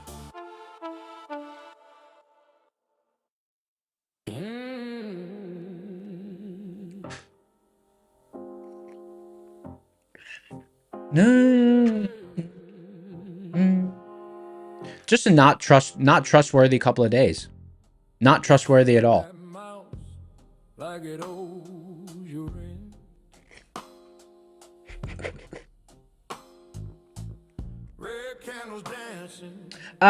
Prince said, for someone trading for the first time, what prop firm would I recommend? Just a beginner account. You know how to trade, just looking for a good starter to get the feel of prop world. Hey, Prince. Hey, Prince. Hey, Prince, are you still here? Because actually, only from the last 2 or 3 weeks do I have an actual, very specific answer. Okay. So before 3 weeks ago, I would have probably said get the cheapest 25K account you could find. So 3 weeks ago, I probably would have said a Lucid 25K account. But now I would say a Blue Sky account. Well, I'm going to explain the math for you. Let me explain the math for you. Okay. So Blue Sky has something called a activation fee option. So what that means is, see here, it says $59. This is when you use code SCORE.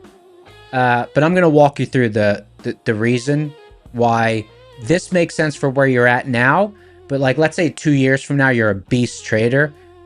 You might want to get like a different kind of account, maybe like a Propel account from this brand, or maybe an account from TPT, My Funded Futures, you know, if those accounts are still around.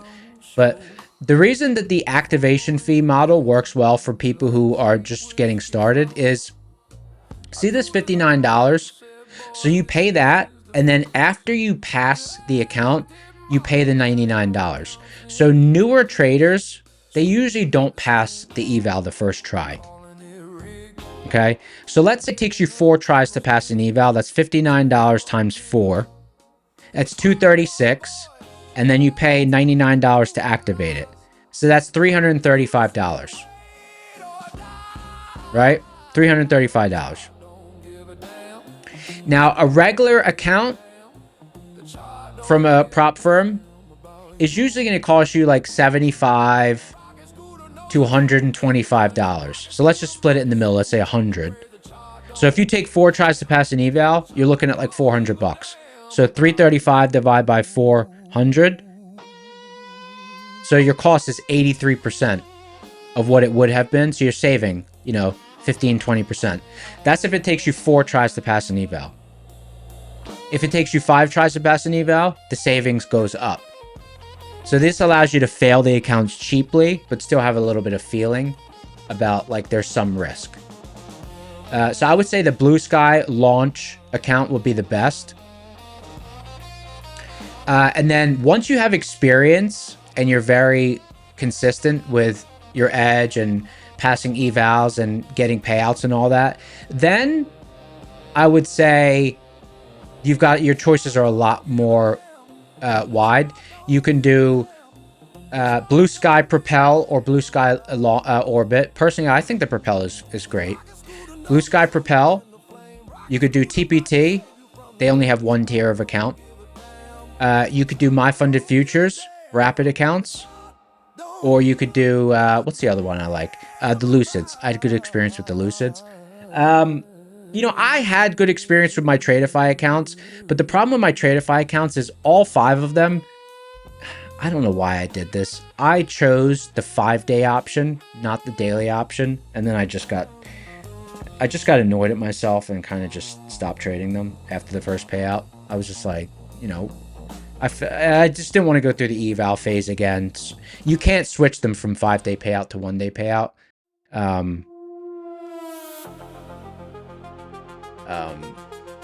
don't know. When I read the rules, I thought it made more sense to go to the 5-day, but at the end it didn't because there was other restrictions as well.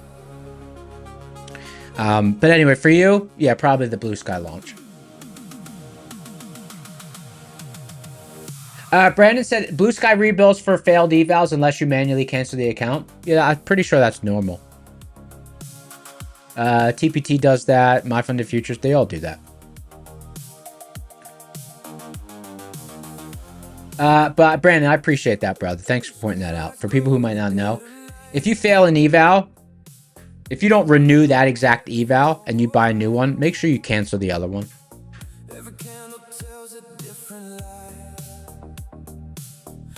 Oh, and My Funded Futures, the first 2 are $50.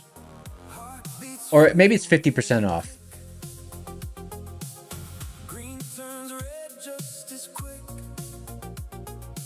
Someone says it better get a new account or to reset.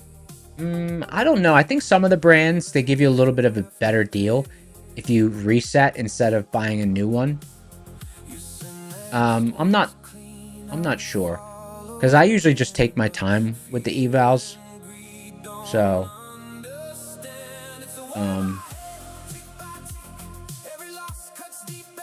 I don't really, so I'm not really sure.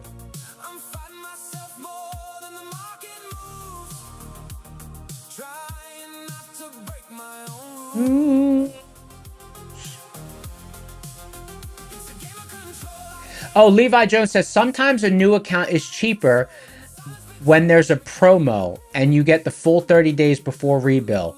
New account is almost always better. Oh, there you go. And Levi Jones is always in chat, so I'm pretty sure that person knows what they're talking about. So I believe that. Once again, just to read that, sometimes a new account is cheaper when there's a promo on. This makes sense. And you get the full 30 days before rebuild. New account almost always better. That sounds correct.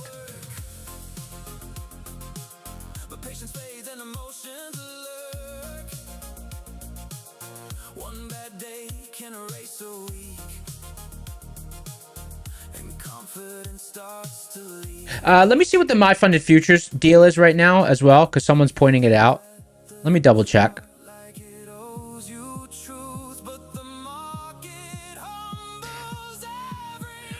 My Funded Futures, okay, 50% off Rapid and Builder and Pro 2 uses with code SCORE. Hey, Prince, that's a great deal.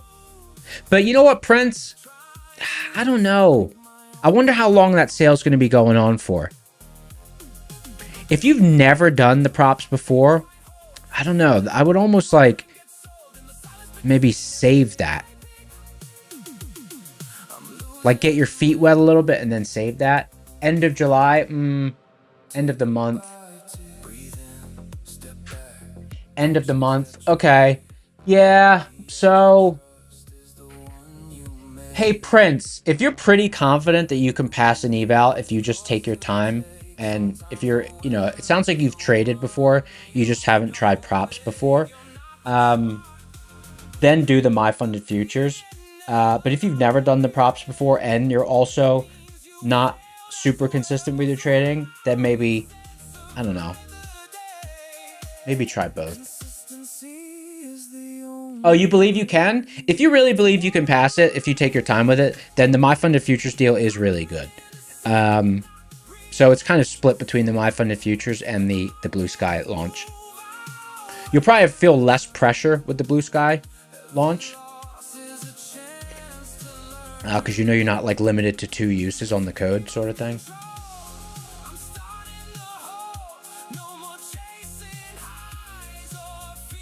The first brand I started with was TPT.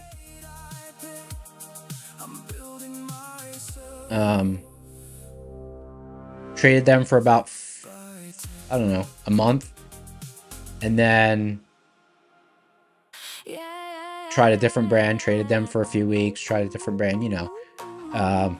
It was a really good experience. I learned a lot about all the different rules by doing that. Zooming down the chart on my rocket scooter, baby. Neon candles flickering, looking kind of wavy. Red Sea parting, blood in the streets, they panic. I still get confused by a lot of the payout rules and stuff, but you know, whatever. Cooking on the bike, got my helmet on, visor tinted rose. When the price goes whoosh, everybody knows. Yeah, I don't chase the pump, nah. I French kiss the dump, put my lipstick on the wick, leave them all. Motherless, have I traded the top 4 or 5? Yeah, I've traded each of them for about 3 or 4 weeks.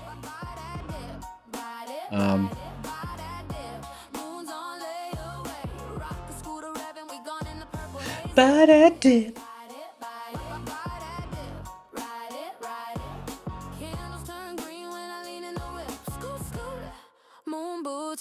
Buy that dip.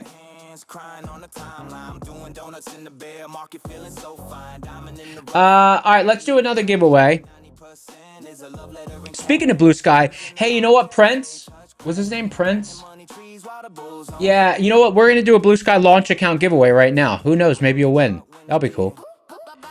Let's get some... You know what? I'm not going to do a suggestion for the code word.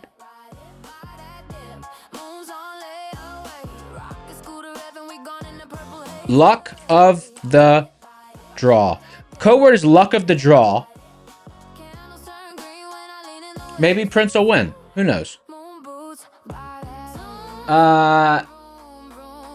Hey, if Prince wins, chat is gonna raise all sorts of, like, no one's gonna believe it's real. Everyone's gonna be like, rigged, right? That would be unbelievable if he won. Like, it'd be so suspect if he won. Body dip.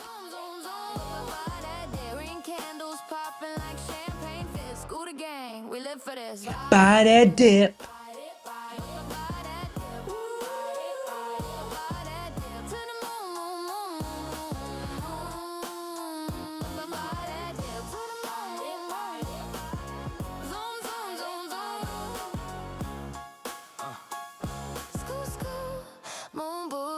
Body dip. All right, here we go. 2 minutes. 2 minutes remaining.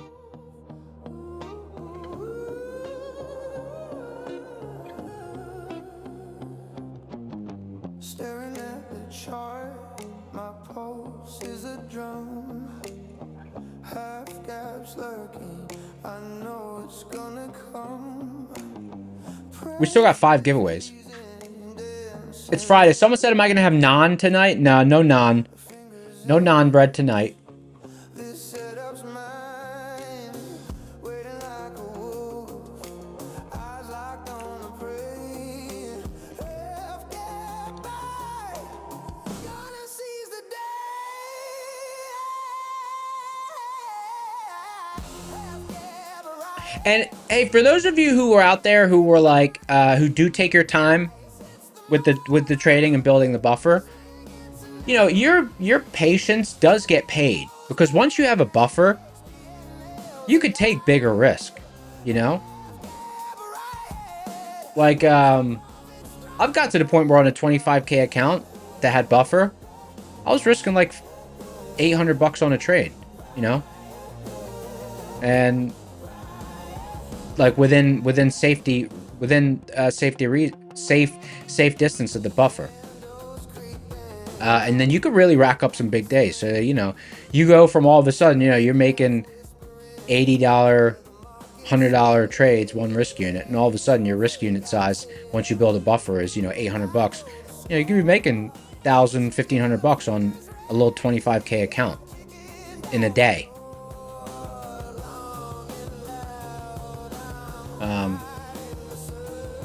Across 5 accounts, you could really squeeze some money out of those things.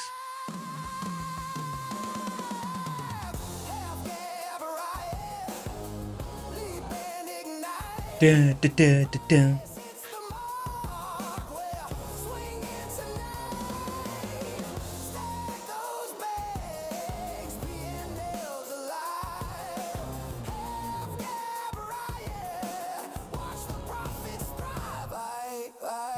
Swamp said you could have taken your first payout, but you opted for bigger buffer. You lost the account the next week. Well, listen, it also depends on how confident you are in your trading. Like, if you get to the buffer and you're like surprised, if you're like surprised that you were able to build a buffer, if you're like, whoa, like, I'm really doing this sort of thing, and you're not used to, like, that's not your norm, then, you know, probably you should take your payout.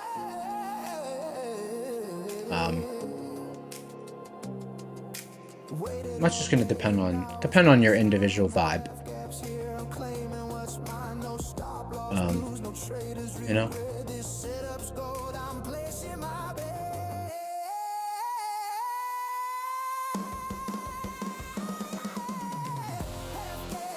Here we go. The unlock number.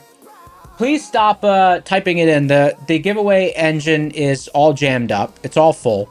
It's overflowing. Okay. So don't type the code word anymore. If your name is called, and only if your name is called,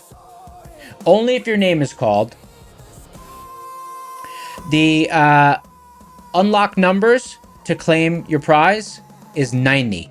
90. Okay, type that in if you're the winner. Type 90 if you're the winner. 90. Here we go. 7, 6, 5, 4, 3, 2, 1. Autobots, engage. Pick a winner. Foki 2022. Foki 2022.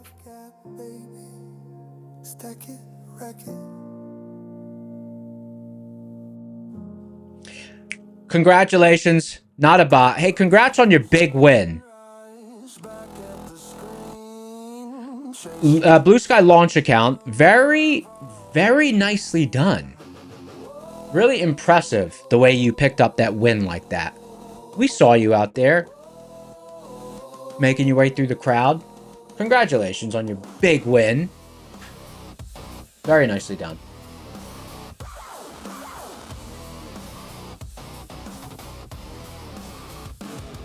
Hey, last week now, we were excited about the McGregor fight. Last week now, we were just one day away from total disappointment.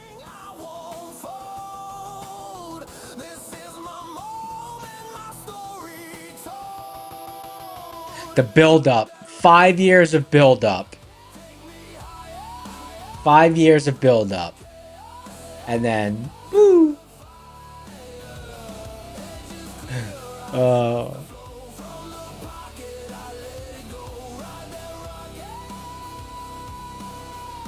He looked so stiff when he walked out. He looked freaked out. He looked scared.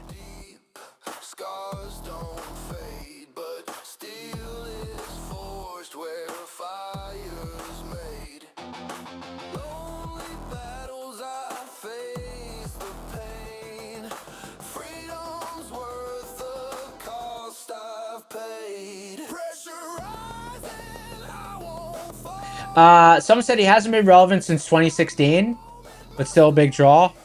I mean, everyone loves a storyline like that. Everyone loves a storyline.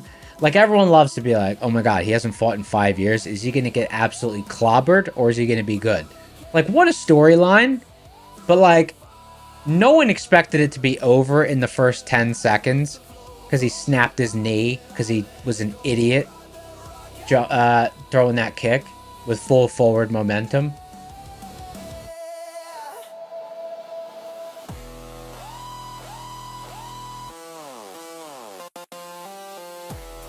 Victor said, imagine flying and paying 15K for a ticket, and then after seconds it's over. Yeah. I mean, the arena's like 15 minutes from my house. I wouldn't... I like watching it on TV.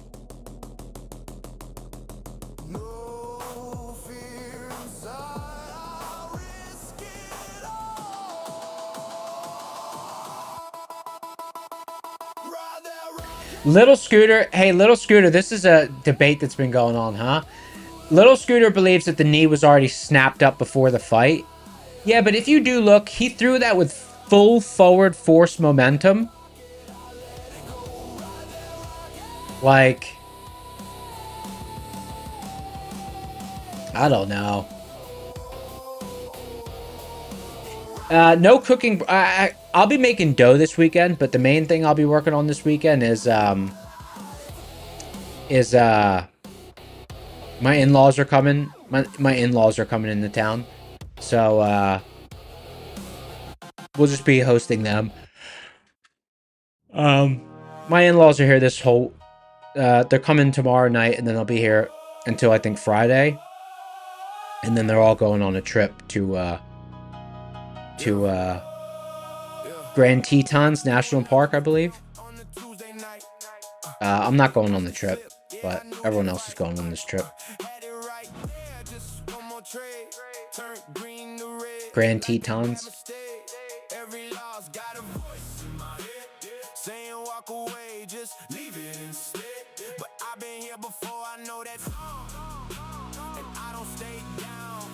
No, I'm fighting on.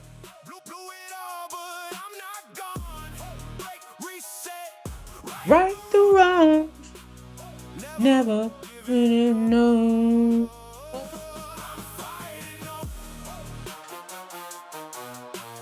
I got some cleaning. We got some cleaning to do. Just, you know, organize stuff, that kind of stuff. Not really. Not much, though. I got to put some wheels on these storage bins. Just like little stuff like that. Every doubt gotta see in my mind. Every failure just waits in line. Anyone see what Connor said about Khabib? I kind of agreed with it. I agreed with it. Anyone see that? What he said about Khabib? I kind of think that about Amanda Nunes as well.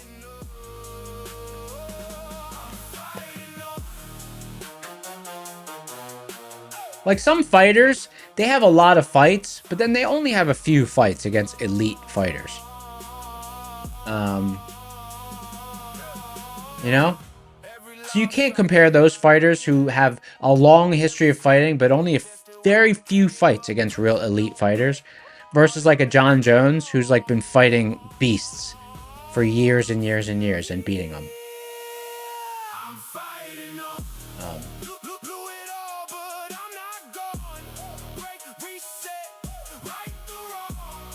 I'll make pizza for my in-laws, yeah.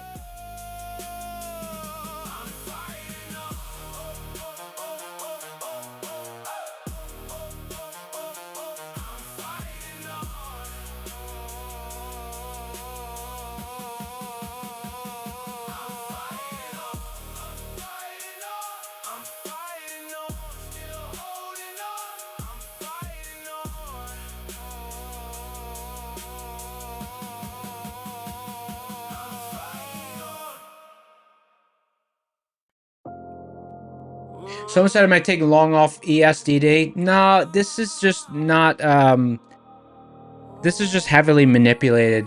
This is today's action is not organic. It's just a result of manipulated trades from earlier in the week and profit taking and repositioning from those. I don't trust any of this action. See the green on the screen.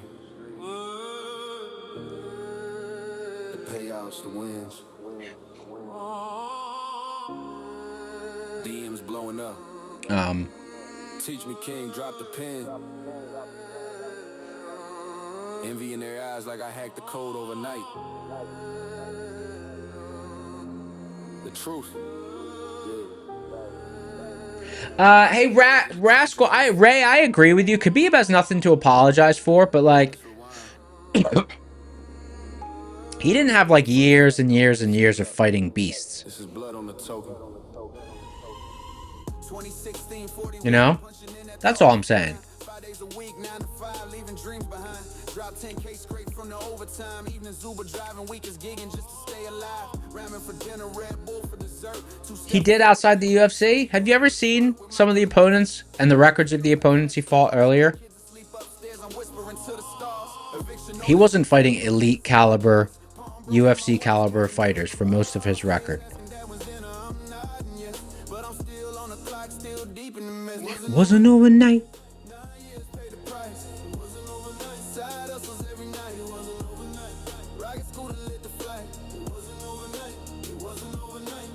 Late 24, doom scrolling on lunch in the break room. Stumbled on rocket scooter, mess spitting tactics. YouTube live, no fluff, just raw edge and truth. Wasn't overnight. Mike H, what's up, G? Mike H in the house.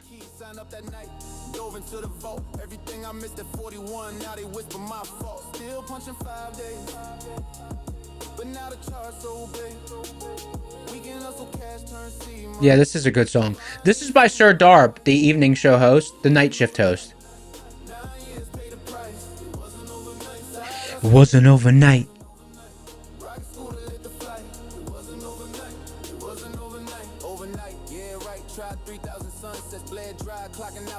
Trying to trade full time alive. The crowd claps for the glow up. How'd you make it so quick? I smiled through the grill. Son, it took every brick. Started at 41, 5 day punch nights and weekends fight. Now I'm 50 and free to trade my life. Wasn't overnight.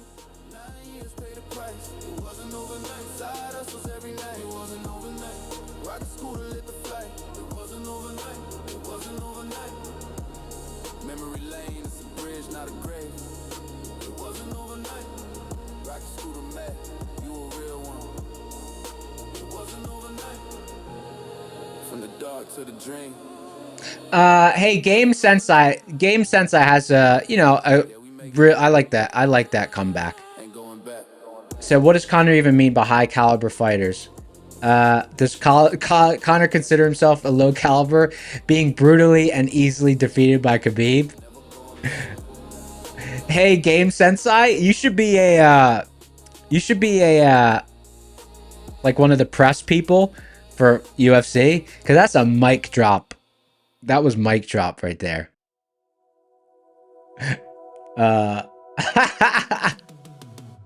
Mic drop. Well said, Sensei. Oh, that's good.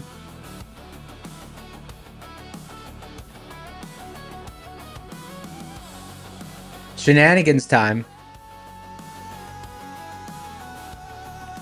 Businessland said, will you show the backtest result to the real MHP for MY session? We don't. It doesn't exist. We don't have it.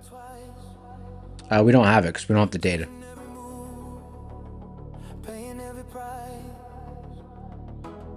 Late night, staring at a chart that don't care.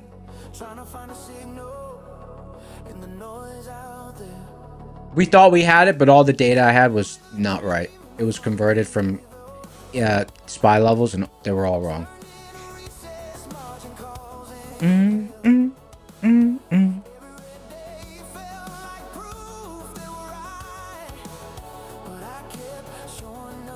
To the fun. Metamorph, I say, how are we not longing these things? Just try not to get smoked on a Friday in a heavily manipulated session. Up over one risk unit and just like, you know, just unless some magical setup shows up. It's just a weird session. It's actually, honestly, it's been a weird week. No.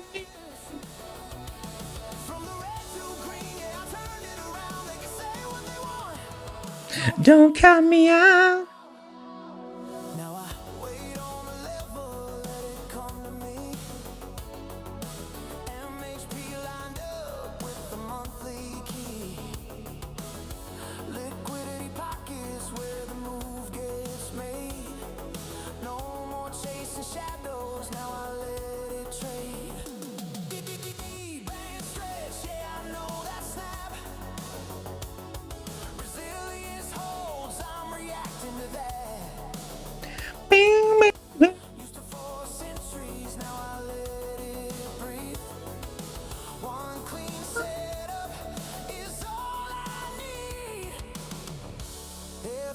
Metamorph, I said, how are we not logging the daily levels? I'm gonna start logging them.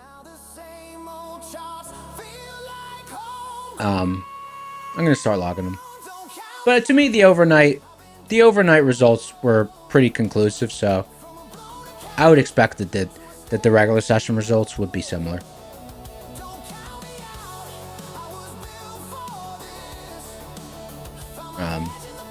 It told me what I needed to know.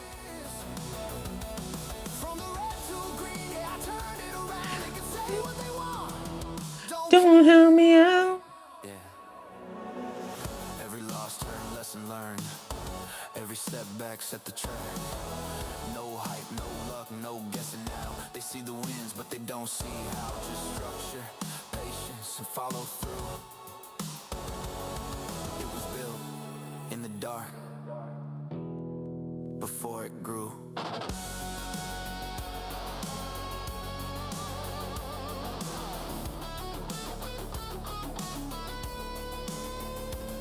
Metamorph, I said, for the extended back testing, like the database of RS levels historically, it doesn't seem to exist.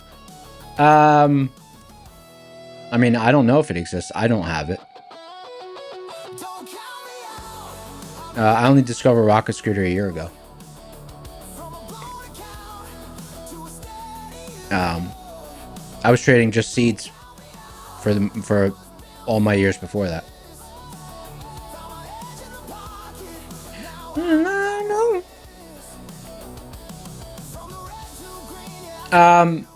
But someone had the overnight level, so that's why I wanted to test it. I just wanted to see approximately, you know, what sort of, how the numbers clocked in. Just gives me more confidence. But I trusted those numbers would translate to the daily session as well.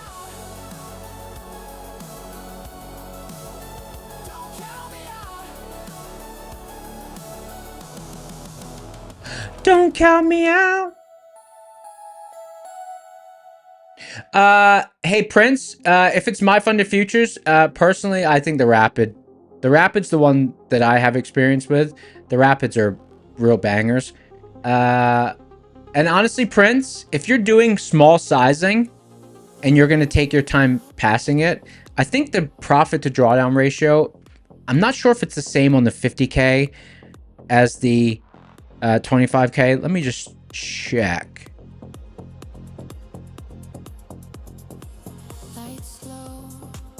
Let's check here. My funded futures Rapid 25K is, oh, you know what? The 25K is 1.5 to 1, and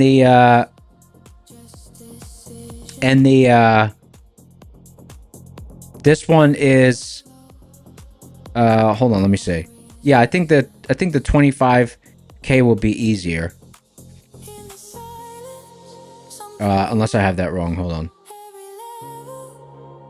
No, I guess it's the same. Yeah, they're the same. They're both 66%. 60% of drawdown. 66% drawdown versus the profit target. So, you know, might take a while to pass it, but it's fine. And end of days, you can't lose 1K by the end of the day. There's no daily loss limit. Basically, end of day means that the profit target trails based on the end of the day. Let me explain to you what I mean with these props. Okay. So in the eval, if it says EOD end of day, that basically means that, let's say this is the session. Let's say that's the session. So let's say you start the session and you go all the way up to here, and then you come all the way back down, and then you end the day here. Your trailing drawdown will be based on where you ended the day. It won't be... The other kind of drawdown is called intraday trailing drawdown, and that means the drawdown is from the peak of the session. So that's the difference between trailing drawdown, intraday trailing drawdown, and end of day trailing drawdown. End of day trailing drawdown doesn't matter if you had a big peak in the middle of the session. It'll anchor the next day's drawdown based on where you were at the end of the day.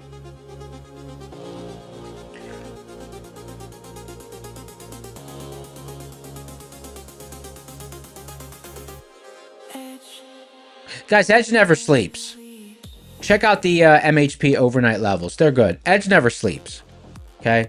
This song, if you don't know, it's a subliminal song about MHP overnight.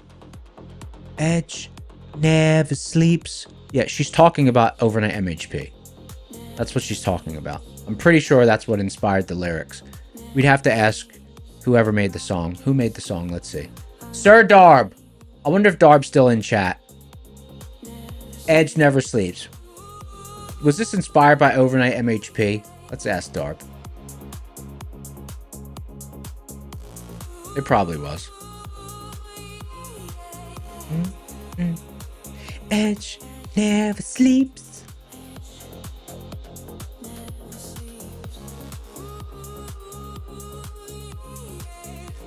Do do do do do do.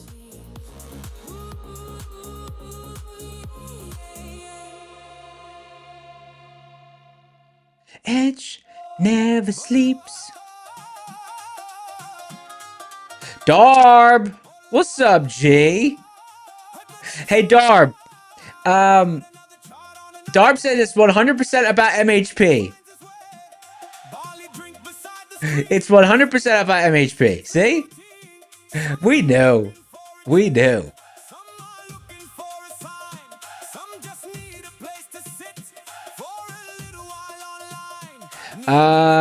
80s. Let's play our MHP song. Hold on. Occasions. All right, let's play our occasions playlist. NASDAQ to 100K, and then MHP execute, My Honey Pie, MHP My Buddy, and then Cat Active, and then Bull Zone bottom to Bear Zone top. While that is happening, I'm gonna start a giveaway, and then I'm gonna go get a tomato. I'm gonna get a tomato. All right, let's do a My Funded Futures 25K rapid.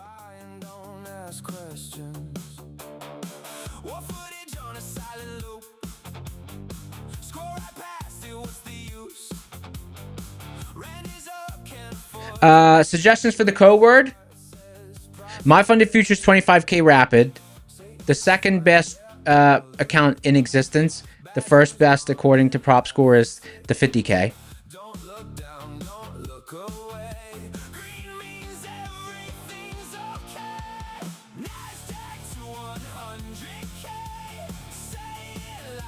Just celebrate.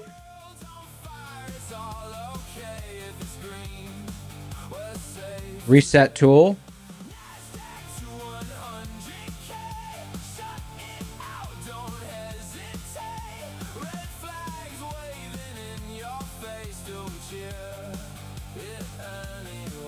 Okay, code word is LOL exclamation point.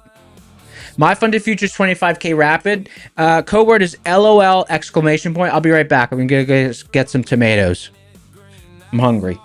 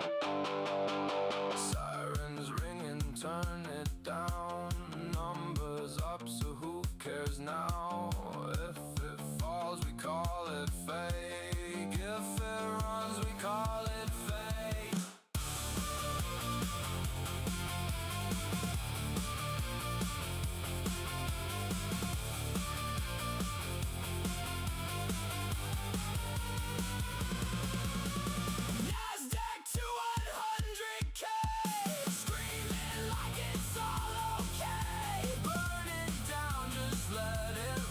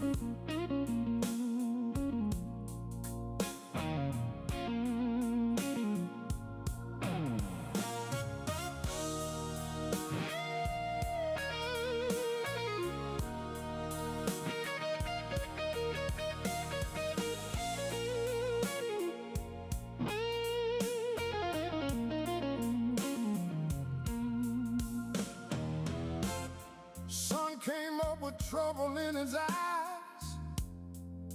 Nothing on this chart looks civilized.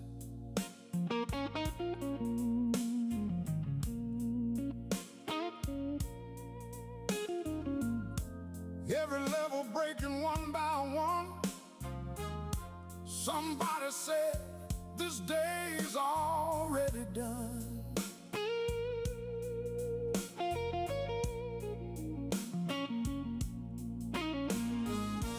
Matt looked over, shook his head. Don't let the market get inside your head. Sometimes the smartest thing you'll ever do is nothing at all. Cat active. Hear that warning bell? Cat active. Market's gone to hell. When reason leaves and fear takes over,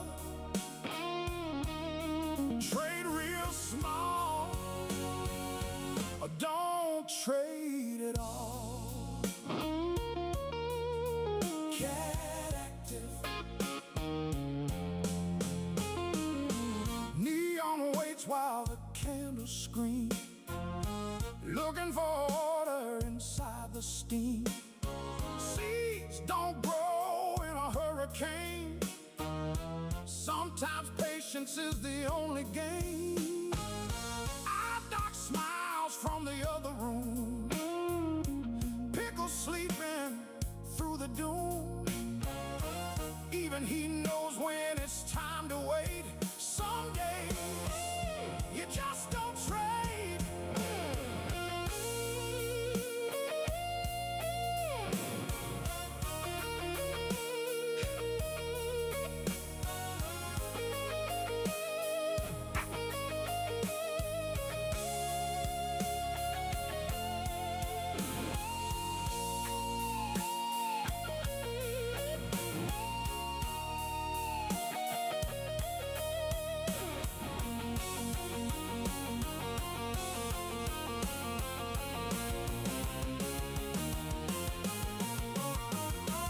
Sir Darb takes the evening chair.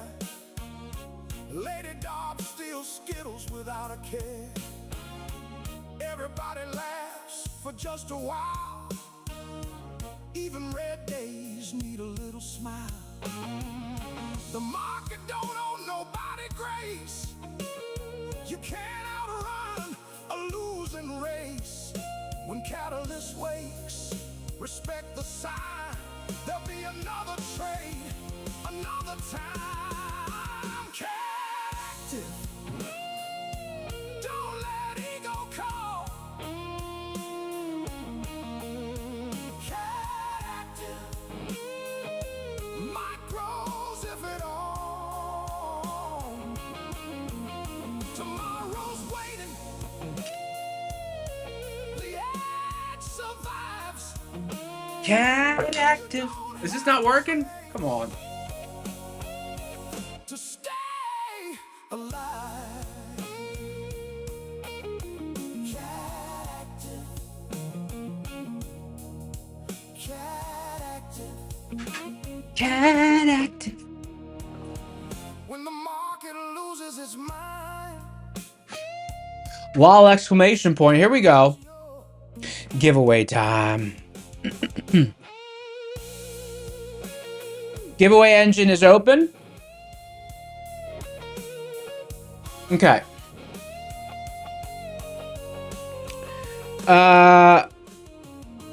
The number is 63. Okay, to claim your prize, you will need to type in the number 63.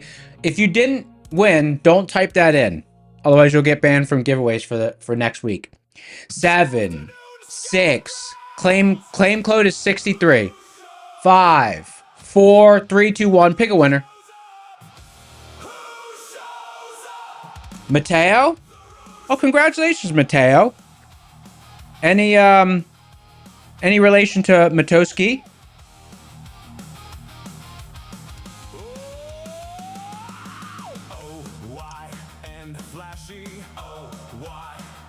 Oh no! Victor banned from giveaways next week. Trades with L banned for giveaways next week. No! Guys, don't do that.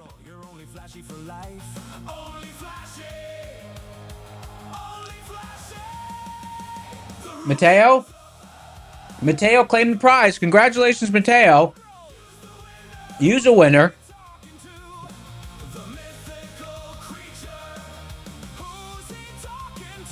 Mateo! Congratulations on your big win. My Thunder Futures 25k rapid. Mateo said rigged. Very nicely done. Very, very nicely done. I switched it up a little bit today on my tomatoes. I put Black Mission Fig balsamic on them.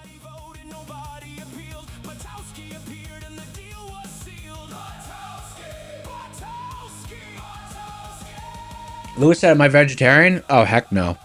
No, I eat meat. I got some tomahawk. I got some tomahawk pork chops. Bone-in tomahawk pork chops I'm going to have.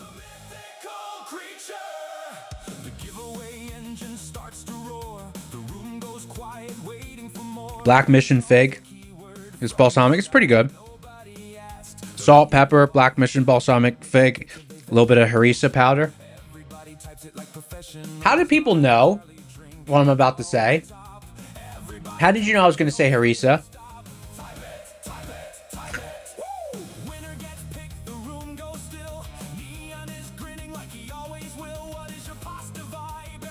Someone said pork chop before I said pork chop. Someone said harissa before I said harissa. How are you guys doing that? How do you guys know before I say it? Am I in a simulation? What the hell's going on here? That was 2 in a row?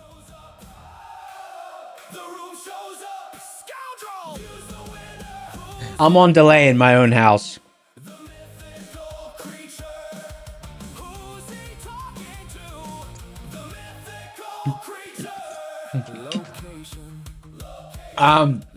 Cutie said because you're further, you guys are further in the stream than I am. Oh shoot, is my stream? Am I behind? Is my reality behind?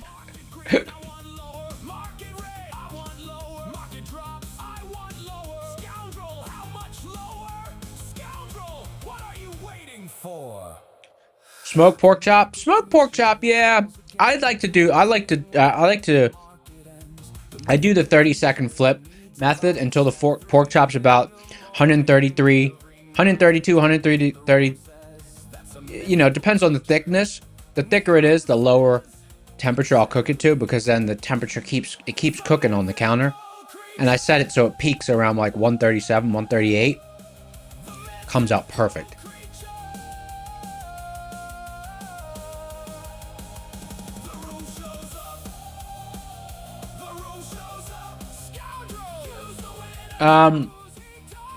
I think we're at the 50% pivot of the range now. Let's see. Oh, we're below 50.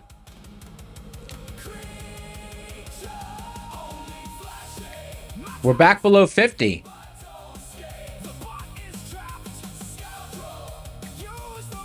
%50 is right at DD band. We might close below DD band, huh?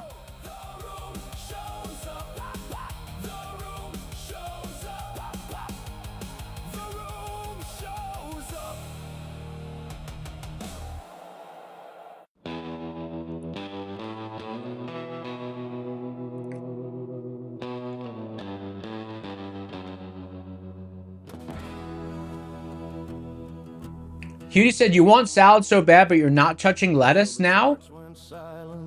Unless you want to lose a few pounds? What? You can eat lettuce and other stuff.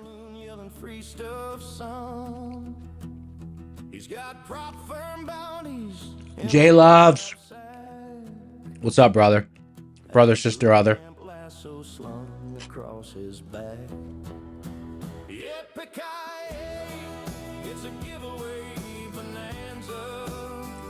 Is there a Taco Bell ad about lettuce? Did I miss something? I miss a lot of stuff.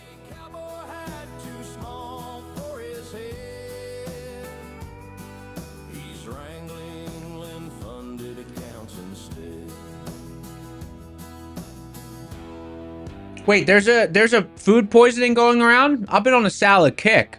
I've been eating Caesar salads every day.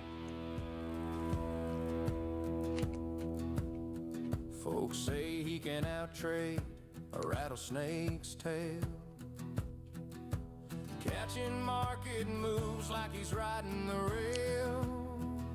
He don't ride horses now. Well, you know what? I'm from India. So I feel like I got a pretty strong stomach. I'm from India. You should see some of the street food carts.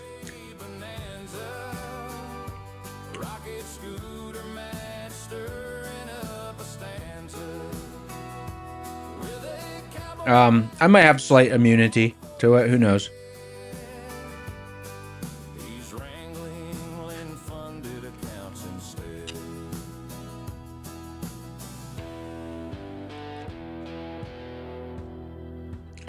Woo outside said stomach very good.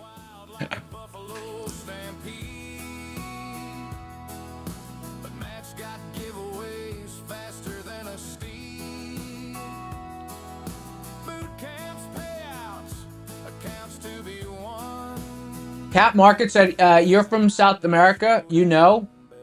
You got some serious bacteria in that belly. Yeah, it's probably like certain people, they're just born with certain advantages. Like, for instance, me,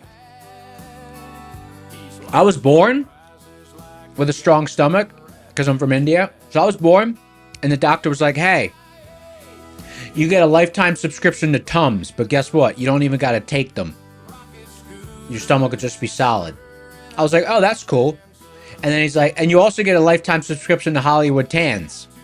I was like, oh, that's cool. He's like, but you don't even got to go tanning. I was like, oh, that's cool. I think those are the most of the things. I'll see if there's anything else. But a lifetime subscription to Tums and Hollywood Tans. I don't have to take the Tums, and I don't have to go out in the sun. Nice.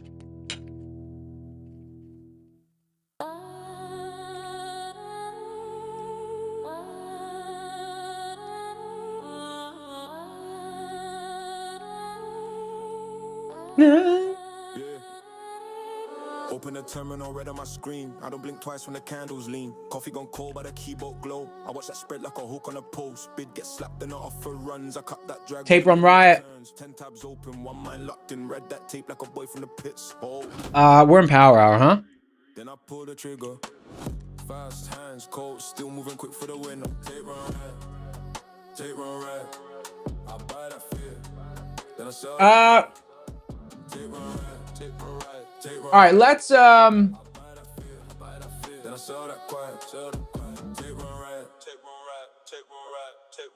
seen us talk to the smoke and the flash, seen brave men fall when a breakout crack. I keep my stock where the hurt can't stick. If it slips too far, then I'm out that quick.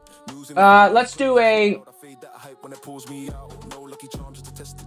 hey Ray. Yeah, Ray. Actually, usually there's a big long playlist. The reason there's been a couple of repeats is one of the house songs got flagged for copyright. So I need to go through and just make sure that one's off the playlist. So I haven't played the house playlist in 3 days. I'll fix it this weekend. I'll fix it this weekend. Don't worry. I stay 10 toes in the middle of the screen. If it rips, I'm gone. If it dumps, I grin. I don't chase goals, let the price begin.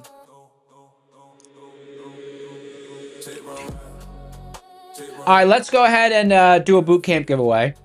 Anyone out there new? Anyone interested in a boot camp?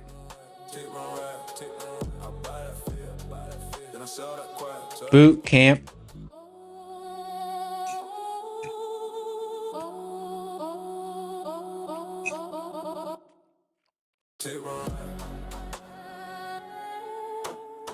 If you're interested in a boot camp, type boot camp in chat.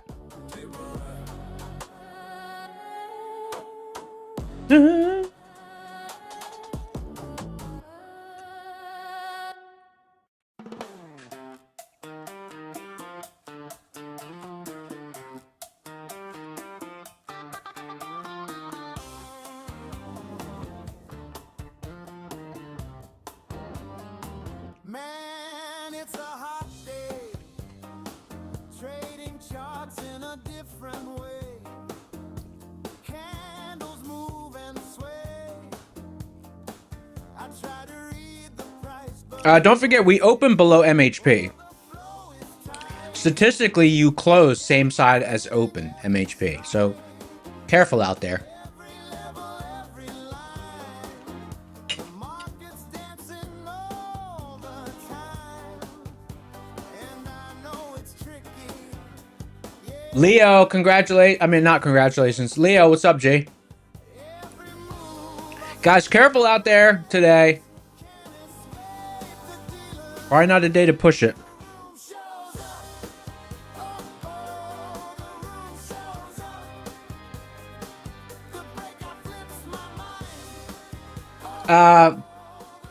Septi said, don't we close inside the bands 88% of days, though? Yeah, we do.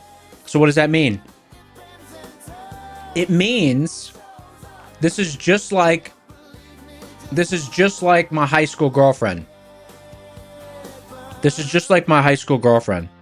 Today's session is just like my high school girlfriend. Usually close below MHP. If you open below it, yeah. Usually close above DD band. Even if you open below it, yeah. So why does that remind me of my high school girlfriend? Mixed signals, dog.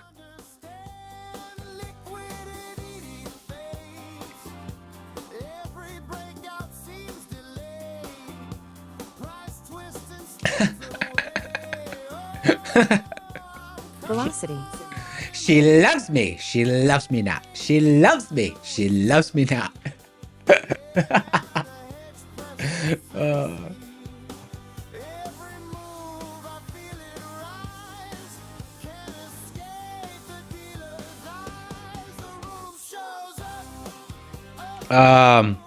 Man, she was fun though. I'll tell you that.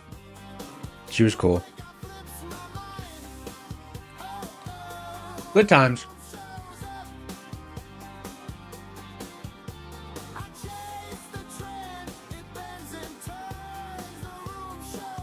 So the room shows up.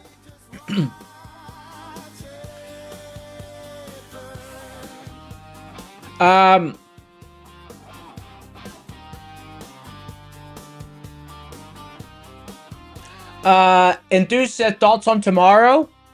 Yeah, tomorrow should be good. I don't probably should be nice weather. Probably just have a chill day.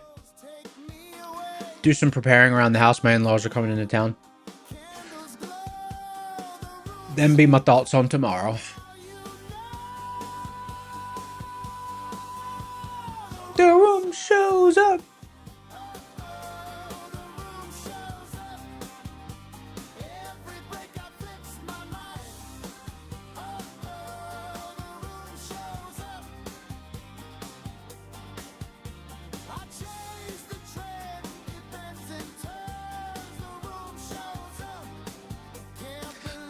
Shows up. All right, here we go. Boot camp giveaway. 7, 6, 5, 4, 3, 2, 1. It's time to pick a winner.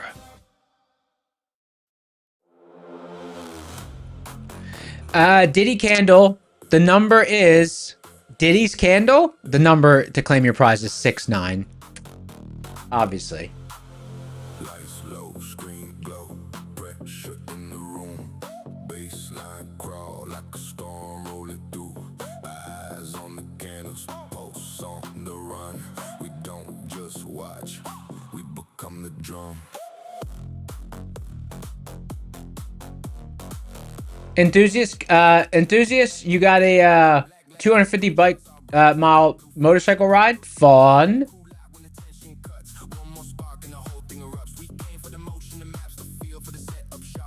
Let's turn on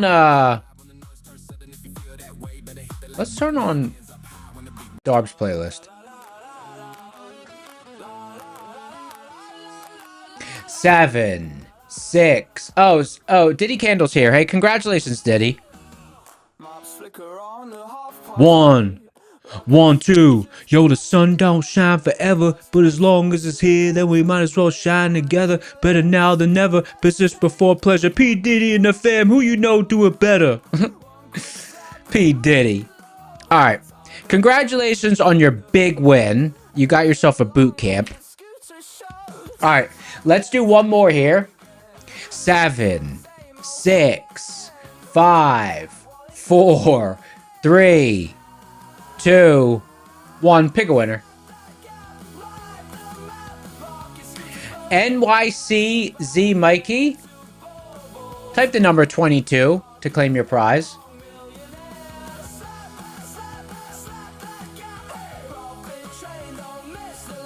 Hey, MIC Mikey, there you are. Congratulations on your big win. You got yourself a boot camp. Very nicely done.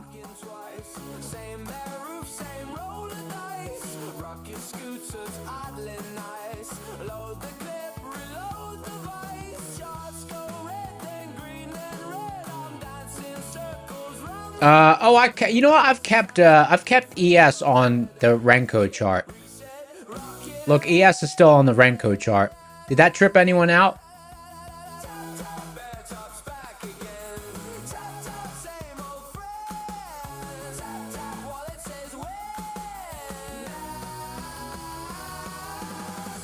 $321. Let's see what we got here. Almost at MHP. Millionaire. Ellie says you're up 1,200 since you went switched to Renko. Oh, just today? Nice. Nice.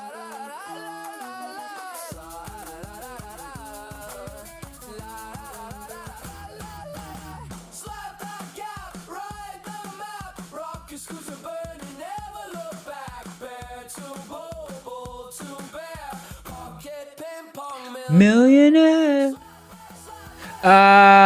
Let's see what we got left for giveaways. My funded futures 25k rapid. We're supposed to say rapido. Blue Sky launch 50k. We've got 3 giveaways left. Okay, very nice. And we've got a TPT 50k. Wow. Is that a typo? Is that real? No, it's real.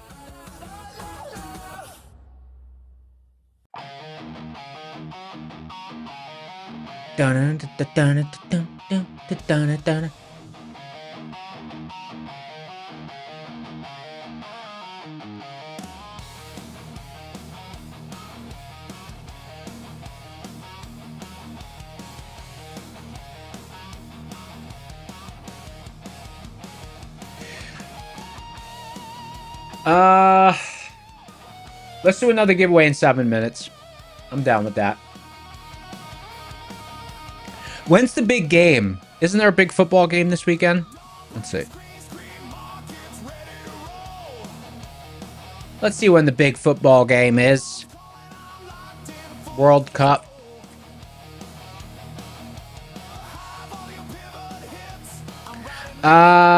It's on Sunday. Wow. Spain versus Argentina.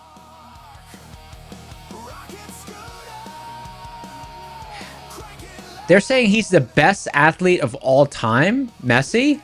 What? I think that's a... They're saying he's the best athlete of all time? What? Have they lost their minds? I mean, he's pretty fire. But athlete of all time? Athlete of all time.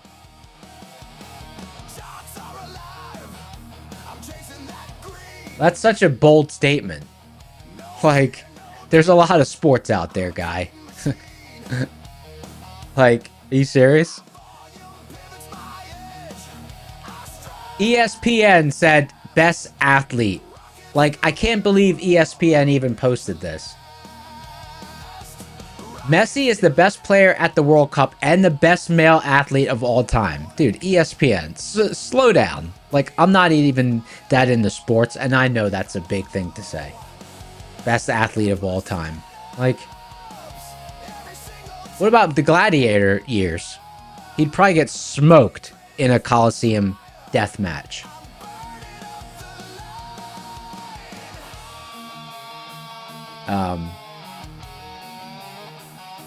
Let's see him in a Coliseum death match and then tell me he's the best athlete of all time.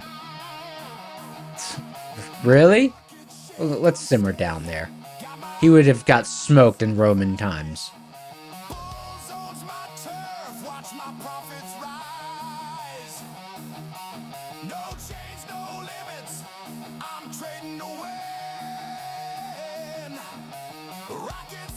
Utah. Let me just switch over to a 5-minute chart.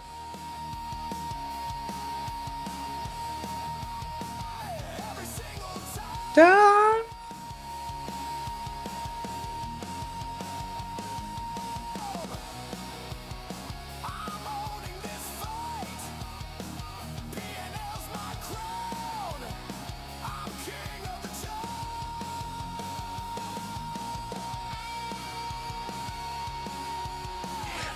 Game Sensei, no one would have known about him. He would have just worked for some other king, not gonna lie. Probably. I mean, yeah, probably, dude. You're probably right. 100%. 100%. Bullseye.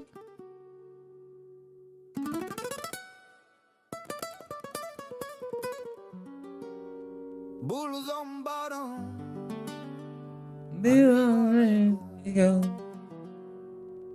Liquidity pocket. Fuego puro flow.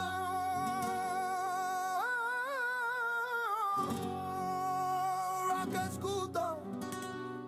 We're trading ball. Half got by. Vamos por el oro. Liquidity pocket party. Ole, ole, ole. Liquidity pocket party.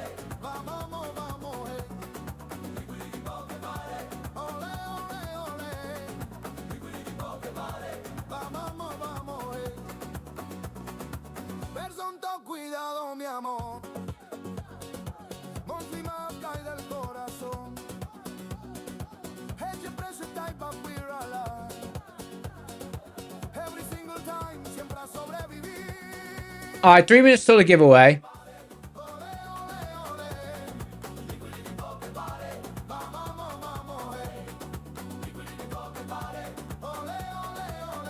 Ole, ole. Resilient souls, fuerza, corazón. Didi pensa la pasión. Code word is liquidity pocket party. Lewis Turner said, do I use Python for my back test? Yes. Ole.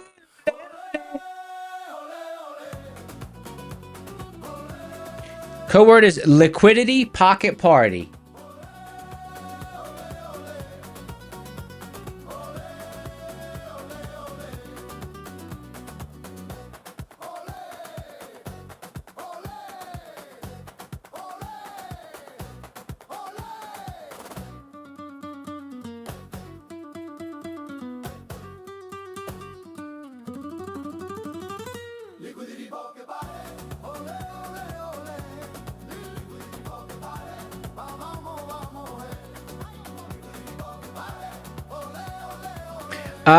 Two minutes and 4 seconds.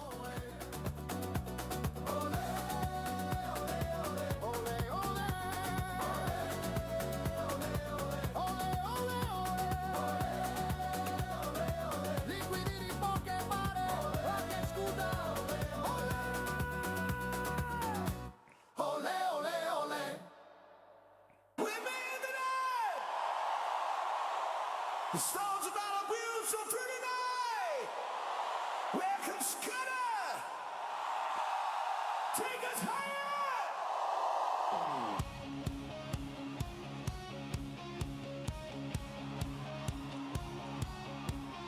We've been waiting in the shadows through the highs and lows.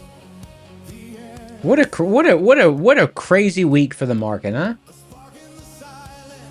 Velocity. Velocity. Anyone hear that? Velocity.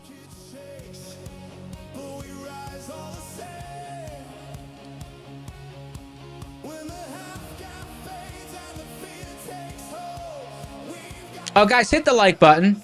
We're trying to get to 40,000 likes.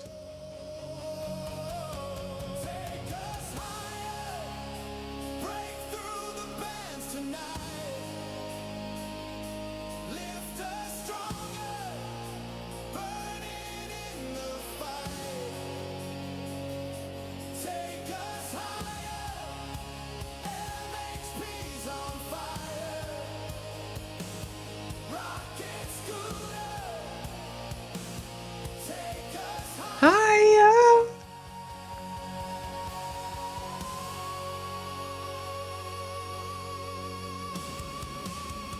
All right, here we go. 7, 6, 5, 4, 3, 2, 1.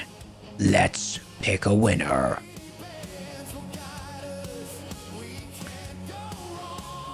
Killer MBS.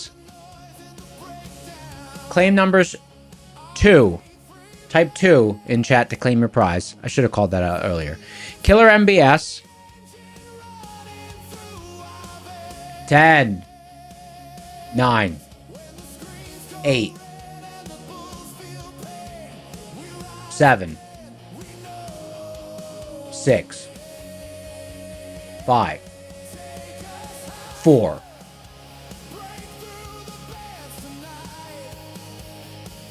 3, 2. Killer MBS, don't forget to type in the code, the unlock code. Type in the unlock code, brother. 1. Almost there. And time has expired. All right, respin. All right, guys, here we go. 7, 6, 5, 4. Unlock code is 37. Type 37 to claim your prize if you win.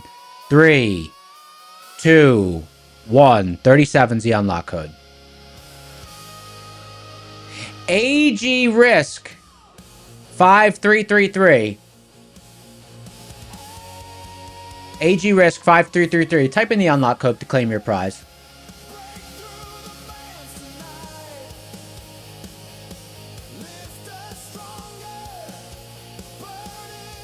Ten, 9, 8, 7, 6.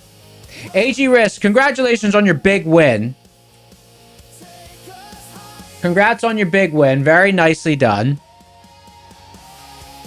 You won yourself a My Funded Futures 25K Rapid. Wow. Very nicely done.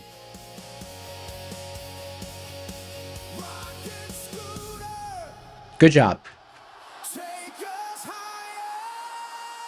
Septi said, Market's doing, she loves me not. Example right here. Oh, exactly. Are you kidding me? Did you see that? It went straight from MHP to DD Band, back to Bullzone Bottom, back to DD Band. This mixed signals.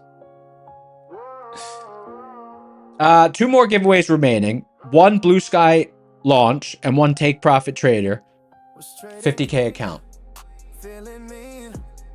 Then my guts loop past support at 9:15.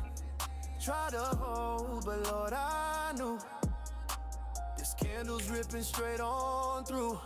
BRB gotta drop this low. Dumping risking So some really banger accounts. The Blue Sky account we're giving away is the Blue Sky account we're giving away is a launch 50K. It's an activation fee model account. And then after you pass, it turns into a daily payouts above buffer. So it kind of turns into like a TPT account after you pass it and pay the activation. And then the other account we're giving away is a TPT 50K, which everyone knows about. Take profit trader. What the hell's going on with this table? Oh, that's right. That's all they have. Sorry, what am I talking about? Look at this. TPT 9.7. You know what my favorite account is in the whole wide world? I like the TPT 25Ks. Profit targets 1500, max loss is 1500. So you can actually take a bit more risk on those. You could trade them with like 3 or 4 micros.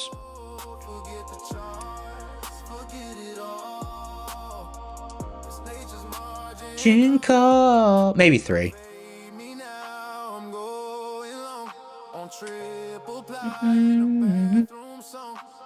But that $1,500 max loss makes a huge difference. Just for if you're sizing your trades risk management wise. No, no, no, no, no, no, no. ICT Forever said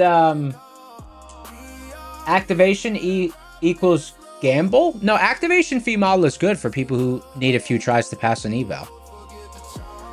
If you're a baller and you know you just kind of don't need to ever have the, like, you never went through a learning phase, then you know you're a superstar. But most people, if they're in a learning phase, they would like the activation model.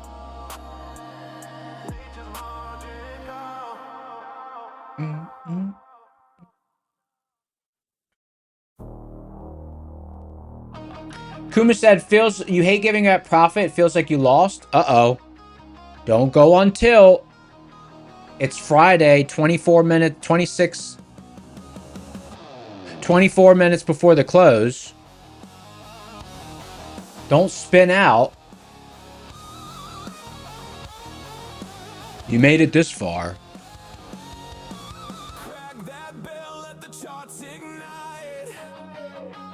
I need that TPT.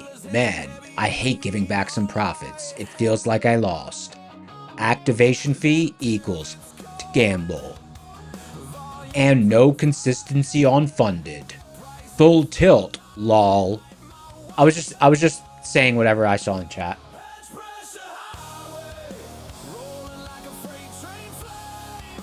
Boosted Dime trying to spin out Kumu Light. Said you didn't really lose, but there's still a lot of time to make it back before the close. Boosted Dime. Don't spin out our friends. B-Dog in chat. What's up, B-Dog? What's up, brother?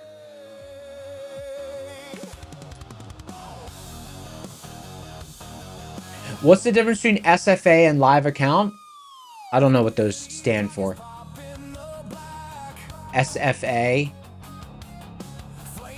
Sim funded. Oh, sim funded and live? Oh, live means you're actually trading and your orders go to the market. SFA means sim funded, means it's fake. It's all fake.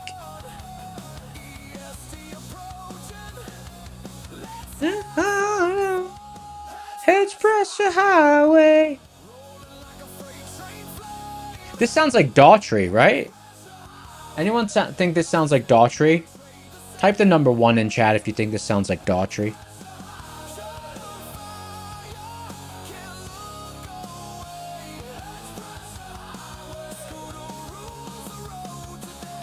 B-Dog's been away for a week camping, no service? Hey, that's fun. That's cool.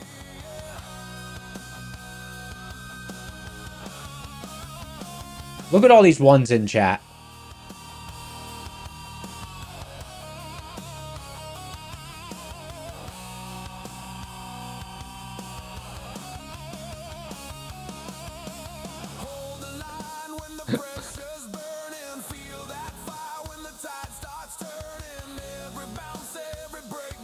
Another giveaway in like 14 minutes.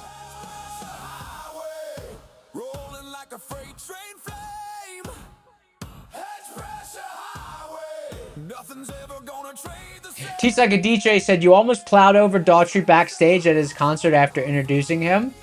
Oh yeah, Teach Like a, because Teach Like a DJ was a real DJ, a real MC. You almost ran over Daughtry. That's funny.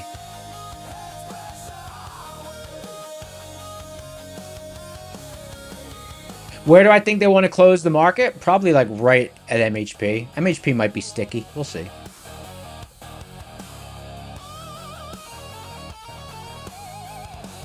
The market's seems pretty liquid here, but who knows?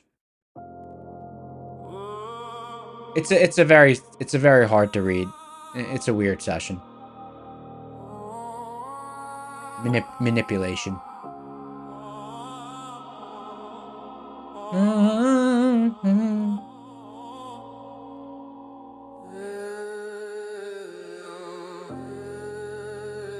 Let's see the green on the screen.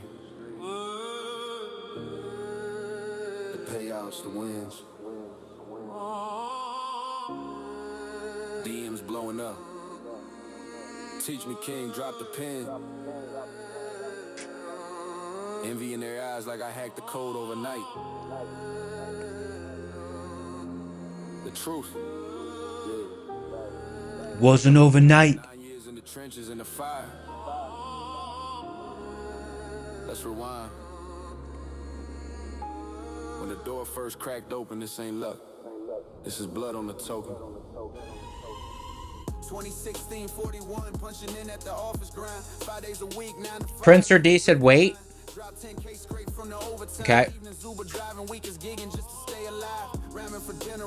Waiting. Who already won today? Who already won today?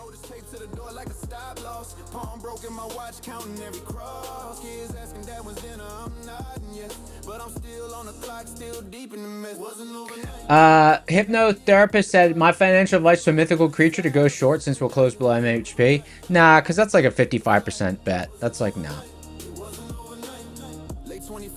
If I was 65% confident in any thesis, anytime I'm 65% or more confident, I put on a trade.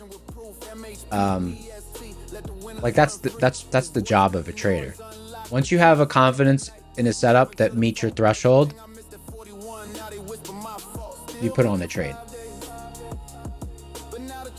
The highest confidence I've had in anything all session was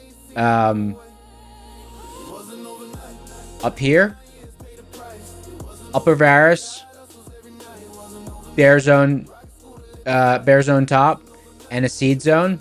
That was 60% confident. Not enough to take a trade, but you know, an okay setup.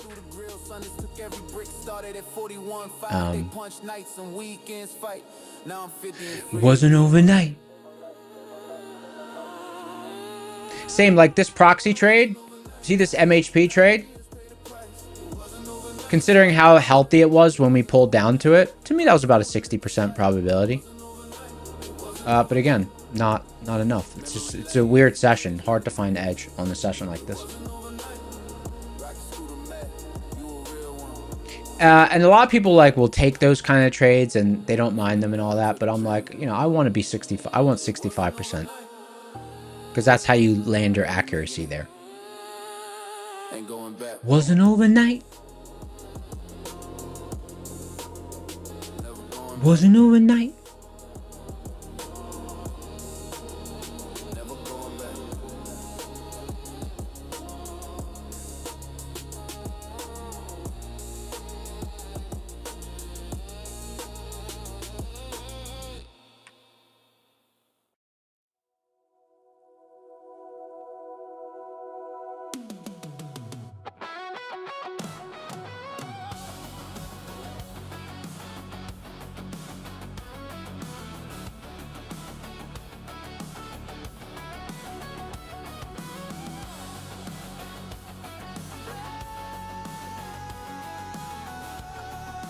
Mike H, you traded in a Wawa parking lot? Oh, Wawa? Wawa's great. Who doesn't love Wawa? Wawa? That's the East Coast thing. Wawa. I wish they would have Wawas on the West Coast.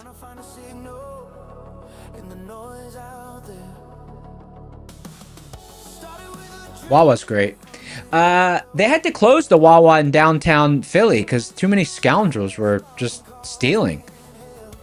It's like Philly like decriminalized stealing. So literally like people would just walk in, grab sandwiches and stuff, and just walk out.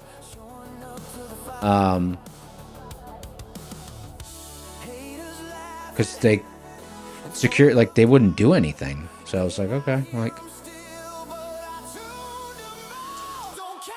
So then they ended up just closing it down because people were just walking in, grabbing stuff, and walking out. You know.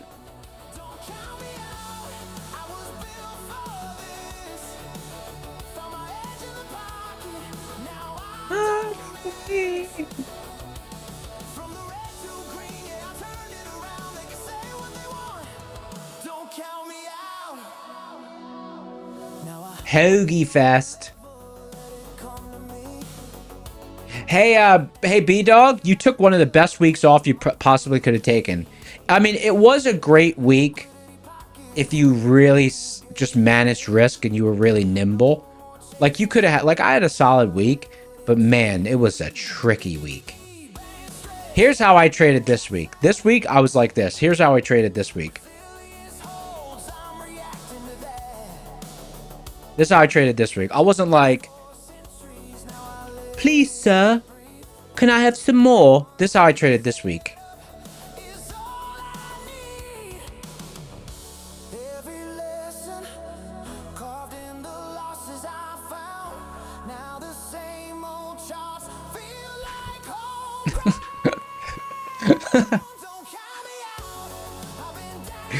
You know what I mean? It's like, yeah, let me get that real quick. The windows of opportunity were like so brief. They were like real quick. You know?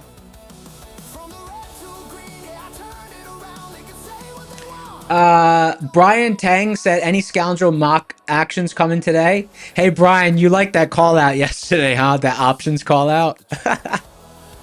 Those options went up 300%. You liked that yesterday, Brian, huh? You scoundrel. Nah, no call outs like that today. Nah. Don't count me out. Bow, bow, bow.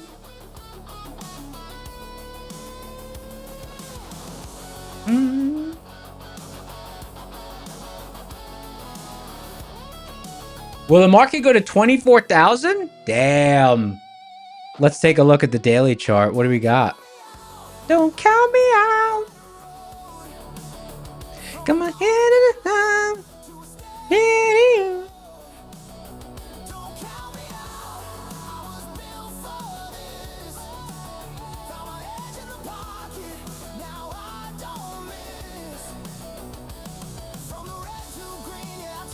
Oh, that's NQ. I mean, that's ES. Don't count me out.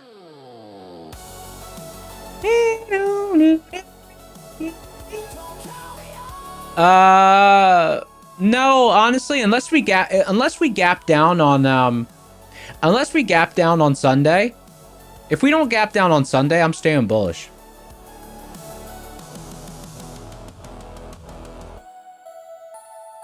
Unless we gap down on Sunday, I'm staying bullish. Nah, I mean, if we gap down on Sunday, then maybe we'll rotate, have another rotational week.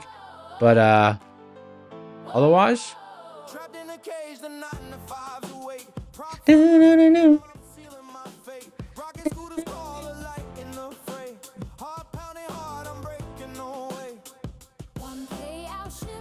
this is a weekly chart. On the weekly chart, I put some of the common indicators because I know a lot of institutions, and a lot of institutions actually look at those on bigger time frames. So it's always good to see what they're saying.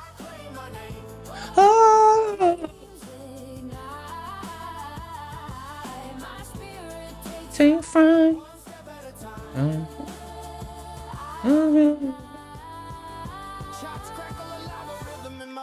goes Mock. Breaking the chains, steady on the path, I trust the flow. One step closer where dreams overflow. Velocity. Velocity. Velocity.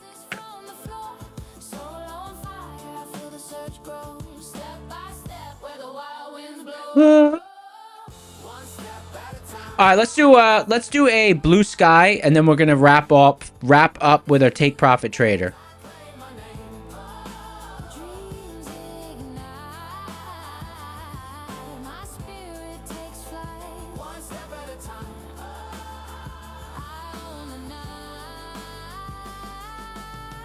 No chains can bind, I'm forging my soul. From the grind to glory, I take control. Rocket scooters file, my spirit's unbound. One step Code word is rocket scooter. at a time, I'm heavenward. Rocket scooter is the code word. All one word.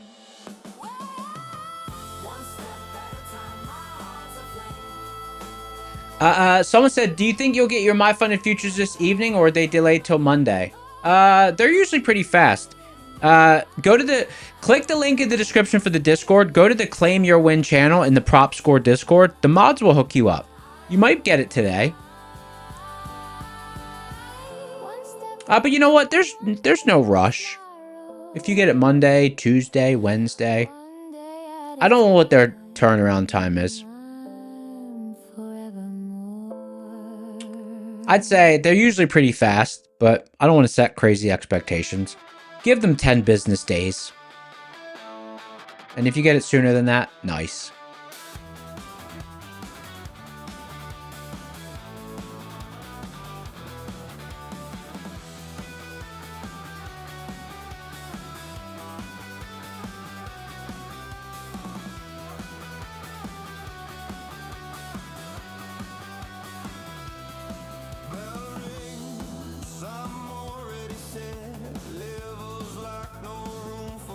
Our team is good though. They're quick. They give us all the info. We got our little production dashboard. They've always got all the info we need here. That's nice.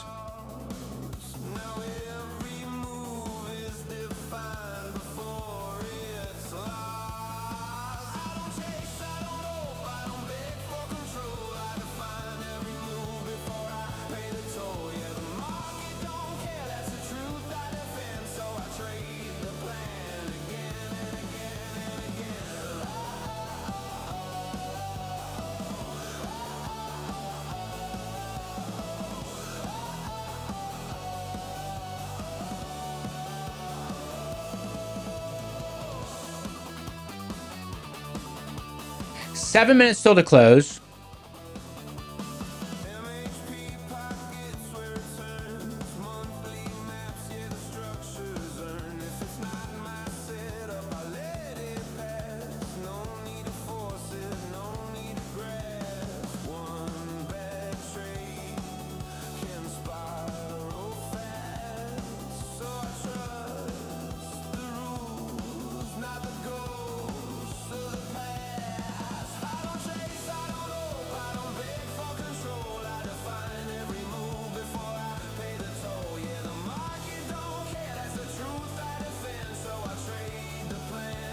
All right, here we go.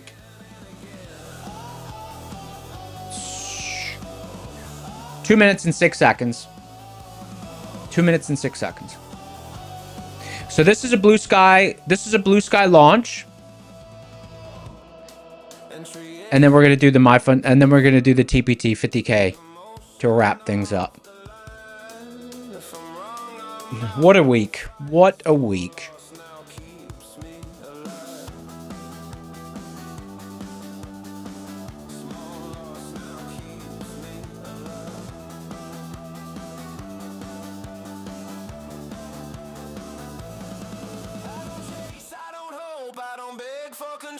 I define every move before I pay the toll. Yeah, the market don't care, that's the truth I defend. So I trade the plan again and again and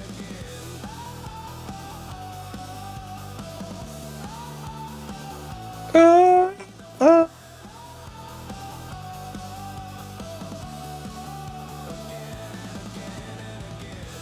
Someone said, ask Blue Sky to give us some orbit accounts. Yeah, they did give us some orbit accounts and some propels. But I've had launches most days. I'm not sure. But they gave us a bunch of accounts, so we'll probably have a variation next week and the week after. They gave us enough accounts for, like, to give away for a whole month, kind of. They gave us a lot. It was nice. But I doubled down again. And I just... That's the nice thing about having the prop score site, because when we see a new brand out in the market and they enter, like, we enter their accounts into the prop score site, if they have a high score, you know, we can, like, talk to them and see, like, hey, why? Because there's some hidden gems, like, they're one of them that, like, no one really knew about them. I didn't know about them. And then our team entered them on the website, and then they scored really good. And we would have never really known all that unless we had the score system. Because it's too hard to look at the website and know if they're good or not without really reading deep into the rules. So the prop score team, they kind of... I don't know. It's not necessarily that they read deep into the rules. It's more that they, like, find this... Like, they're not trying to figure it out. They're just trying to find the data on how that account... Like, okay, where's the drawdown number in the website? Where's the payout cap number in the website? That's what they're trying to find. And then once they find it, they enter it into the prop score engine, and then the number comes out. Yeah, they compile the data clearly, and then they enter it into the site. You know, so it's not subjective. So that's how we find people like Blue Sky. Because there's some accounts and some brands that, like, you know, our team will go on the website, enter their data into prop score, and then it's a dud. You know? There's duds. All right, here we go. 7, 6, 5, 4, 3, 2, 1. It's time to pick a winner. The code number is 28. If you win, type number 28 in chat to claim your prize. 7, 6, 5, 4, 3, 2, 1. Pick a winner. Carbines. 10. 9. 8. Guys, stop typing in chat. 7. 6. Hey, Carbines, congratulations. Carbines with the perfect claim. Very, very nicely done. Hey, everyone, congratulate Carbines on their big win. Congrats on your big win. Very nicely done. Very, very nicely done. Rigged. And now,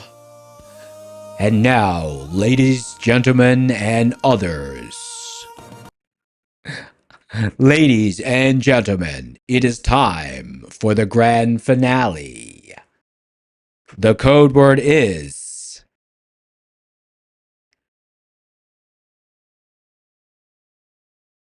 shh. Code word is shh. Shh. Code word is shh.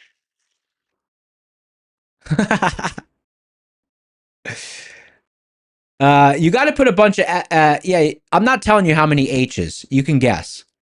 You can guess. I'm not telling you.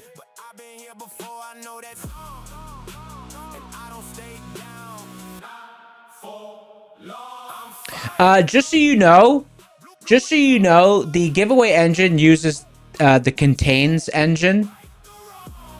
It uses contains, which means that, you know, if you type more H's, it's not going to penalize you. But if you don't type enough H's, it's going to penalize you.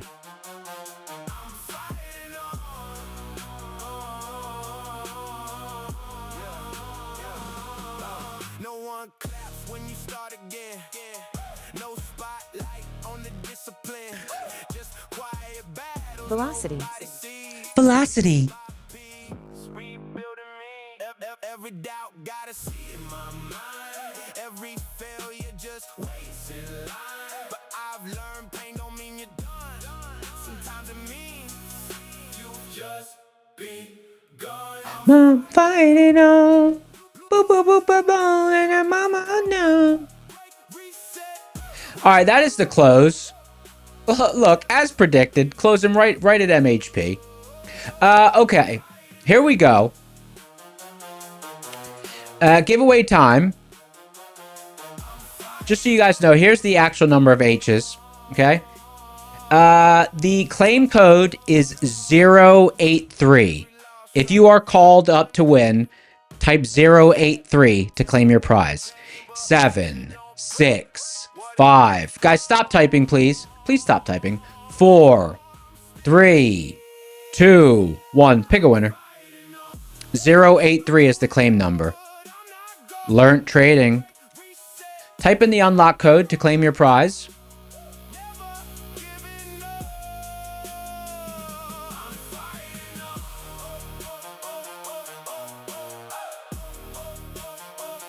Ten, 9, 8, 7, 6. Learn trading. Congratulations. There they are with the unlock code. Congratulations on your big win. That's a pretty big win you just put together, my friend. Take profit trader 50k eval. I don't know. That's like tied for that's like one of the top 5 accounts in the entire industry. No? Yeah.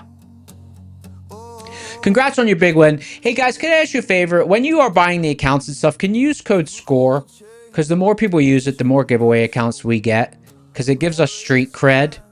It gives us a lot of street cred with the prop people. When you use the code. They go, damn, you got a big audience.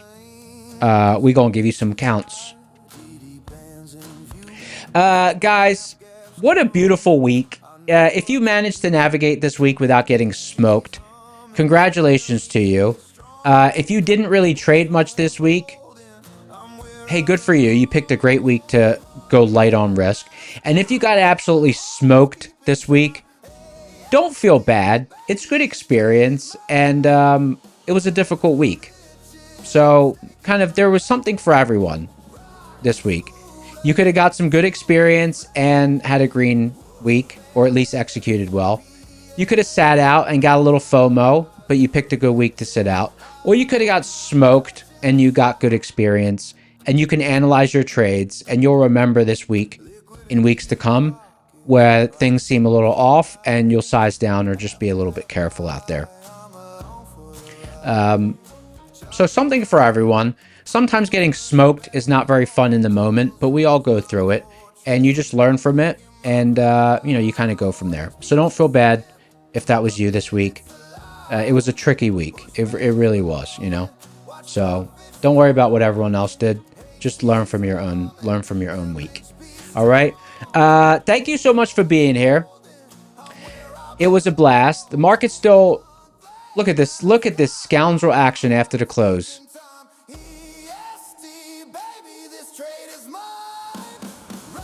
What a suspect week.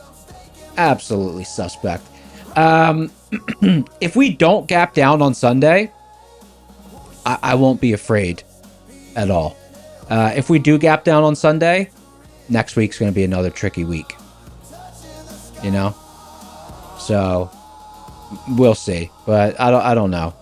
It's tough. The market is still structurally very sound. This wasn't a scary session. It was just a gap down, we'll see. But if we do gap down on Sunday, next week not going to be that fun. Thank you so much for being here. Until Monday, I'm out. Make sure you tune in to Darb show on Sunday at 6 p.m. Eastern. Until then, I'm out. Peace.